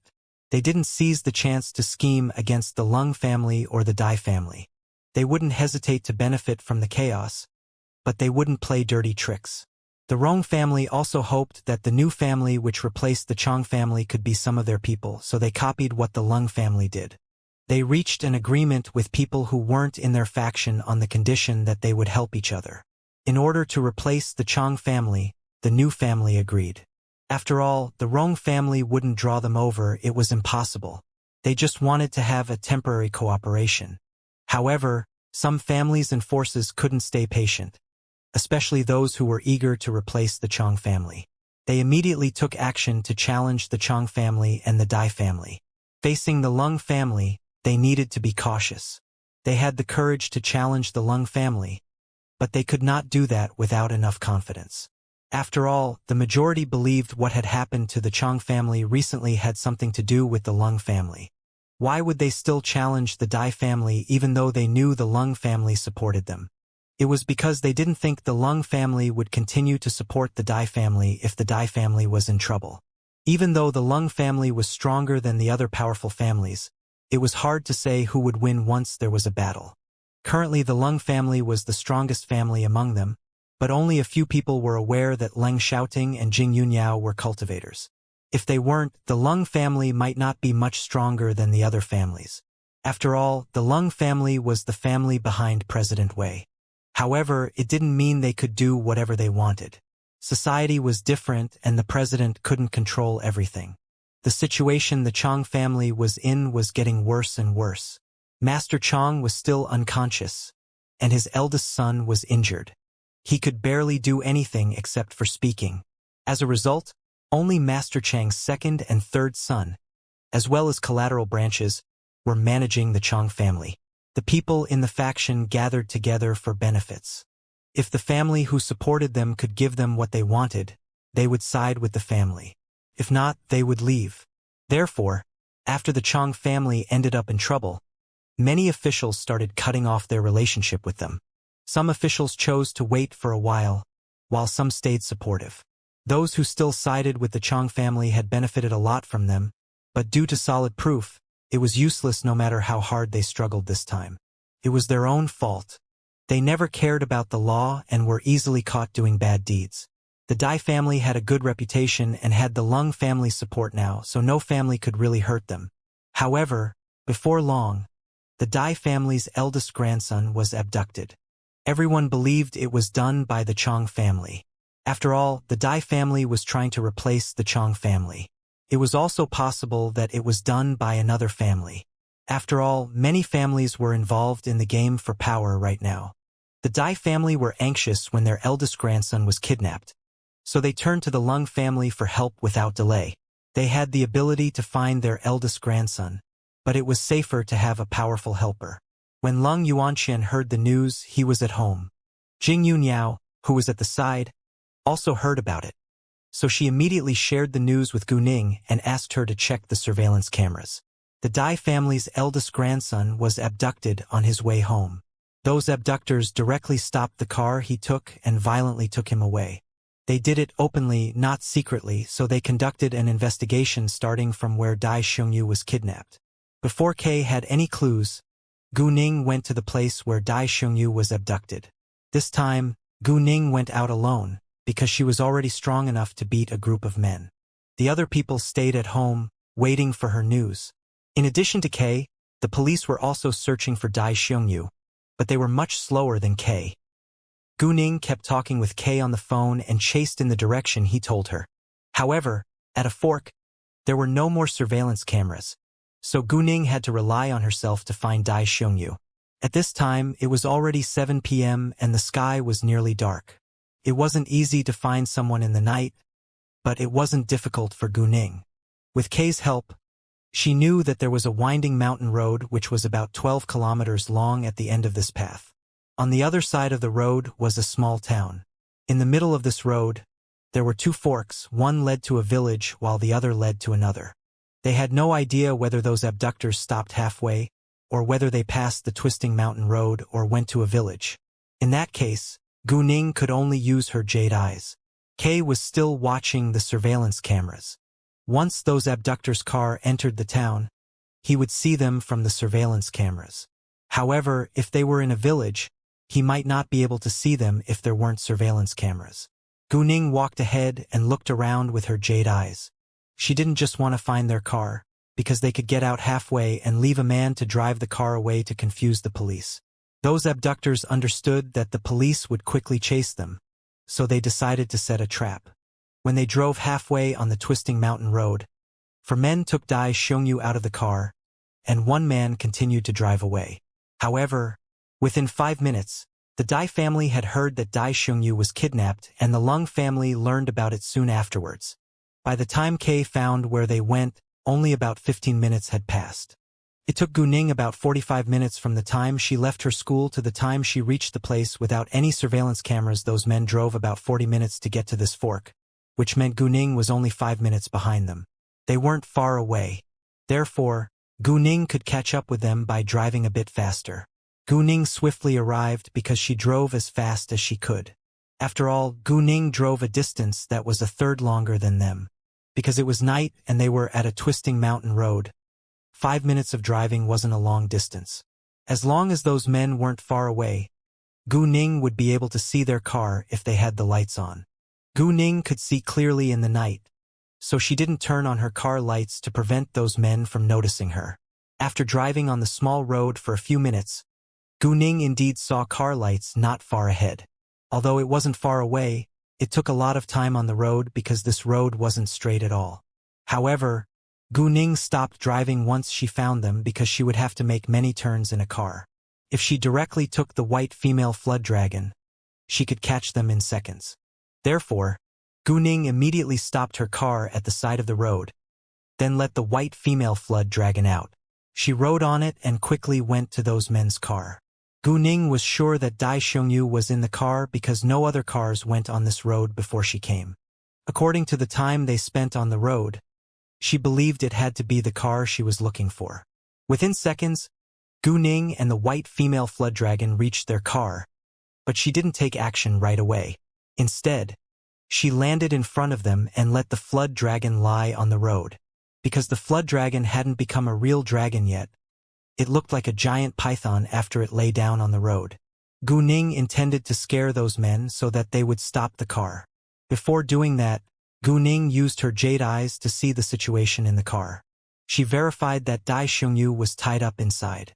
There were 4 armed men as well, but Guning couldn't care less about their guns.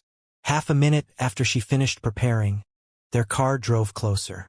Because they made a turn, they couldn't see what was ahead in the distance.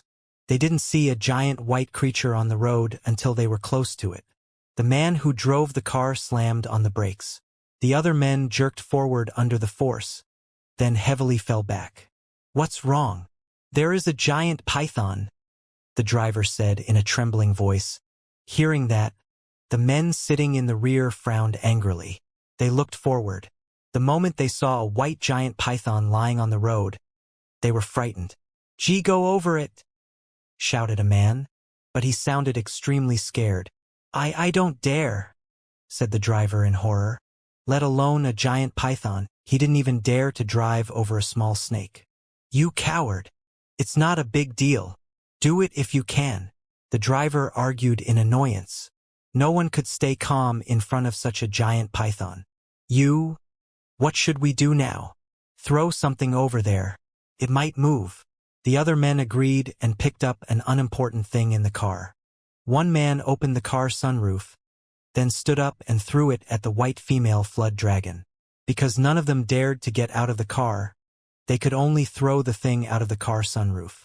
Guning didn't rush to attack them at this moment, because she was afraid that they might injure Dai Xiongyu if they lost control. After all, the car doors were all locked. If she wanted to attack them, she would have to use violence. She was also afraid that she might injure Dai Xiongyu. Therefore, she had to force them to open the car doors, so that she could quickly pull Dai Xiongyu out of danger. Anyway, Gu Ning didn't just wait patiently. She seized the chance and secretly deflated the tires. The man failed to hit the white female flood dragon. It wasn't scared, nor did it leave. It just lay there and slightly twisted its body. How could you fail to hit such a big thing? My hand is shaking. The man felt aggrieved. He was too nervous to stop his shaking hands.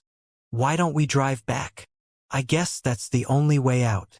No one opposed that, so the driver tried to turn the car back. Unfortunately, as soon as he started the car, he realized that something wasn't right. After a glance at the rearview mirror, he found that the tires were deflated. The tires are deflated. The driver moaned in despair. There was a giant python ahead of them, but the tires were flat. What? Everyone was shocked and immediately realized that something was strange. Let's go back a little first. Even though they had to change the tires, they had to keep their distance from the giant python. The driver tried again, but the car didn't move at all. I can't. The driver almost cried. What? Other men were panicking too. Oh no. The tires on this side are also deflated. The man sitting in the front passenger seat saw that the tires at his side were also flat. What? Everyone was shocked once more. How could all the tires deflate at the same time? Are they all out of gas? A man guessed. The moment he finished speaking, another man snapped at him. Shut up. Don't bring us bad luck. Don't you feel that the car is flat on the ground? I think that all 4 of the tires are out of gas, said the driver.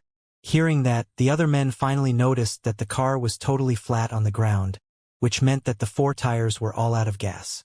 In an instant, they became scared. It's so strange. Did we run into ghosts or something? One man's face turned pale and his whole body was shaking. Was it done by the giant python? The giant python has always been at the front. How is it possible? They turned to look ahead, but found that the python had somehow disappeared. Where is it now? They felt relieved that the python was gone. I bet it should have left. If so, we can get out to check the car. Is it possible that the python stopped us because it knows our tires are out of gas? It left after we noticed it. It actually saved us. A man guessed. Gu Ning was struck dumb for a second. Although the man was wrong, his words made sense. It made sense, but it wasn't true. The other men agreed that it was possible. But the tires are all out of gas. What should we do now? The police should be chasing us.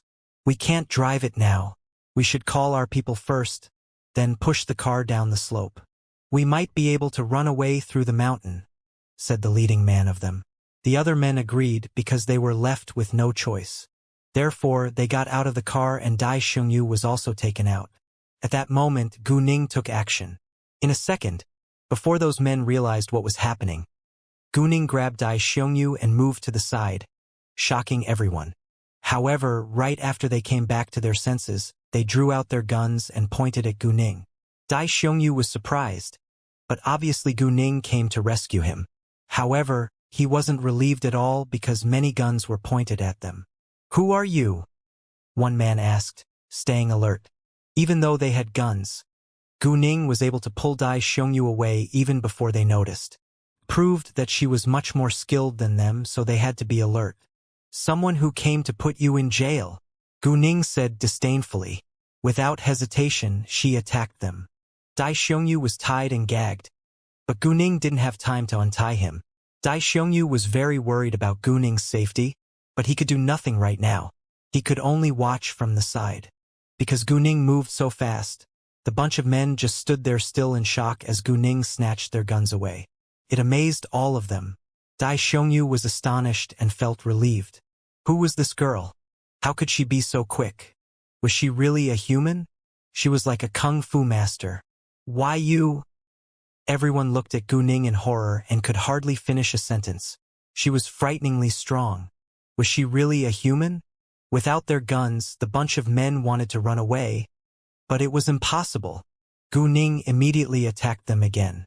Those men were good at fighting and there were many of them, so they weren't injured right away. Unfortunately, there was a huge gap between their abilities. After all, Gu Ning was a cultivator. Within 2 minutes, they were all beaten up. Gu Ning didn't kill them. Instead, she broke their limbs so that they couldn't escape. Witnessing that, Dai Xiongyu felt hurt too. The sounds of breaking bones were really scary. Who exactly are you? Asked one man. His face had turned completely pale from the pain, and there was a layer of cold sweat on his forehead. They wanted to know whether Gu Ning did that after meeting them by accident or whether she was sent by the Dai family. Even though they could do nothing about it, they still wanted to know the reason why Gu Ning was here. Didn't I tell you that I came to put you in jail? Gu Ning said calmly. She knew they couldn't run away now, so she went to untie Dai Xiongyu and pulled the cloth out of his mouth. Miss, thank you so much for rescuing me. I'll surely return your kindness, Dai Xiongyu said at once. No need, Gu Ning said. Dai Xiongyu was abducted because of the Lung family to some extent, so she didn't think he should be very grateful to her. If the Lung family hadn't worked with the Dai family, Dai Xiongyu wouldn't have been affected.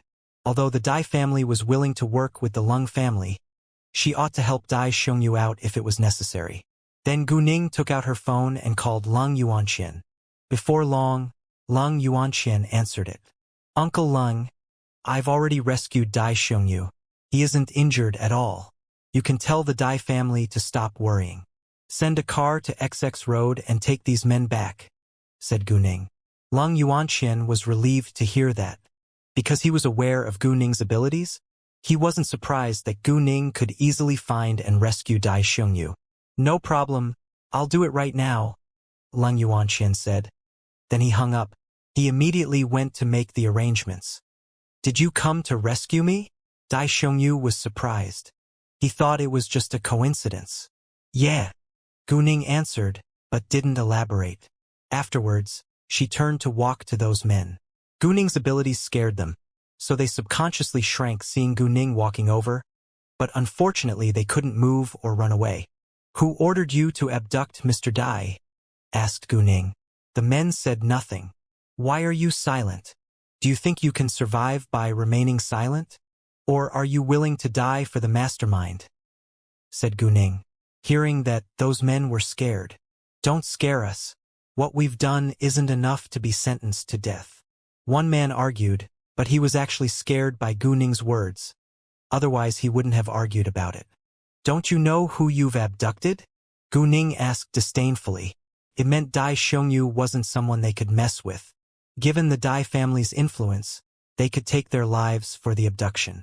Hearing Gu Ning's words, they were scared again. Although they were mentally prepared to face the result since they dared to abduct Dai Xiongyu, they were still afraid of being caught. No one would choose to die if there was a possibility to stay alive. Even though he was born in the Dai family, his family doesn't have the power to kill us, one man said.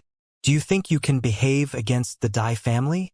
Or do you think the mastermind would help you? Who do you think you are? Do you think we can't collect any evidence about your illegal deeds? Since we can catch you before you run away, we have the ability to find the mastermind behind your back. If you're honest, you might get a lighter punishment. After all, our target is the mastermind, not you. But if you dare to not cooperate, we'll punish you seriously, Gu Ning said frankly. They could find the mastermind through an investigation, but it would be quicker if those men directly gave them a name. If they told them who the mastermind was, they could receive a lighter punishment according to the law. If not, they would receive a serious punishment for the crime of harboring criminals. Hearing that, those men finally realized that Gu Ning stopped them shortly after they abducted Dai Xiongyu. Could she really find the mastermind? Considering her outstanding abilities, they hesitated, but it wasn't an easy decision. If they told her a name, their families might be hurt. Seeing their reaction, Gu Ning understood that they were under threat. In fact, if she were them, she would hesitate too. She didn't want to die, nor did she want her family to be in danger because of her. But their families were dragged into trouble because they did something bad. So Gu Ning had no sympathy for them. If you're not willing to tell me who the mastermind is, can you tell me where you were going after abducting Mr. Dai? And what did you plan to do next? Asked Gu Ning. However, those men stayed silent again. Dai Xiongyu was a little impatient and even wanted to force them to tell the truth with violence. He wasn't a cruel man, but he was abducted today. He was the victim, so he was filled with anger now. However, he didn't interrupt Gu Ning, because she had her way to make those men answer her questions.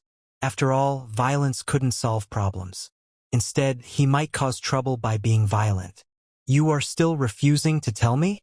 I'm running out of patience. If you don't say anything again, I'm afraid that I can only resort to violence. Gu Ning stared straight at them. Although she didn't sound mad, her flat tone still scared all of them. What do you want to do? Asked a man in a trembling voice.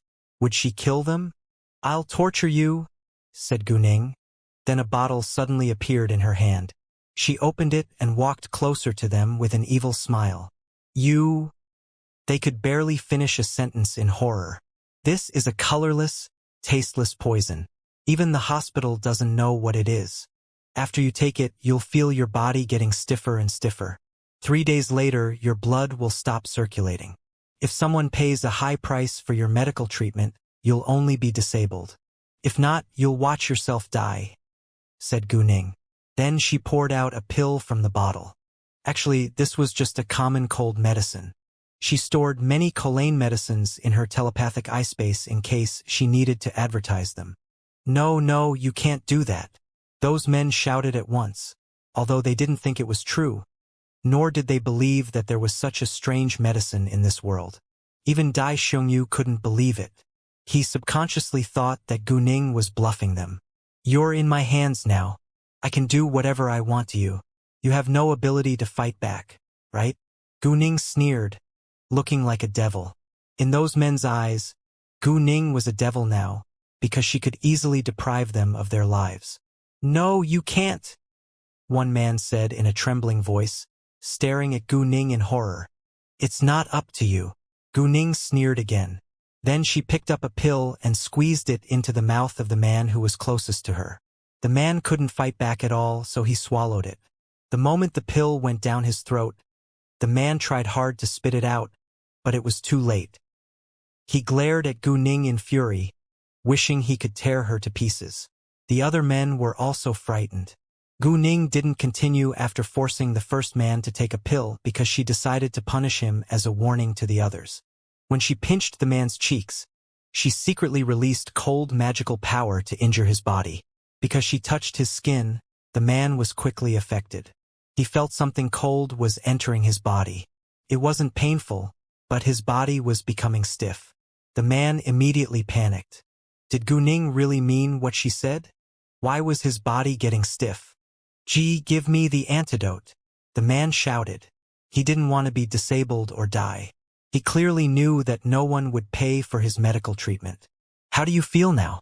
Is your body getting stiff? Gu Ning stared at the man with a vague smile. How do you feel? Other men asked him at once. They didn't want it to be true, but it seemed to be happening. Tell them. How do you feel now? Said Gu Ning. She didn't care if the man told the other men about it, because that was what she wanted. Give me the antidote, the man shouted once more. He only wanted to get rid of the uncomfortable feeling. In that case, other men believed Gu Ning's words. She could really disable them with a single pill. Realizing that, they were very scared and wanted to give in. Dai Xiongyu didn't believe it until now. Was this pill really as poisonous as Gu Ning described? Or did she exaggerate its effect? Those men might get stiff after taking it, but they wouldn't really lose their lives 3 days later. That was Dai Xiongyu's thought. Do you think it's possible? Answer my questions. Or you all will suffer it one by one, said Gu Ning. The bunch of men hesitated, but they were thinking about changing their minds. Enough, I'm out of patience now. Since you're unwilling to tell me, I can only make all of you take this pill. Gu Ning appeared impatient and pretended to pour all the pills out.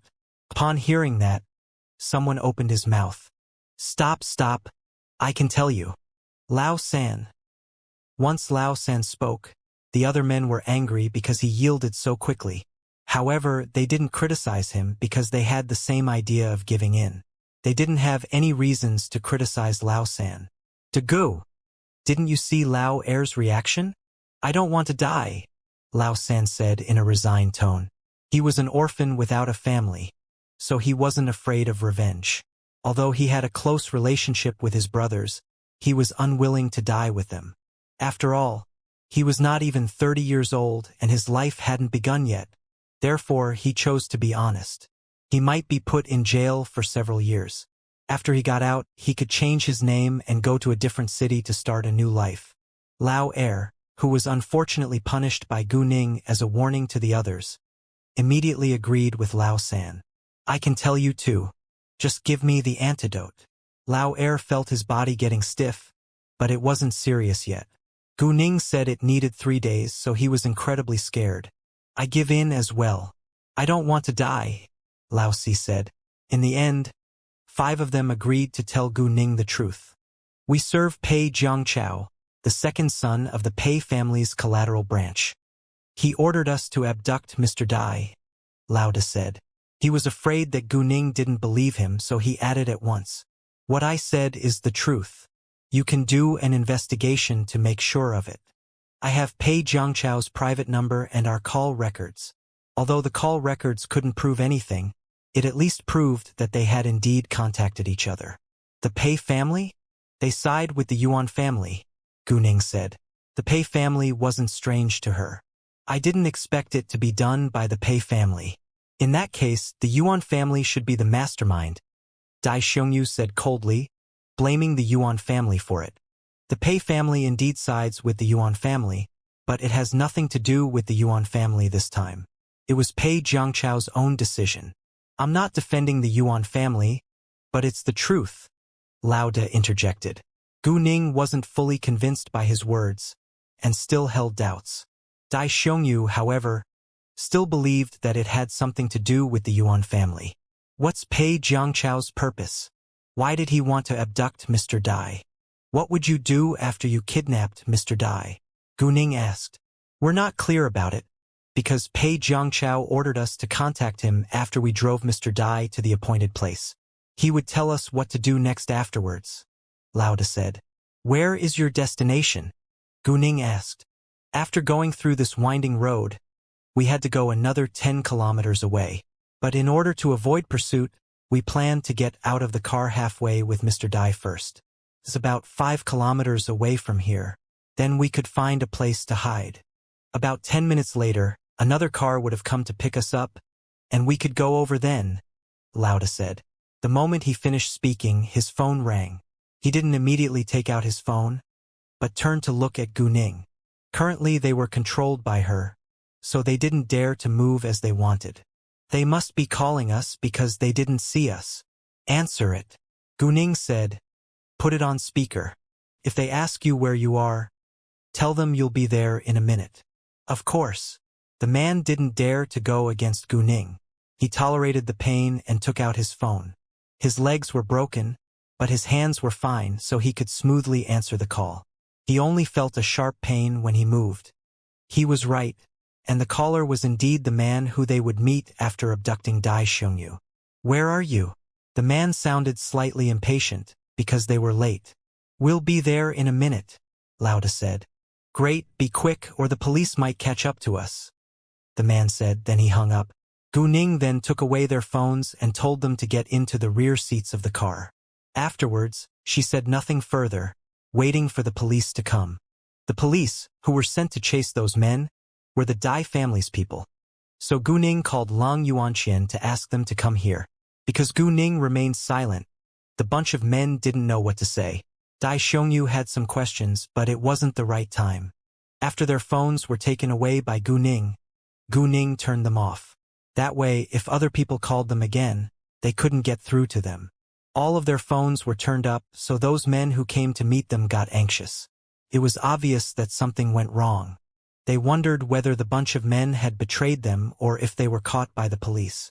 Without delay, they called Pei Jiangchao and reported the situation to him.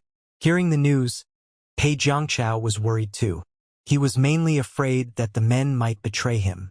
If he wasn't exposed, he actually didn't care about their lives at all. However, now he couldn't get through to them, so he could only hope that they wouldn't betray him. About 10 minutes later, The police arrived and the leading policeman was Dai Xiongyu's younger uncle. Although the policeman was his younger uncle, the policeman wasn't much older than him. His young uncle was only about 7 years older. Xiongyu, are you all right? Once the leading policeman got out of the police car, he rushed to Dai Xiongyu and asked with concern. At the same time, he checked Dai Xiongyu's body to see whether he was fine. I'm fine. This miss rescued me? Dai Xiongyu said, looking at Gu Ning with gratitude. Dai Xiongyu wanted to ask Gu Ning's name, but the abductors were still there, so he said nothing. Although Dai Xiongyu was fine, he was still scared. If no one came to rescue him, he honestly had no idea what would have happened to him. Dai Xiongyu's younger uncle turned to stare at Gu Ning and asked gratefully, "Are you Miss Gu?" Before he came, he had already heard that a girl named Gu Ning had rescued Dai Xiongyu. Gu Ning was the only girl here, so he thought that she had to be the one. "Yes," Gu Ning said. "Miss Gu, thank you so much for doing us such a big favor. If it hadn't been for you, we might not have been able to help Xiongyu." Dai Xiongyu's younger uncle said. "You're welcome. I'm glad to help," Gu Ning replied. Even though Gu Ning didn't need their gratitude, they were still very grateful to her. However, for now they had to take the kidnappers away. Gu Ning followed their car down the mountain. When they reached where her car was stopped, she got in her own car. As Gu Ning got out and walked away, Dai Xiongyu looked at her and wanted to ask about something. However, right when he was about to open his mouth, his younger uncle stopped him. Dai Xiongyu didn't say anything until Gu Ning was gone. "Uncle, why did you stop me? What do you want to do?" asked his younger uncle. He stopped Dai Xiongyu because he saw what Dai Xiongyu wanted to do. "I just wanted to ask her for her name and number. I think I should buy her a meal to thank her for rescuing me," Dai Xiongyu said. "No need," said Dai Xiongyu's younger uncle. "Why?" Dai Xiongyu asked confusedly. "Do you know who she is?" "She's Leng Xiaoting's fiancée. Aren't you afraid Leng Xiaoting will teach you a lesson if you dare to ask her out?" Dai Xiongyu's younger uncle said. He was implying that Dai Xiongyu shouldn't have any interest in Gu Ning. After all, along the way, Dai Xiongyu was glancing at Gu Ning every once in a while. As a married man, he knew what Dai Xiongyu was thinking. What? Knowing that, Dai Xiongyu was shocked. He didn't expect Gu Ning to be Leng Xiaoting's fiancée. In that case, he didn't dare to ask Gu Ning out. Even if he tried, Gu Ning wouldn't come out. Dai Xiongyu suddenly felt very upset. Even though Gu Ning's abilities totally overshadowed him, he had to admit that his heart skipped a beat when he faced Gu Ning. "Alright, stop thinking about it now. The Dai family is at a key moment. Let's focus on our own business first," said Dai Xiongyu's younger uncle. "Sure," Dai Xiongyu answered. Upon thinking of the situation the Dai family was in, he stopped bothering himself with his affection for Gu Ning. "Oh, some of them told us who the mastermind is," said Dai Xiongyu. Because only he and his younger uncle were in the car, there was nothing he had to be afraid of. "Who is it?" Dai Xiongyu's younger uncle looked annoyed and asked seriously. "They told us that they were ordered to abduct me by Pei Jiangchao." Dai Xiongyu shared what he knew with his younger uncle. Hearing that, Dai Xiongyu's younger uncle stayed doubtful. The Dai family told their key members that the Leng family was supporting them once they began to attack the Chong family. If they didn't do that, they might not have the courage to replace the Chong family. After all, the Chong family was extremely powerful. Normally, they wouldn't dare to cause the Chong family any trouble. But now the Chong family was weakened after going through a lot. Not only the Dai family had the intention of replacing the Chong family. Many other families also had the same idea. While they were trying to unseat the Chong family, they were also competing against each other. Therefore, if they aimed to replace the Chong family, they had to be prepared to defeat other super-rich families as well, which was the most difficult part. With the Leng family's help and the evidence they had collected, they had more confidence. They should either have lied to you by saying it has nothing to do with the Yuan family, or the Pei family attacked the Dai family without the Yuan family's permission. If I guess correctly, I think the Yuan family wants to support the Pei family in replacing the Chong family. The Pei family thinks that it's their place, so they wouldn't just watch as the Dai family takes it, said Dai Xiongyu's younger uncle. "Uncle, Do you think the Yuan family has played an important role in it? Asked Dai Xiongyu. He didn't think that it had nothing to do with the Yuan family, but he felt the Yuan family might not be too involved in this. I don't think so. Otherwise the Yuan family would be too dumb. Dai Xionyu's younger uncle said, no matter what, we must conduct an investigation to find out the truth. If it really has something to do with the Yuan family, the Pei family will take the blame for them if we can't find evidence. If it has nothing to do with the Yuan family, I think the Yuan family won't bother to get involved as long as we have evidence to prove the Pei family is guilty. The Yuan family shouldn't be willing to get involved in trouble. Once Gu Ning went back, she directly went to the Lung family because she needed to give the evidence to Lung Yuanqian. When the bunch of men decided to give in, Gu Ning secretly recorded their conversation. The Lung family wasn't fully convinced by their confession, but they felt it was more likely that the Yuan family wasn't involved. Gu Ning didn't pay more attention to it afterwards, because it was politics and she shouldn't interfere. She would only stand out when the Lung family needed her. Tonight, she stayed in the Lung family and didn't go back to school. Before long, the news that Dai Xiongyu had been abducted quickly went abroad, but it was a little late, so not many people heard about it. However, they were extremely surprised by how quickly he was rescued. Because the fact that Gu Ning rescued Dai Xiongyu was a secret, people gave the credit to the police. That was what Gu Ning wanted. She didn't care who was given the credit. After the bunch of abductors were taken back to the police station, they were interrogated overnight. Although Gu Ning had already questioned them, only she and Dai Xiongyu heard their answers. If the police needed solid proof, they needed to interrogate them again. Because the bunch of men had already confessed to their crime to Gu Ning and Dai Xiongyu, they said the same thing to the police. Their confession wasn't enough to prove who was guilty, but the police needed to interrogate the suspects for a thorough investigation. It was late, so they decided to go find Pei Jiangchao the next day. As soon as Pei Jiangchao heard that the bunch of men was caught, he was filled with anxiety. He was afraid that they might betray him. It was his own idea. The Yuan family, his father, and his brothers didn't know about it at all. He was eager to achieve something to prove himself. After the Pei family successfully replaced the Chang family, his father might attach more importance to him because of his great help. In that case, he would be able to become the Pei family's heir. No one could say no to power. The Pei family also heard about the abduction that Dai Xiongyu had experienced, but they had no idea that it was done by Pei Jiangchao. I wonder who did it. So stupid to abduct Dai Xiongyu at this moment. Obviously, the Dai family has the Lung family's support. Nobody wants to mess with the Lung family. They failed halfway, which proves they have no ability to go against the Lung family. I can't imagine what punishment the mastermind will receive once he's exposed, Master Pei said. In fact, he hoped that the abduction could have succeeded, since it would be great if the Dai family was in trouble, since it would be a chance for them to prepare. Unfortunately, it failed. Hearing that, Pei Jiangchao was even more anxious. He hesitated to tell Master Pei the truth. His mind was in chaos and he could only hope that those men didn't betray him. He honestly had no idea what to do next. Therefore, he wanted to be honest with his father so that they could help him out. Yeah, if it succeeded and caused a sensation, it would have done us a big favor, but unfortunately it failed, Master Pei's eldest son said. The Dai family won't stop looking for the mastermind behind the abduction. I don't think it's over yet, said Master Pei. As they chatted, they noticed something was wrong with Pei Jiangchao. Master Pei's eldest son, Pei Jianghai, asked him, Jiangchao, what's wrong? You look distracted. Oh, and nothing. Pei Jiangchao immediately came back to his senses and responded. However, he was obviously lying. Mater Pei and Pei Jianghai were both very smart people, so they clearly saw that Pei Jiangchao wasn't right.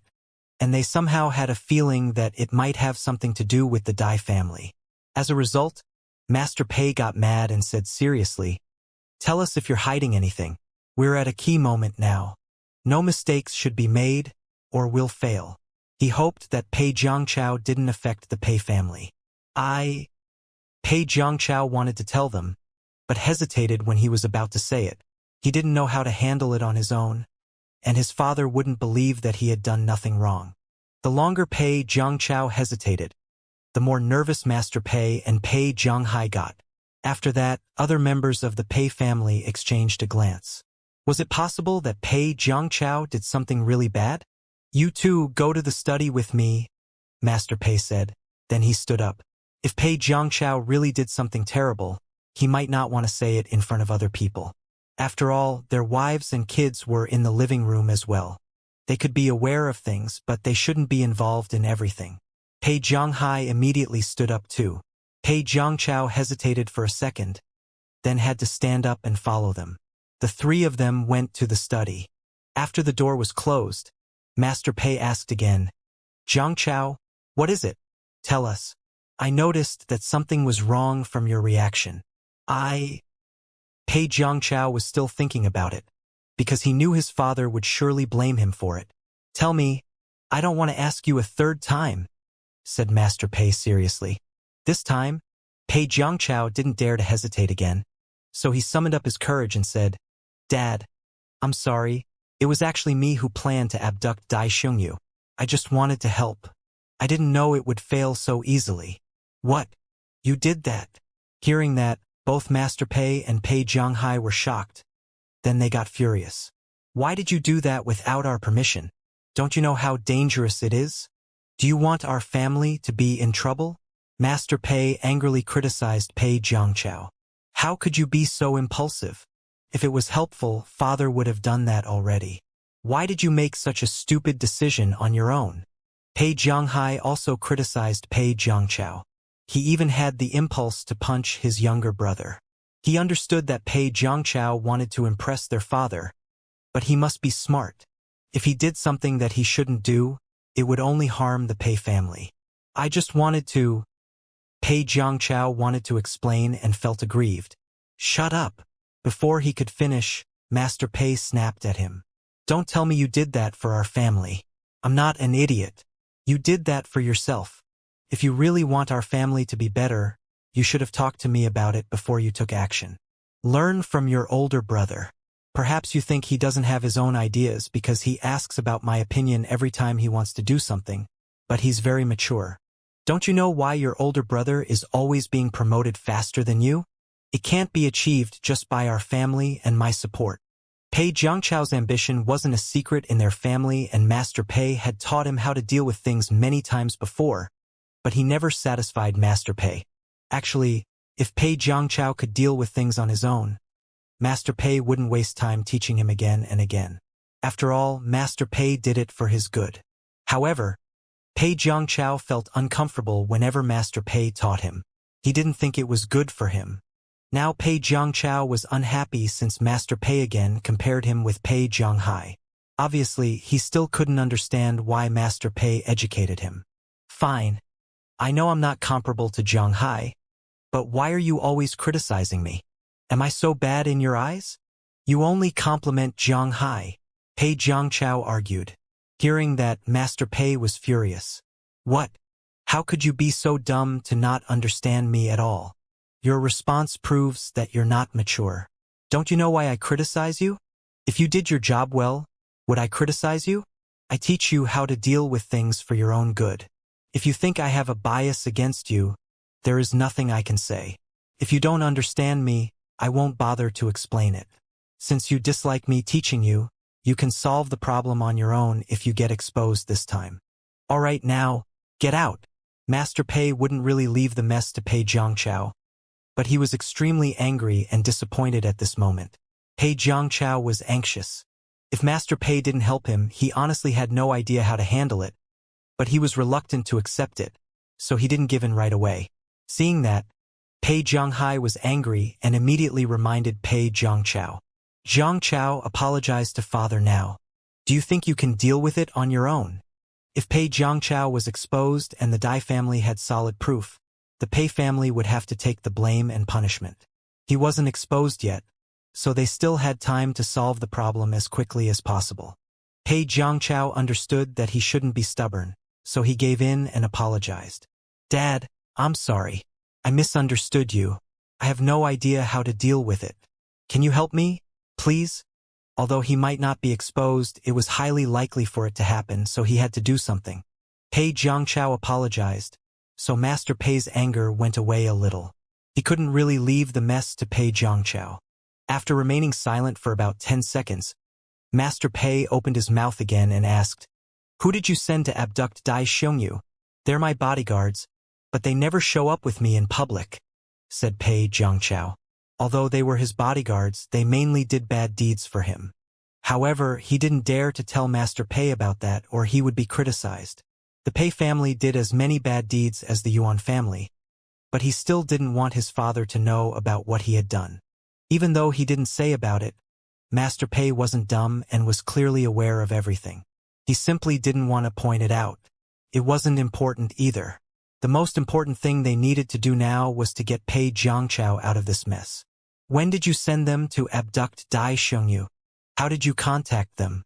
Tell me everything," said Master Pei. Afterwards, Pei Zhangchao told Master Pei everything about the abduction. "Since you gave the order by a call, it can't prove anything. There is no way to prove the number belongs to you." Master Pei was slightly relieved. "But the Lung family might be involved in this, so we still need to be prepared." "What should we prepare?" asked Pei Zhangchao. "If they really betray you, you'll be taken to the police station for an interrogation. If they conduct a further investigation, they might find some evidence. After all, those men listen to you. Even though they have never shown up with you in public, you can't deny that they're serving you.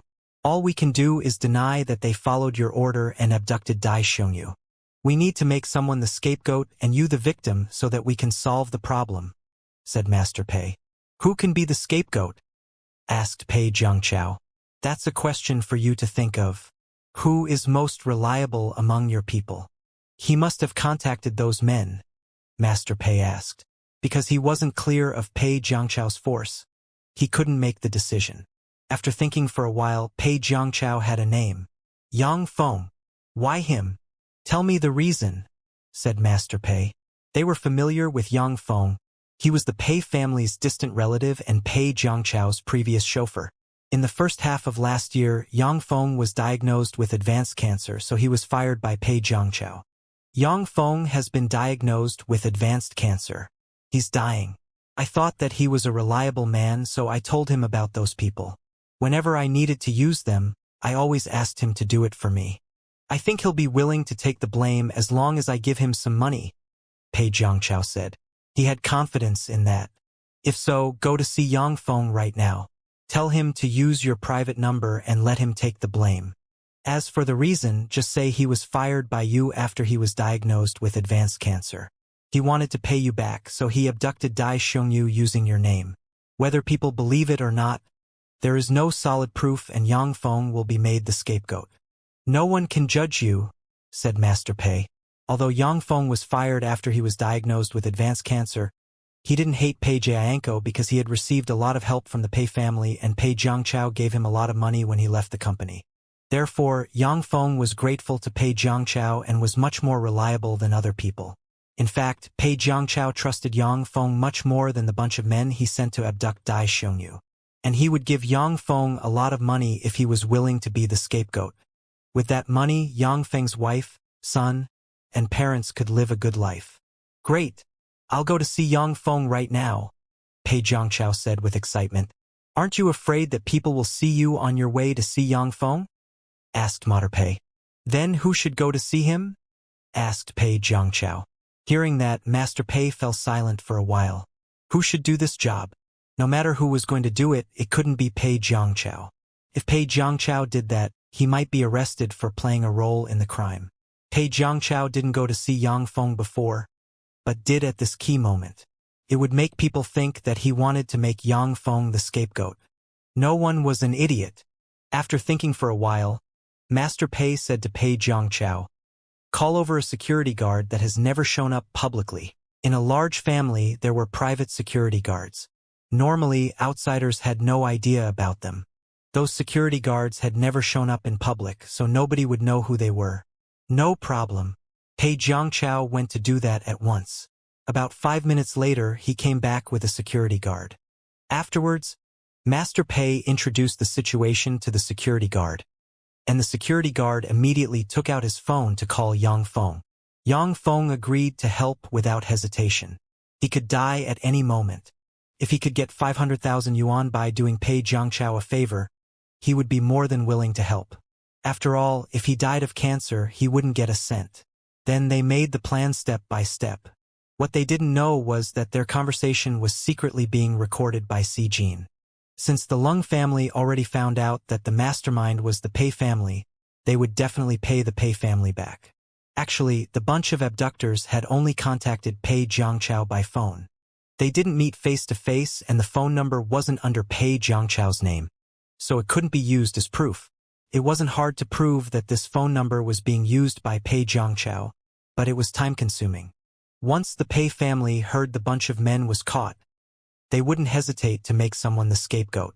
Therefore, the quickest and best solution was to spy on them. Whatever they did, Si Jin would record it. Now that the Pei family made their arrangements, Si Jin had the video and voice recording of it. It was the best evidence they could have, and it was much more useful than any confession. If the video was exposed, the entire Pei family would also be dragged into trouble.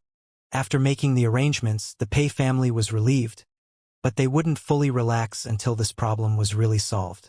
Will they find me? As the main character, Pei Jiangchao was still anxious. As long as Yang Feng doesn't betray you, I think you will be safe, Master Pei said. Then he seriously warned Pei Jiangchao. Don't take any actions without our permission again. If you're exposed, the whole Pei family will be affected. Sure, I know, said Pei Jiangchao. He was really scared. He had done many bad deeds before, but he had never failed before because he only dared to bully people who were weaker than him. They were no match for him. However, this time he made a terrible mistake. The next day at 8:30 a.m., the police went to wait for Pei Jiangchao at the public institution he worked for. Other people wondered whether someone in their workplace had committed a crime when they saw the police. Someone asked, "Sir, what happened? Who are you looking for?" "We're looking for Pei Jiangchao, Director Pei. We need him to go to the police station with us," said Zheng Zhuoming, Dai Xiangyu's younger uncle. Hearing that, everyone was surprised. They didn't expect the police to look for Pei Jiangchao. Since the police came, Pei Jiangchao must have done something seriously illegal. After all, Pei Jiangchao was born in an influential family. If it was a normal crime, the police wouldn't be bothered. They wondered what crime Pei Jiangchao had committed. However, even though they were curious about it, they didn't dare to ask. Anyway, even if they asked about it, the police might not tell them. Late last night, the Lung family sent the video Si Jin took at the Pei family to the Dai family, so the Dai family and Zheng Zhuoming had already watched the video. Although the bunch of men had betrayed Pei Jiangchao and their words were convincing, there wasn't enough evidence to prove it. After watching the video, they were completely sure of it. At the same time, they were furious. Pei Jiangchao still felt lucky that he got away with it this time, so he was extremely shocked and panicked after he arrived at the public institution and saw the police. He recognized Zheng Zhuoming and knew that Zheng Zhuoming came on behalf of the Dai family. In other words, they came to arrest him. He couldn't believe that those men had betrayed him so quickly. It was totally unacceptable in his eyes. He was ill-prepared for that, so it filled him with anxiety. Due to his good education, he soon calmed down, but his anxiety didn't go away. After that, he pretended to be innocent and asked, "What's going on here?" "Director Pei, they came to see you," said one employee. "What? Me?" Pei Jiangchao seemed astonished. At this time, Zheng Zhuoming and the other policemen walked towards Pei Jiangchao. Although Zheng Zhuoming was angry to see Pei Jiangchao and couldn't wait to punch him, he curbed his anger and said officially, "Hi, Mr. Pei, I'm Zheng Zhuoming, the leader of the Criminal Investigation Division. We caught a bunch of men who kidnapped Dai Xiongyu last night. They told us that it was at your order, so please follow us to the Public Security Bureau. We need to ask you some questions."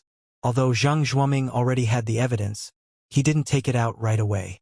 He didn't care about Pei Jiangchao's face. He did it to trap him. Pei Jiangchao would struggle if they wanted to take him to the police station without evidence.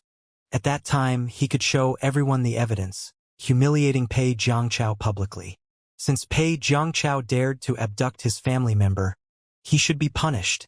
Hearing that, everyone was shocked.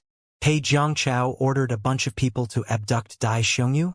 Everyone turned to stare at Pei Jiangchao at once. They couldn't believe it, but they were curious. They didn't know that Dai Xiongyu had been abducted, but some of them had heard that the Dai family had collected a lot of evidence about the Chong family's illegal deeds. In addition, many powerful families and forces were involved. Among those influential families that wanted to compete against the Dai family, the Pei family couldn't be ignored. Therefore, people who knew about it wouldn't be surprised to hear that the Pei family or Pei Jiangchao had abducted Dai Xiongyu. Could also have been done by other families who placed the blame on the Pei family, but now the police said that Pei Jiangchao was the main suspect, so the other people would believe that he was guilty until there was evidence to prove he was innocent. Pei Jiangchao was mad at their accusatory looks, but he couldn't argue with them. He had to act as a victim now. Normally, he would be mad when he heard the news. Accordingly, Pei Jiangchao pretended to be very angry and said in a high voice, "What? Why did they say that it was my order? It's slander. It's pure slander. How could you believe their words without any evidence? Mr. Pei, we need you to cooperate to help us with the investigation," said Zheng Zhuoming. "That's not what I'm talking about. You don't have evidence, so you can't take me away. What if my work is delayed? You can't believe that I'm guilty just because of their words. It's humiliating and damages my reputation. I don't need you to show me evidence of the crime I've committed, but at least you should let me know why I'm suddenly a suspect." Pei Jiangchao said, "Will you take your father to the Public Security Bureau for interrogation if I tell you that it was your father's order?" Pei Jiangchao, "Don't regret saying that later. For the sake of your face, I didn't take out the evidence in front of so many people, but since you insist, I can show you right now. Be prepared that both you and your family might be greatly humiliated," Zheng Zhuoming said mockingly. Saying that, Zheng Zhuoming took out his phone. Pei Jiangchao got nervous. Did Zheng Zhuoming really have evidence? However, he didn't think it was possible. Perhaps Zheng Zhuoming just wanted to ask him whether the phone number was his. He could directly deny it. Anyway, there were no call records between this phone number and his own phone number. In that case, he would be fine as long as he denied it. However, he was slightly confused when Zheng Zhuoming didn't ask him about that, but directly took out his phone. Would Zheng Zhuoming call the number right in front of him to see whether his phone would ring? So he wouldn't be worried. Unfortunately, it wasn't what Pei Jiangchao expected.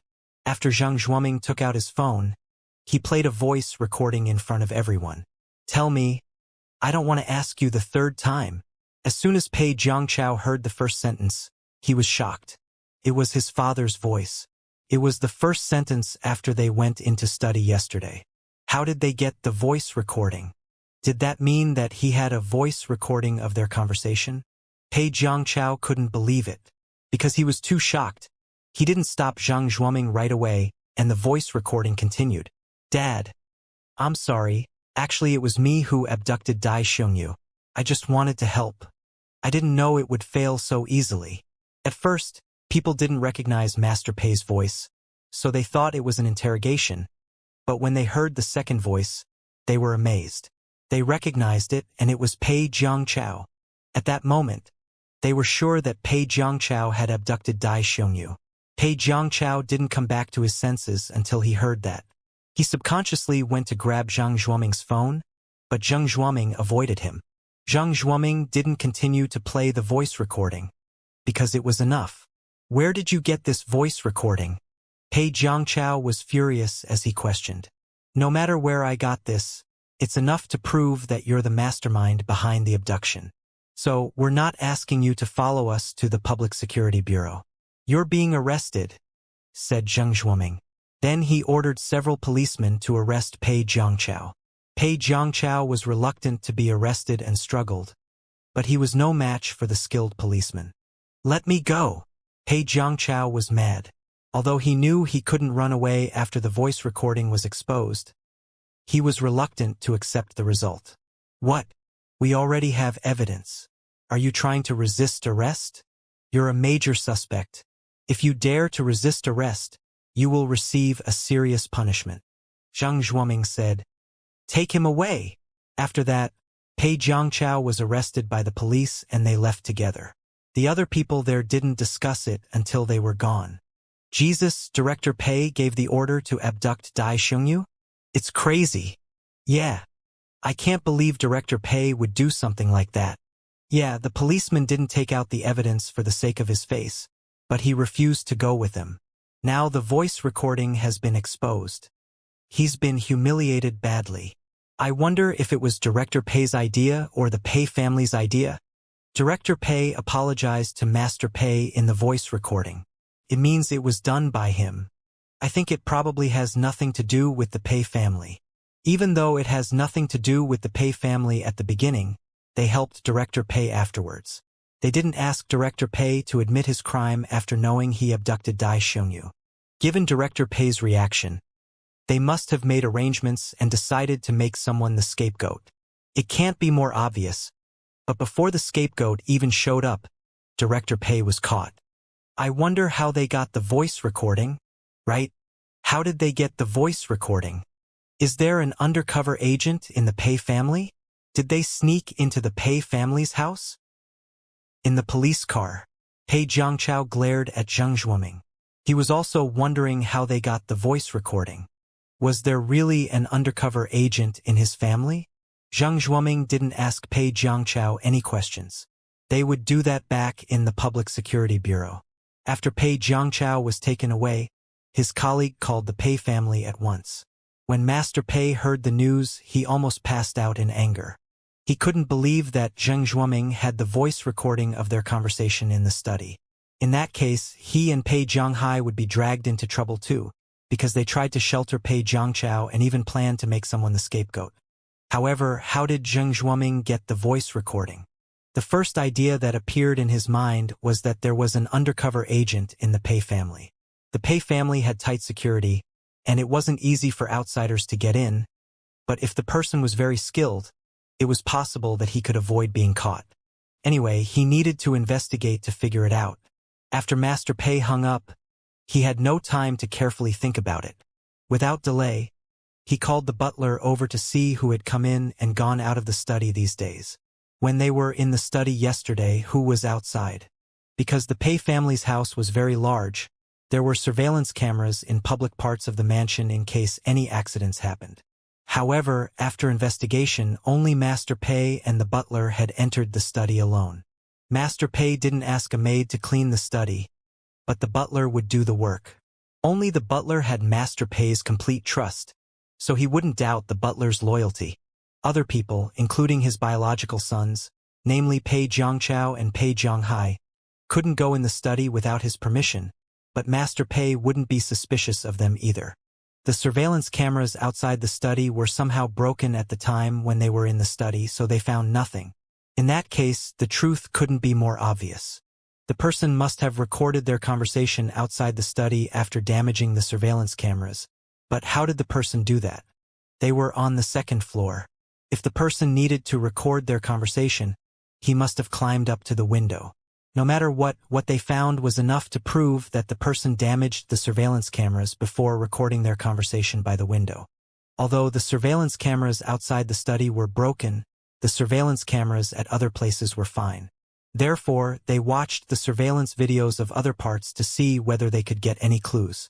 Because they hadn't found out who recorded their conversation yet, all the domestic servants were under suspicion. Unfortunately, their conversation was already exposed and the Pei family was in serious trouble now. Master Pei was heavily hit and didn't know what to do at this moment. It wasn't just Pei Jiangchao. He and Pei Jianghai were also dragged into trouble. If they didn't know it was Pei Jiangchao who abducted Dai Xiongyu and hadn't told Pei Jiangchao to make someone the scapegoat, he and Pei Jianghai would not be pulled into the trouble. But before their conversation was exposed, they couldn't watch Pei Jiangchao ending up in jail. Anyway, Master Pei regretted being involved in this mess after it was exposed. If they didn't know what Pei Jiangchao had done and hadn't sheltered him, only Pei Jiangchao would be in trouble now. They weren't cold-blooded. It was Pei Jiangchao's actions, yet they were dragged into trouble, which could ruin the whole Pei family. Actually, they had just sheltered Pei Jiangchao and Dai Xiongyu wasn't seriously injured, so Pei Jiangchao wouldn't receive a serious punishment and they would be lightly punished too. But they would be put in jail for at least half a year or a whole year. If he and Pei Jianghai were put in jail for a long time, the Pei family could easily lose everything. However, if the Dai family was willing to settle it out of court, they would only need to pay some money to solve the problem. However, only he and Pei Zhonghai could get away with it, because they only sheltered Pei Zhongchao. If the Dai family was willing to settle it out of court, they would be fine, but Pei Zhongchao wouldn't. After all, he had committed a serious crime. He didn't injure Dai Xiongyu, so he wouldn't be punished too seriously, but he would be put in jail for 2 or 3 years. Unfortunately, the Dai family couldn't wait to unseat the Pei family. It was impossible for the Dai family to choose to settle it out of court. However, even though Master Pei understood that it was impossible, he had to try it. If he tried, there was hope. If he didn't, he would end up in despair. Shortly after Master Pei heard the news, Pei Zhonghai learned about it too. He couldn't believe it either and immediately called Master Pei. "Dad, do you know that Zhang Chao was taken away by the police?" asked Pei Zhonghai. "Yeah, I know," Master Pei said in a deep voice. "How did they get the recording? Is there an undercover agent in our family? Have you investigated?" Pei Zhonghai asked again. "I did, but I can't find the person." Master Pei was very honest with Pei Zhonghai. "What? The surveillance cameras are broken? Does it have something to do with the staff in the monitor room?" asked Pei Zhonghai. "No, because the surveillance cameras in the monitor room are working properly. No one has damaged them," said Master Pei. "Then how were the surveillance cameras broken outside the study? Do we have video of before they were damaged?" Pei Zhonghai asked, feeling that it was very strange. Hearing that, Master Pei realized that they could have caught the person damaging the surveillance cameras. But they hadn't. The surveillance cameras suddenly broke for no reason. They still couldn't find out why the surveillance cameras were broken. "No, we don't. We have to conduct a further investigation. I think we can talk about the voice recording with the Dai family in private to see whether they're willing to settle it out of court. We can't all end up in jail at the same time. If we're arrested too, our family will collapse," said Master Pei. He only wanted to protect himself and Pei Zhonghai from being arrested right now. If he tried to help Pei Zhongchao get away with it, the Dai family might be angered. "Can we turn to the Yuan family for help?" asked Pei Zhonghai. He felt it would be unrealistic if they wanted to settle it out of court, but if there was no other choice, he had to agree to that. "The Yuan family is in a mess now. They can't help us, but I'll call Master Yuan to see what they can do. If they refuse to help us, we have to rely on ourselves," said Master Pei. Pei Zhonghai nodded, then said nothing further. After hanging up, Master Pei called Master Yuan at once, but Master Yuan didn't answer his call. It was possible that Master Yuan's phone wasn't at his side, but Master Pei believed that Master Yuan knew why he called and didn't want to help him. It was true that the Yuan family heard that Pei Zhongchao was arrested for abducting Dai Xiongyu. Master Yuan was very mad at Pei Zhongchao's actions. He was helping the Pei family, but then the Pei family caused serious trouble. So Master Yuan was angry and unwilling to help Pei Zhongchao. Currently the Yuan family was in a mess, so he was exhausted too. Master Yuan didn't answer Master Pei's call right away, but it was impossible for him to watch them collapse. After all, the Pei family had a close relationship with the Yuan family.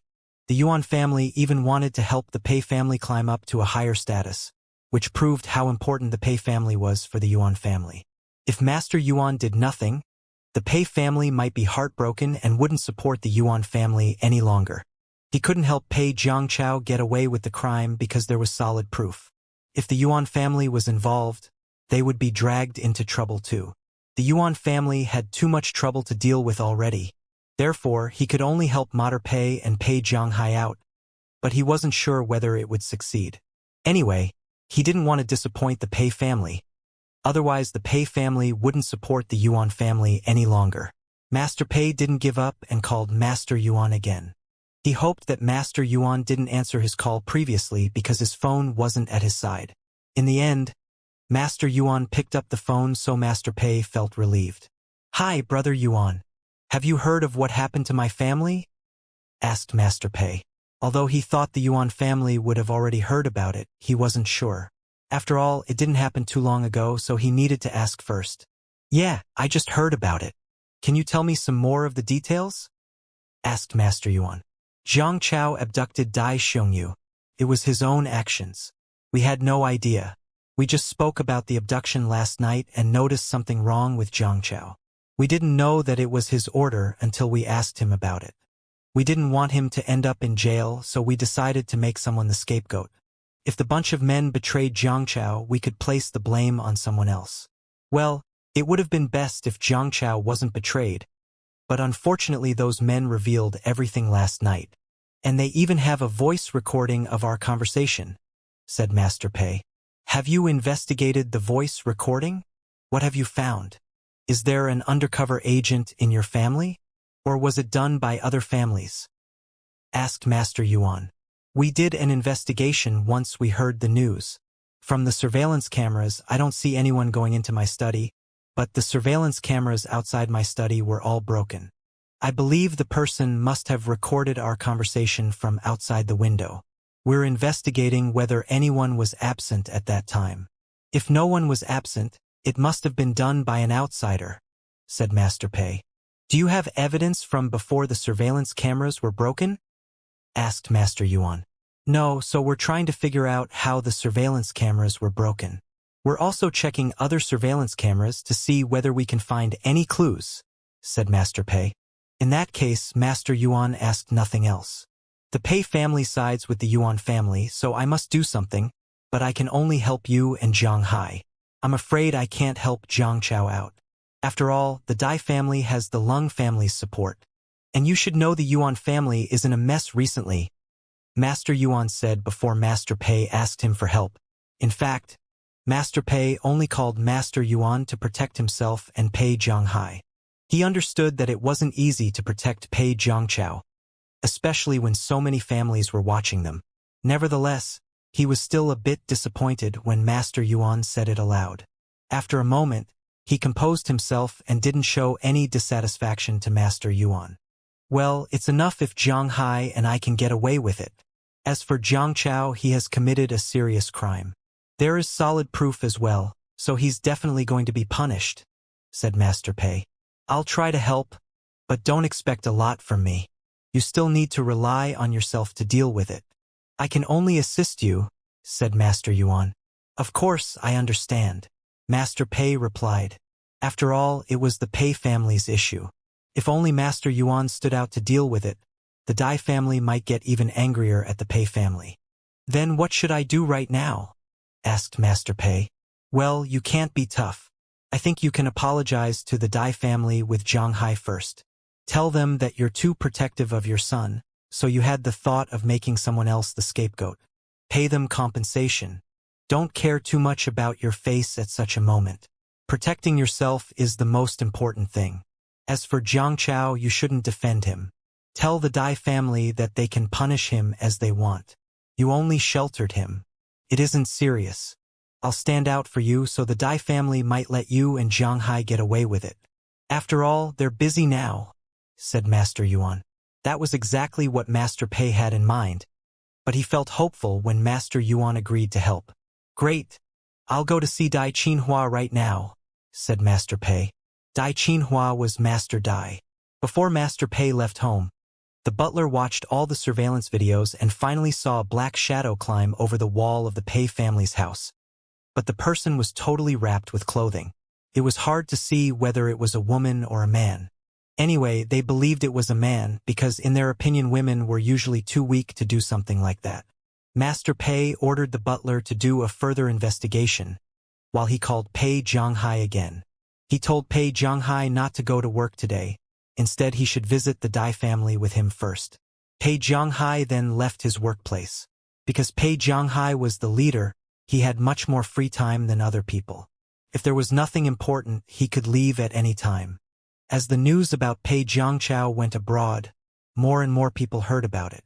People who knew the situation weren't very surprised that Pei Zhangchao abducted Dai Xiongyu, because the two families were opponents. Whereas people who didn't know were extremely surprised. They couldn't understand why Pei Zhangchao wanted to abduct Dai Xiongyu, since it could ruin his future. In the Public Security Bureau, Pei Zhangchao was directly taken into the interrogation room. Although there was solid proof, it was necessary for the police to do their job. Pei Jiangchao, now you can be honest with us? Said Zheng Zhuoming coldly. Pei Jiangchao, however, remained silent. He didn't answer Zheng Zhuoming's question. The result would stay the same whether he told the truth or not, so he didn't want to say anything. Pei Jiangchao, I'm talking to you. Zheng Zhuoming's voice became colder. Well, don't you already have evidence? What else do you expect from me? Pei Jiangchao replied. He didn't seem scared at this moment because he knew it was useless. After all, the police already had the evidence. Haven't you worked for years? Don't you know anything about the law? Fine, if you cared about the law, you wouldn't have broken it. I honestly have no idea how you became. Zheng Zhuoming mocked and humiliated Pei Jiangchao. He doubted Pei Jiangchao's abilities and believed that he relied on his family to be successful. You? After being humiliated by Zheng Zhuoming, Pei Jiangchao was angry, but he didn't know what to say. Don't you know that there will be leniency to those who confess, and severity to those who resist? Asked Zheng Zhuoming. Pei Jiangchao frowned. He obviously knew that, but his pride wouldn't allow him to confess to his crime. Even though he was going to be put in jail, he still cared about his dignity. Pei Jiangchao, do you think we can't do anything about it as long as you remain silent? Or are you expecting anyone to come to help you out? Let me tell you, there is solid evidence, so no one can rescue you. Currently, both your father and older brother are in trouble for sheltering you. If you are honest, you might receive a lighter punishment, but if you're happy to stay in jail for a few more years, you can stay stubborn, said Zheng Zhuoming. Because Dai Xiongyu wasn't injured, the Dai family wouldn't put pressure on the police. Instead, they agreed to punish Pei Jiangchao according to the law. In addition, the Dai family was climbing up the social ladder right now, so it would damage their reputation if they were too cruel. However, if they dealt with it according to the law, it would leave a good impression on other people. The Dai family wouldn't agree to punish Pei Jiangchao lightly for the sake of the Pei family, because they weren't weak. Pei Jiangchao hesitated. He understood that no one could rescue him. Even his father and his older brother were in trouble because of him. Since you're reluctant to say anything, let's continue to hear your father and your older brother's conversation. Seeing that Pei Jiangchao still remained silent, Zheng Zhuoming played the voice recording. He didn't care about Pei Jiangchao's feelings. Pei Jiangchao was displeased. He wanted to stop Zheng Zhuoming, but he also wanted to hear the conversation. If he didn't hear the whole conversation, he wouldn't be able to sleep at ease. He wanted to stop Zheng Zhuoming because the voice recording embarrassed him, and there were other policemen in the interrogation room. However, at the same time he wanted to hear it because he wanted to know whether they had recorded the whole conversation. Actually, it couldn't be more obvious that they had a voice recording of the whole conversation. Therefore, Pei Jiangchao shut his mouth as Zheng Zhuoming continued to play the voice recording. He bet they must have heard the voice recording many times, but he still felt humiliated when they played the voice recording right in front of him. When they finished, Pei Jiangchao was extremely angry. Pei Jiangchao, are you sure you're going to remain silent? Asked Zheng Zhuoming. I don't think there is a difference whether I remain silent or not. Will you let me go if I don't? Said Pei Jiangchao mockingly. He understood that wasn't Zheng Zhuoming's meaning, but he wanted to annoy Zheng Zhuoming. Unfortunately, he was like a contemptible wretch making trouble in Zheng Zhuoming's eyes. Zheng Zhuoming understood that Pei Jiangchao did it on purpose, and because of that, he found it extremely funny. Director Pei, it seems you still don't know how serious the situation is. Do you need me to explain it to you? Asked Zheng Zhuoming, showing obvious disdain. No need. Pei Jiangchao understood that Zheng Zhuoming was making fun of him and trying to make him look like an idiot. It was a great humiliation. If so, would you please be honest? Said Zheng Zhuoming. What can I get if I'm honest? Will the Dai family let me go? I wasn't born yesterday, Pei Jiangchao said coldly. He didn't believe the Dai family would punish him lightly. It would already be for the best if they didn't try to kill him. Don't think too much about it. The Dai family isn't so cold-blooded. They decided to deal with it according to the law, but they won't agree to punish you lightly just for the sake of your family. After all, it must be fair if we're in court, said Zheng Zhuoming. He disliked Pei Jiangchao more than ever now, because he projected his own shortcomings on the Dai family. Pei Jiangchao was a malicious man, so he thought other people were as bad as him. How is that possible? Pei Jiangchao subconsciously doubted it. If he were the Dai family, he would definitely punish the mastermind as seriously as possible. He couldn't believe that the Dai family wouldn't add fuel to flames. Not everyone is as bad as you. Don't think other people have to live the way you do. Let me ask you for the last time, will you be honest or not? We don't have so much time to waste on you. If you refuse to tell us what you know, I'm afraid I will have to use some tools, said Zhang Zhuoming in fury. But he still had patience. They had interrogated countless criminals before. Even though there wasn't enough evidence, they could still get what they wanted with patience. Therefore, they wouldn't be impatient after interrogating Pei Jiangchao for a few minutes. Although Zhang Zhuoming hated Pei Jiangchao for abducting his nephew, he was at work now, so he had to curb his anger and stay calm. Because there was solid evidence, there was no need for them to waste their time. After the interrogation, they could directly take him to the court whether he confessed to his crime or not. Then Pei Jiangchao would be sentenced. If Pei Jiangchao refused to admit it, he would only be punished more seriously. Although the sentence would merely be a few months longer, it would still be torture for a person in jail. After all, no one was willing to stay in jail for a single day longer. Pei Jiangchao said nothing, but he was about to change his mind. If we weren't dealing with this case according to the law, I wouldn't be so patient here. We already have solid evidence, but we still want you to be honest. Even if you refuse, I can directly report it. You should know that you've abducted my nephew. I'm really mad at you. I'm curbing my anger and doing my job right now. It's very fair to you, so will you confess to your crime or not? Said Zhang Zhuoming. He was an upright man and wouldn't mix emotion with work. However, his tolerance was limited. He might lose control if he had to tolerate it for too long. Fine, I admit it. I abducted Dai Xiongyu. Pei Jiangchao finally gave in, because it wouldn't do him any good if he still kept quiet. Why did you abduct Dai Xiongyu? Asked Zhang Zhuoming. Pei Jiangchao remained silent for a few seconds, then said, The Dai family has attracted a lot of attention recently. I was jealous of them. I actually planned to collect evidence of the Chong family's illegal deeds to unseat them. But the Dai family did it before me. Therefore, I abducted Dai Xiongyu to cause the Dai family some trouble. But I never had the thought of injuring Dai Xiongyu. I just want to distract the Dai family. Pei Jiangchao realized that he had to have a good attitude if he wanted a lighter punishment, so he stopped going against Zhang Zhuoming. If he had succeeded, the punishment might be more serious, especially if he had the intention of hurting Dai Xiongyu. If his original intention was to hurt Dai Xiongyu, he would receive the most serious punishment. If not, he would receive a lighter punishment. The police wouldn't just believe whatever he said, but he still needed to have a good attitude. After all, he failed, so he might be telling the truth. Therefore, as long as he had a good attitude, his words would be more convincing.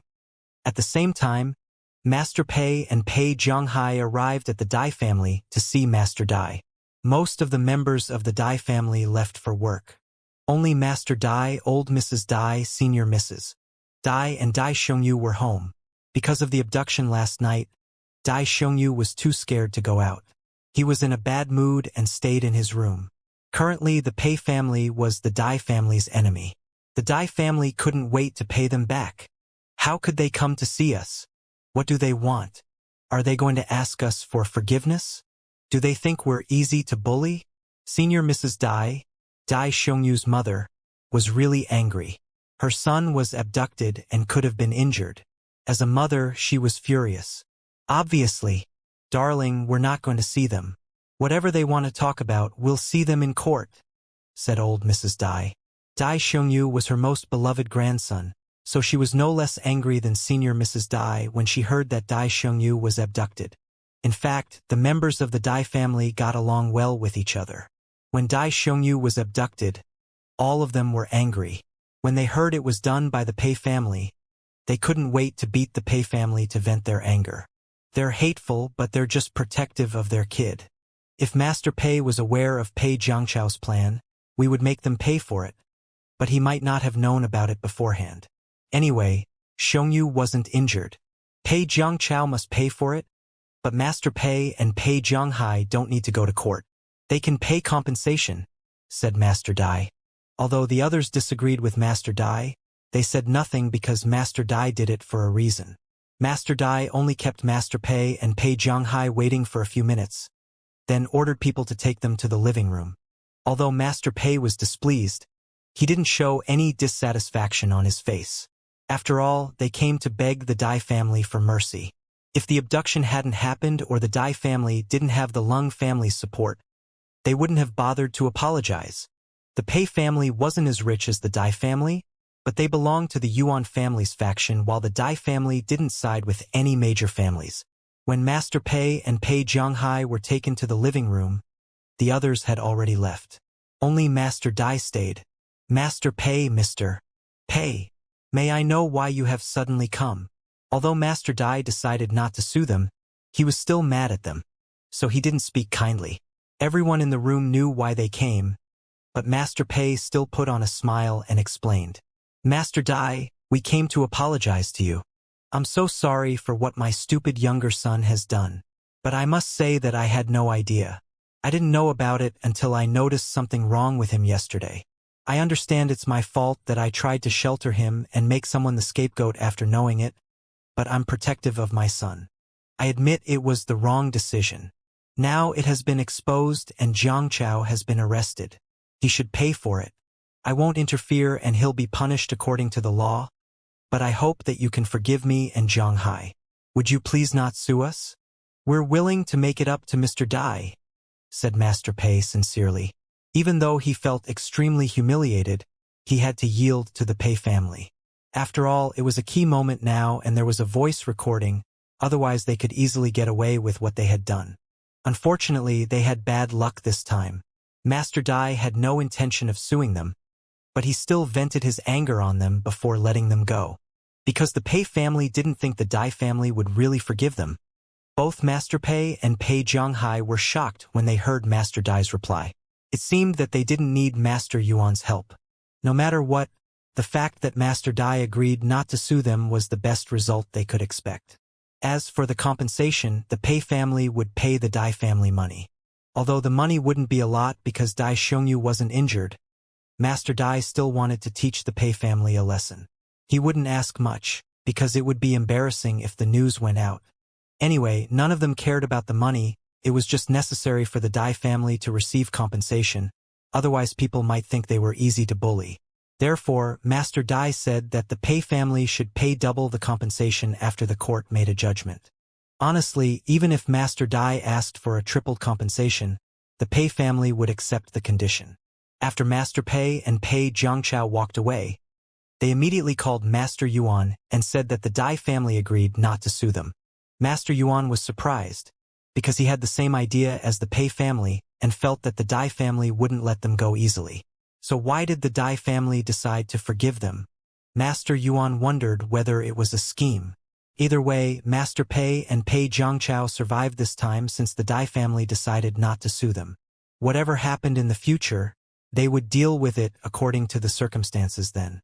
Other major families soon heard that Master Pei and Pei Jiangchao visited the Dai family together. They didn't know the reason, but obviously Master Pei and Pei Jiangchao were unwilling to go to jail. As for the result, they had no idea. At the same time, the Chong family was in a total mess. After a week, Master Chong was still unconscious, but he wasn't dead. He was just in a deep sleep and doctors couldn't find the cause. His eldest son, however, got worse. Because too many bad things had happened to the Chong family recently, he was angry all the time. He wanted to do something, but couldn't do anything. In the Chong family's faction, senior officials got in trouble one after the other. Unfortunately, the Chong family couldn't help them, because there was solid evidence and the Chong family wasn't willing to be affected. As a result, they had to watch the Chong family weaken little by little. In the hospital, Master Chang's eldest son was having a video meeting. Although he was in a worse condition than before, he could still talk with difficulty. All of them were asking each other for solutions, but nobody had any good ideas. Are we totally ruined this time? We can do nothing right now. Where did the Dai family get so much evidence? Do they have evidence of our bad deeds too? I think it's highly likely. Many of them had done illegal deeds, so they were very worried about themselves. I told you to behave yourself, but you wouldn't listen. And now you can only blame yourself. In the Chong family's faction, there weren't only bad people. There should be some good people too. Upon hearing that, those who had done illegal deeds fell silent and didn't know what to say. They believed that they had kept it a secret very well, but unexpectedly many of them were exposed. I don't think the Dai family could collect so much evidence alone. I think the Lung family is behind them. The Dai family is receiving orders from the Lung family. Me too.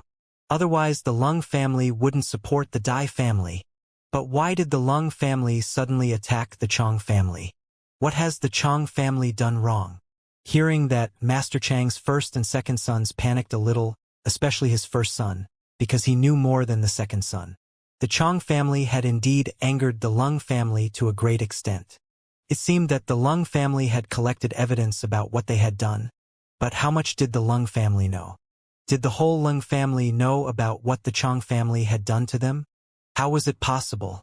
Thinking of that, Master Chang's eldest son panicked again. He blinked again and again, which attracted everyone's attention. "Mr. Chong, are you all right?" someone asked. "I'm fine," Master Chang's eldest son answered at once. He was fine? No one believed that because his reaction betrayed him.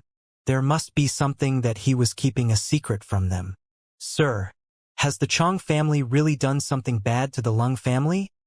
someone asked straightforwardly. Although, as subordinates, they had no right to question them, it was necessary for them to know after being dragged into trouble. Although they were exposed because they had broken the law, they did it all for the Chong family. Couldn't be more obvious that the Dai family and the Lung family were targeting the Chong family now. "Something unpleasant has indeed happened between the Lung family and us, but my father and I are in a bad condition now. The Chong family is weak, so it's not a surprise that the other major families would seize this chance to try to unseat us," said Master Chang's eldest son. He refused to admit that it was the Chong family's fault. However, the other people didn't think it was so simple. "All right, figure out a way to solve the problem. I'm getting worse and worse. I don't have much energy now and I need a rest," said Master Chang's eldest son. Then he directly hung up. The others understood that he was in a bad condition and needed a recovery, but obviously he was hiding something, which displeased all of them. After all, many of them were in serious trouble because of the Chong family. Some of them were safe for the time being, but they could be in danger at any time. It filled them with anxiety. Only the upright people had no worries, but they were still afraid that they would be targeted. Anyway, they were on the same boat as the Chong family. Therefore, they tried to cut off their relationship with the Chong family right away. Many had already done that, and only those who had a close relationship with the Chong family stayed. Some felt ashamed to do that because the Chong family had helped them a lot, while some remained loyal to the Chong family. "Sir, has the Chong family offended the Lung family?" Because Master Chang's first son refused to tell them anything, they turned to the second son. Although the second son might not tell them anything either, they still needed to ask. Master Chang's second son didn't know what to say. Finally, someone couldn't stand it any longer. "Sir, you should know that we're in trouble because of the Chong family. Although they deserve the punishment because they have done illegal things, we wouldn't have been deeply investigated if it hadn't been for the Chong family.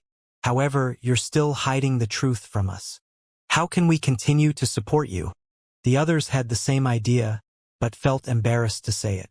Now that one of them pointed it out, they immediately followed. "Right, we relied on the Chong family to be promoted to our positions today, but we've done a lot for you too. Now we're all in danger. Shouldn't you tell us why? Are we just pawns in your eyes? We don't need to know anything. We must just obey your orders. We side with the Chong family, but we're not your slaves. Since it has something to do with the trouble we're involved in these days, you should fill us in." "I agree.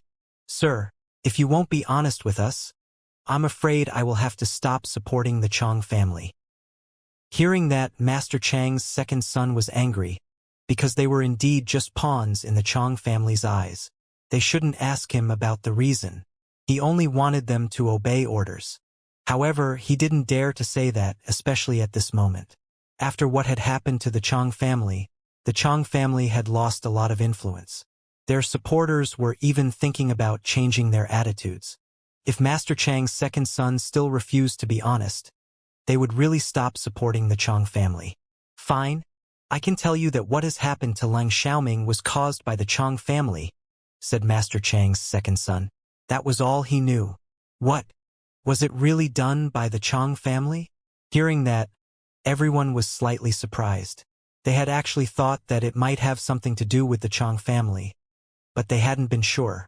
Isn't Leng Xiaoming fine now? Why couldn't the Leng family stop causing the Chang family trouble? They're too cruel. Because they sided with the Chang family, they didn't think the Chang family was wrong. Although it was very normal for the Leng family to want to pay the Chang family back, they still felt the Leng family was too cruel. After all, Leng Xiaoming was safe now.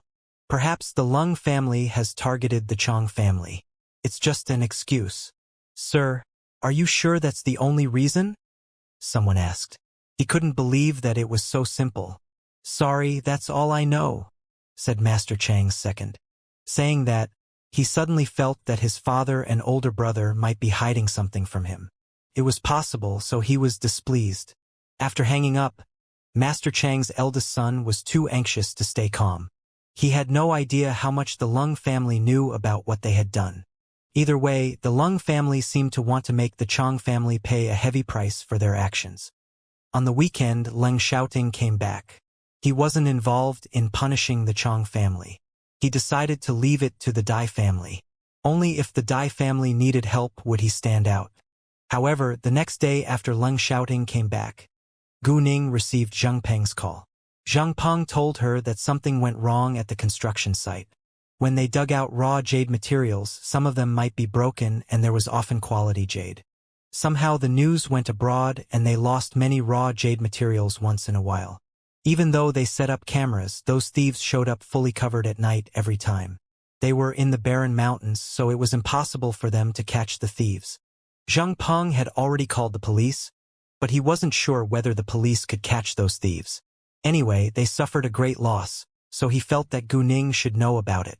Knowing that, Gu Ning was mad. She couldn't tolerate it when someone dared to steal her stuff. Because she had nothing important to deal with right now, she decided to go to City Rue.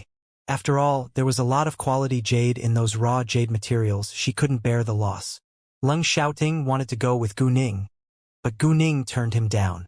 The Leng family was at a key moment right now, so she felt it was better for Leng Xiaoting to stay in the capital. Leng Xiaoting was unhappy with that and argued, "If I stay in the capital, I still need to go back to the military base tomorrow. If I go with you, then I don't need to go back. The military base isn't far from the capital. If the Leng family needs you, you can quickly help them," said Gu Ning. "Don't you have trust in Mom and our master?" said Leng Xiaoting. "You?" Gu Ning was struck dumb for a moment.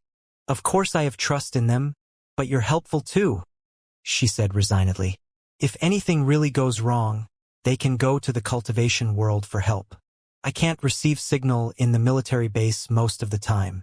I have to train deep in the mountains most of the time," said Leng Xiaoting. He cared about the Leng family, but he believed Jing Yunyao and Shang Guanyang could handle it. Gu Ning opened her mouth, but said nothing. "If you don't agree, I'll just follow you secretly," Leng Xiaoting said like a naughty kid. It wasn't easy for him to see Gu Ning, but she had to leave for work. They wouldn't be able to see each other again for a few days, so he was unhappy. "You?" Gu Ning was struck dumb again. "Why are you suddenly becoming so unreasonable?" "Please," said Leng Xiaoting. Because Leng Xiaoting insisted, Gu Ning gave in. Afterwards, Gu Ning and Leng Xiaoting booked plane tickets to City Rue for that afternoon. When they arrived at City Rue, it was already dark outside. Zhang Peng was waiting for them at the airport. Although it was dark already, it was only about 7:30 p.m. "Boss, sorry to bother you. I'm terribly sorry that I didn't deal with it properly," Zhang Peng said, feeling guilty. "No need to say that. If you can't find them, the thief must be skilled." "It could be a thief team," said Gu Ning. Zhang Peng was very good at business, but wasn't as outstanding in other aspects. After all, he was only an ordinary man. They had lost many raw jade materials, but Zhang Peng hadn't caught anybody, which meant the thief was very cunning.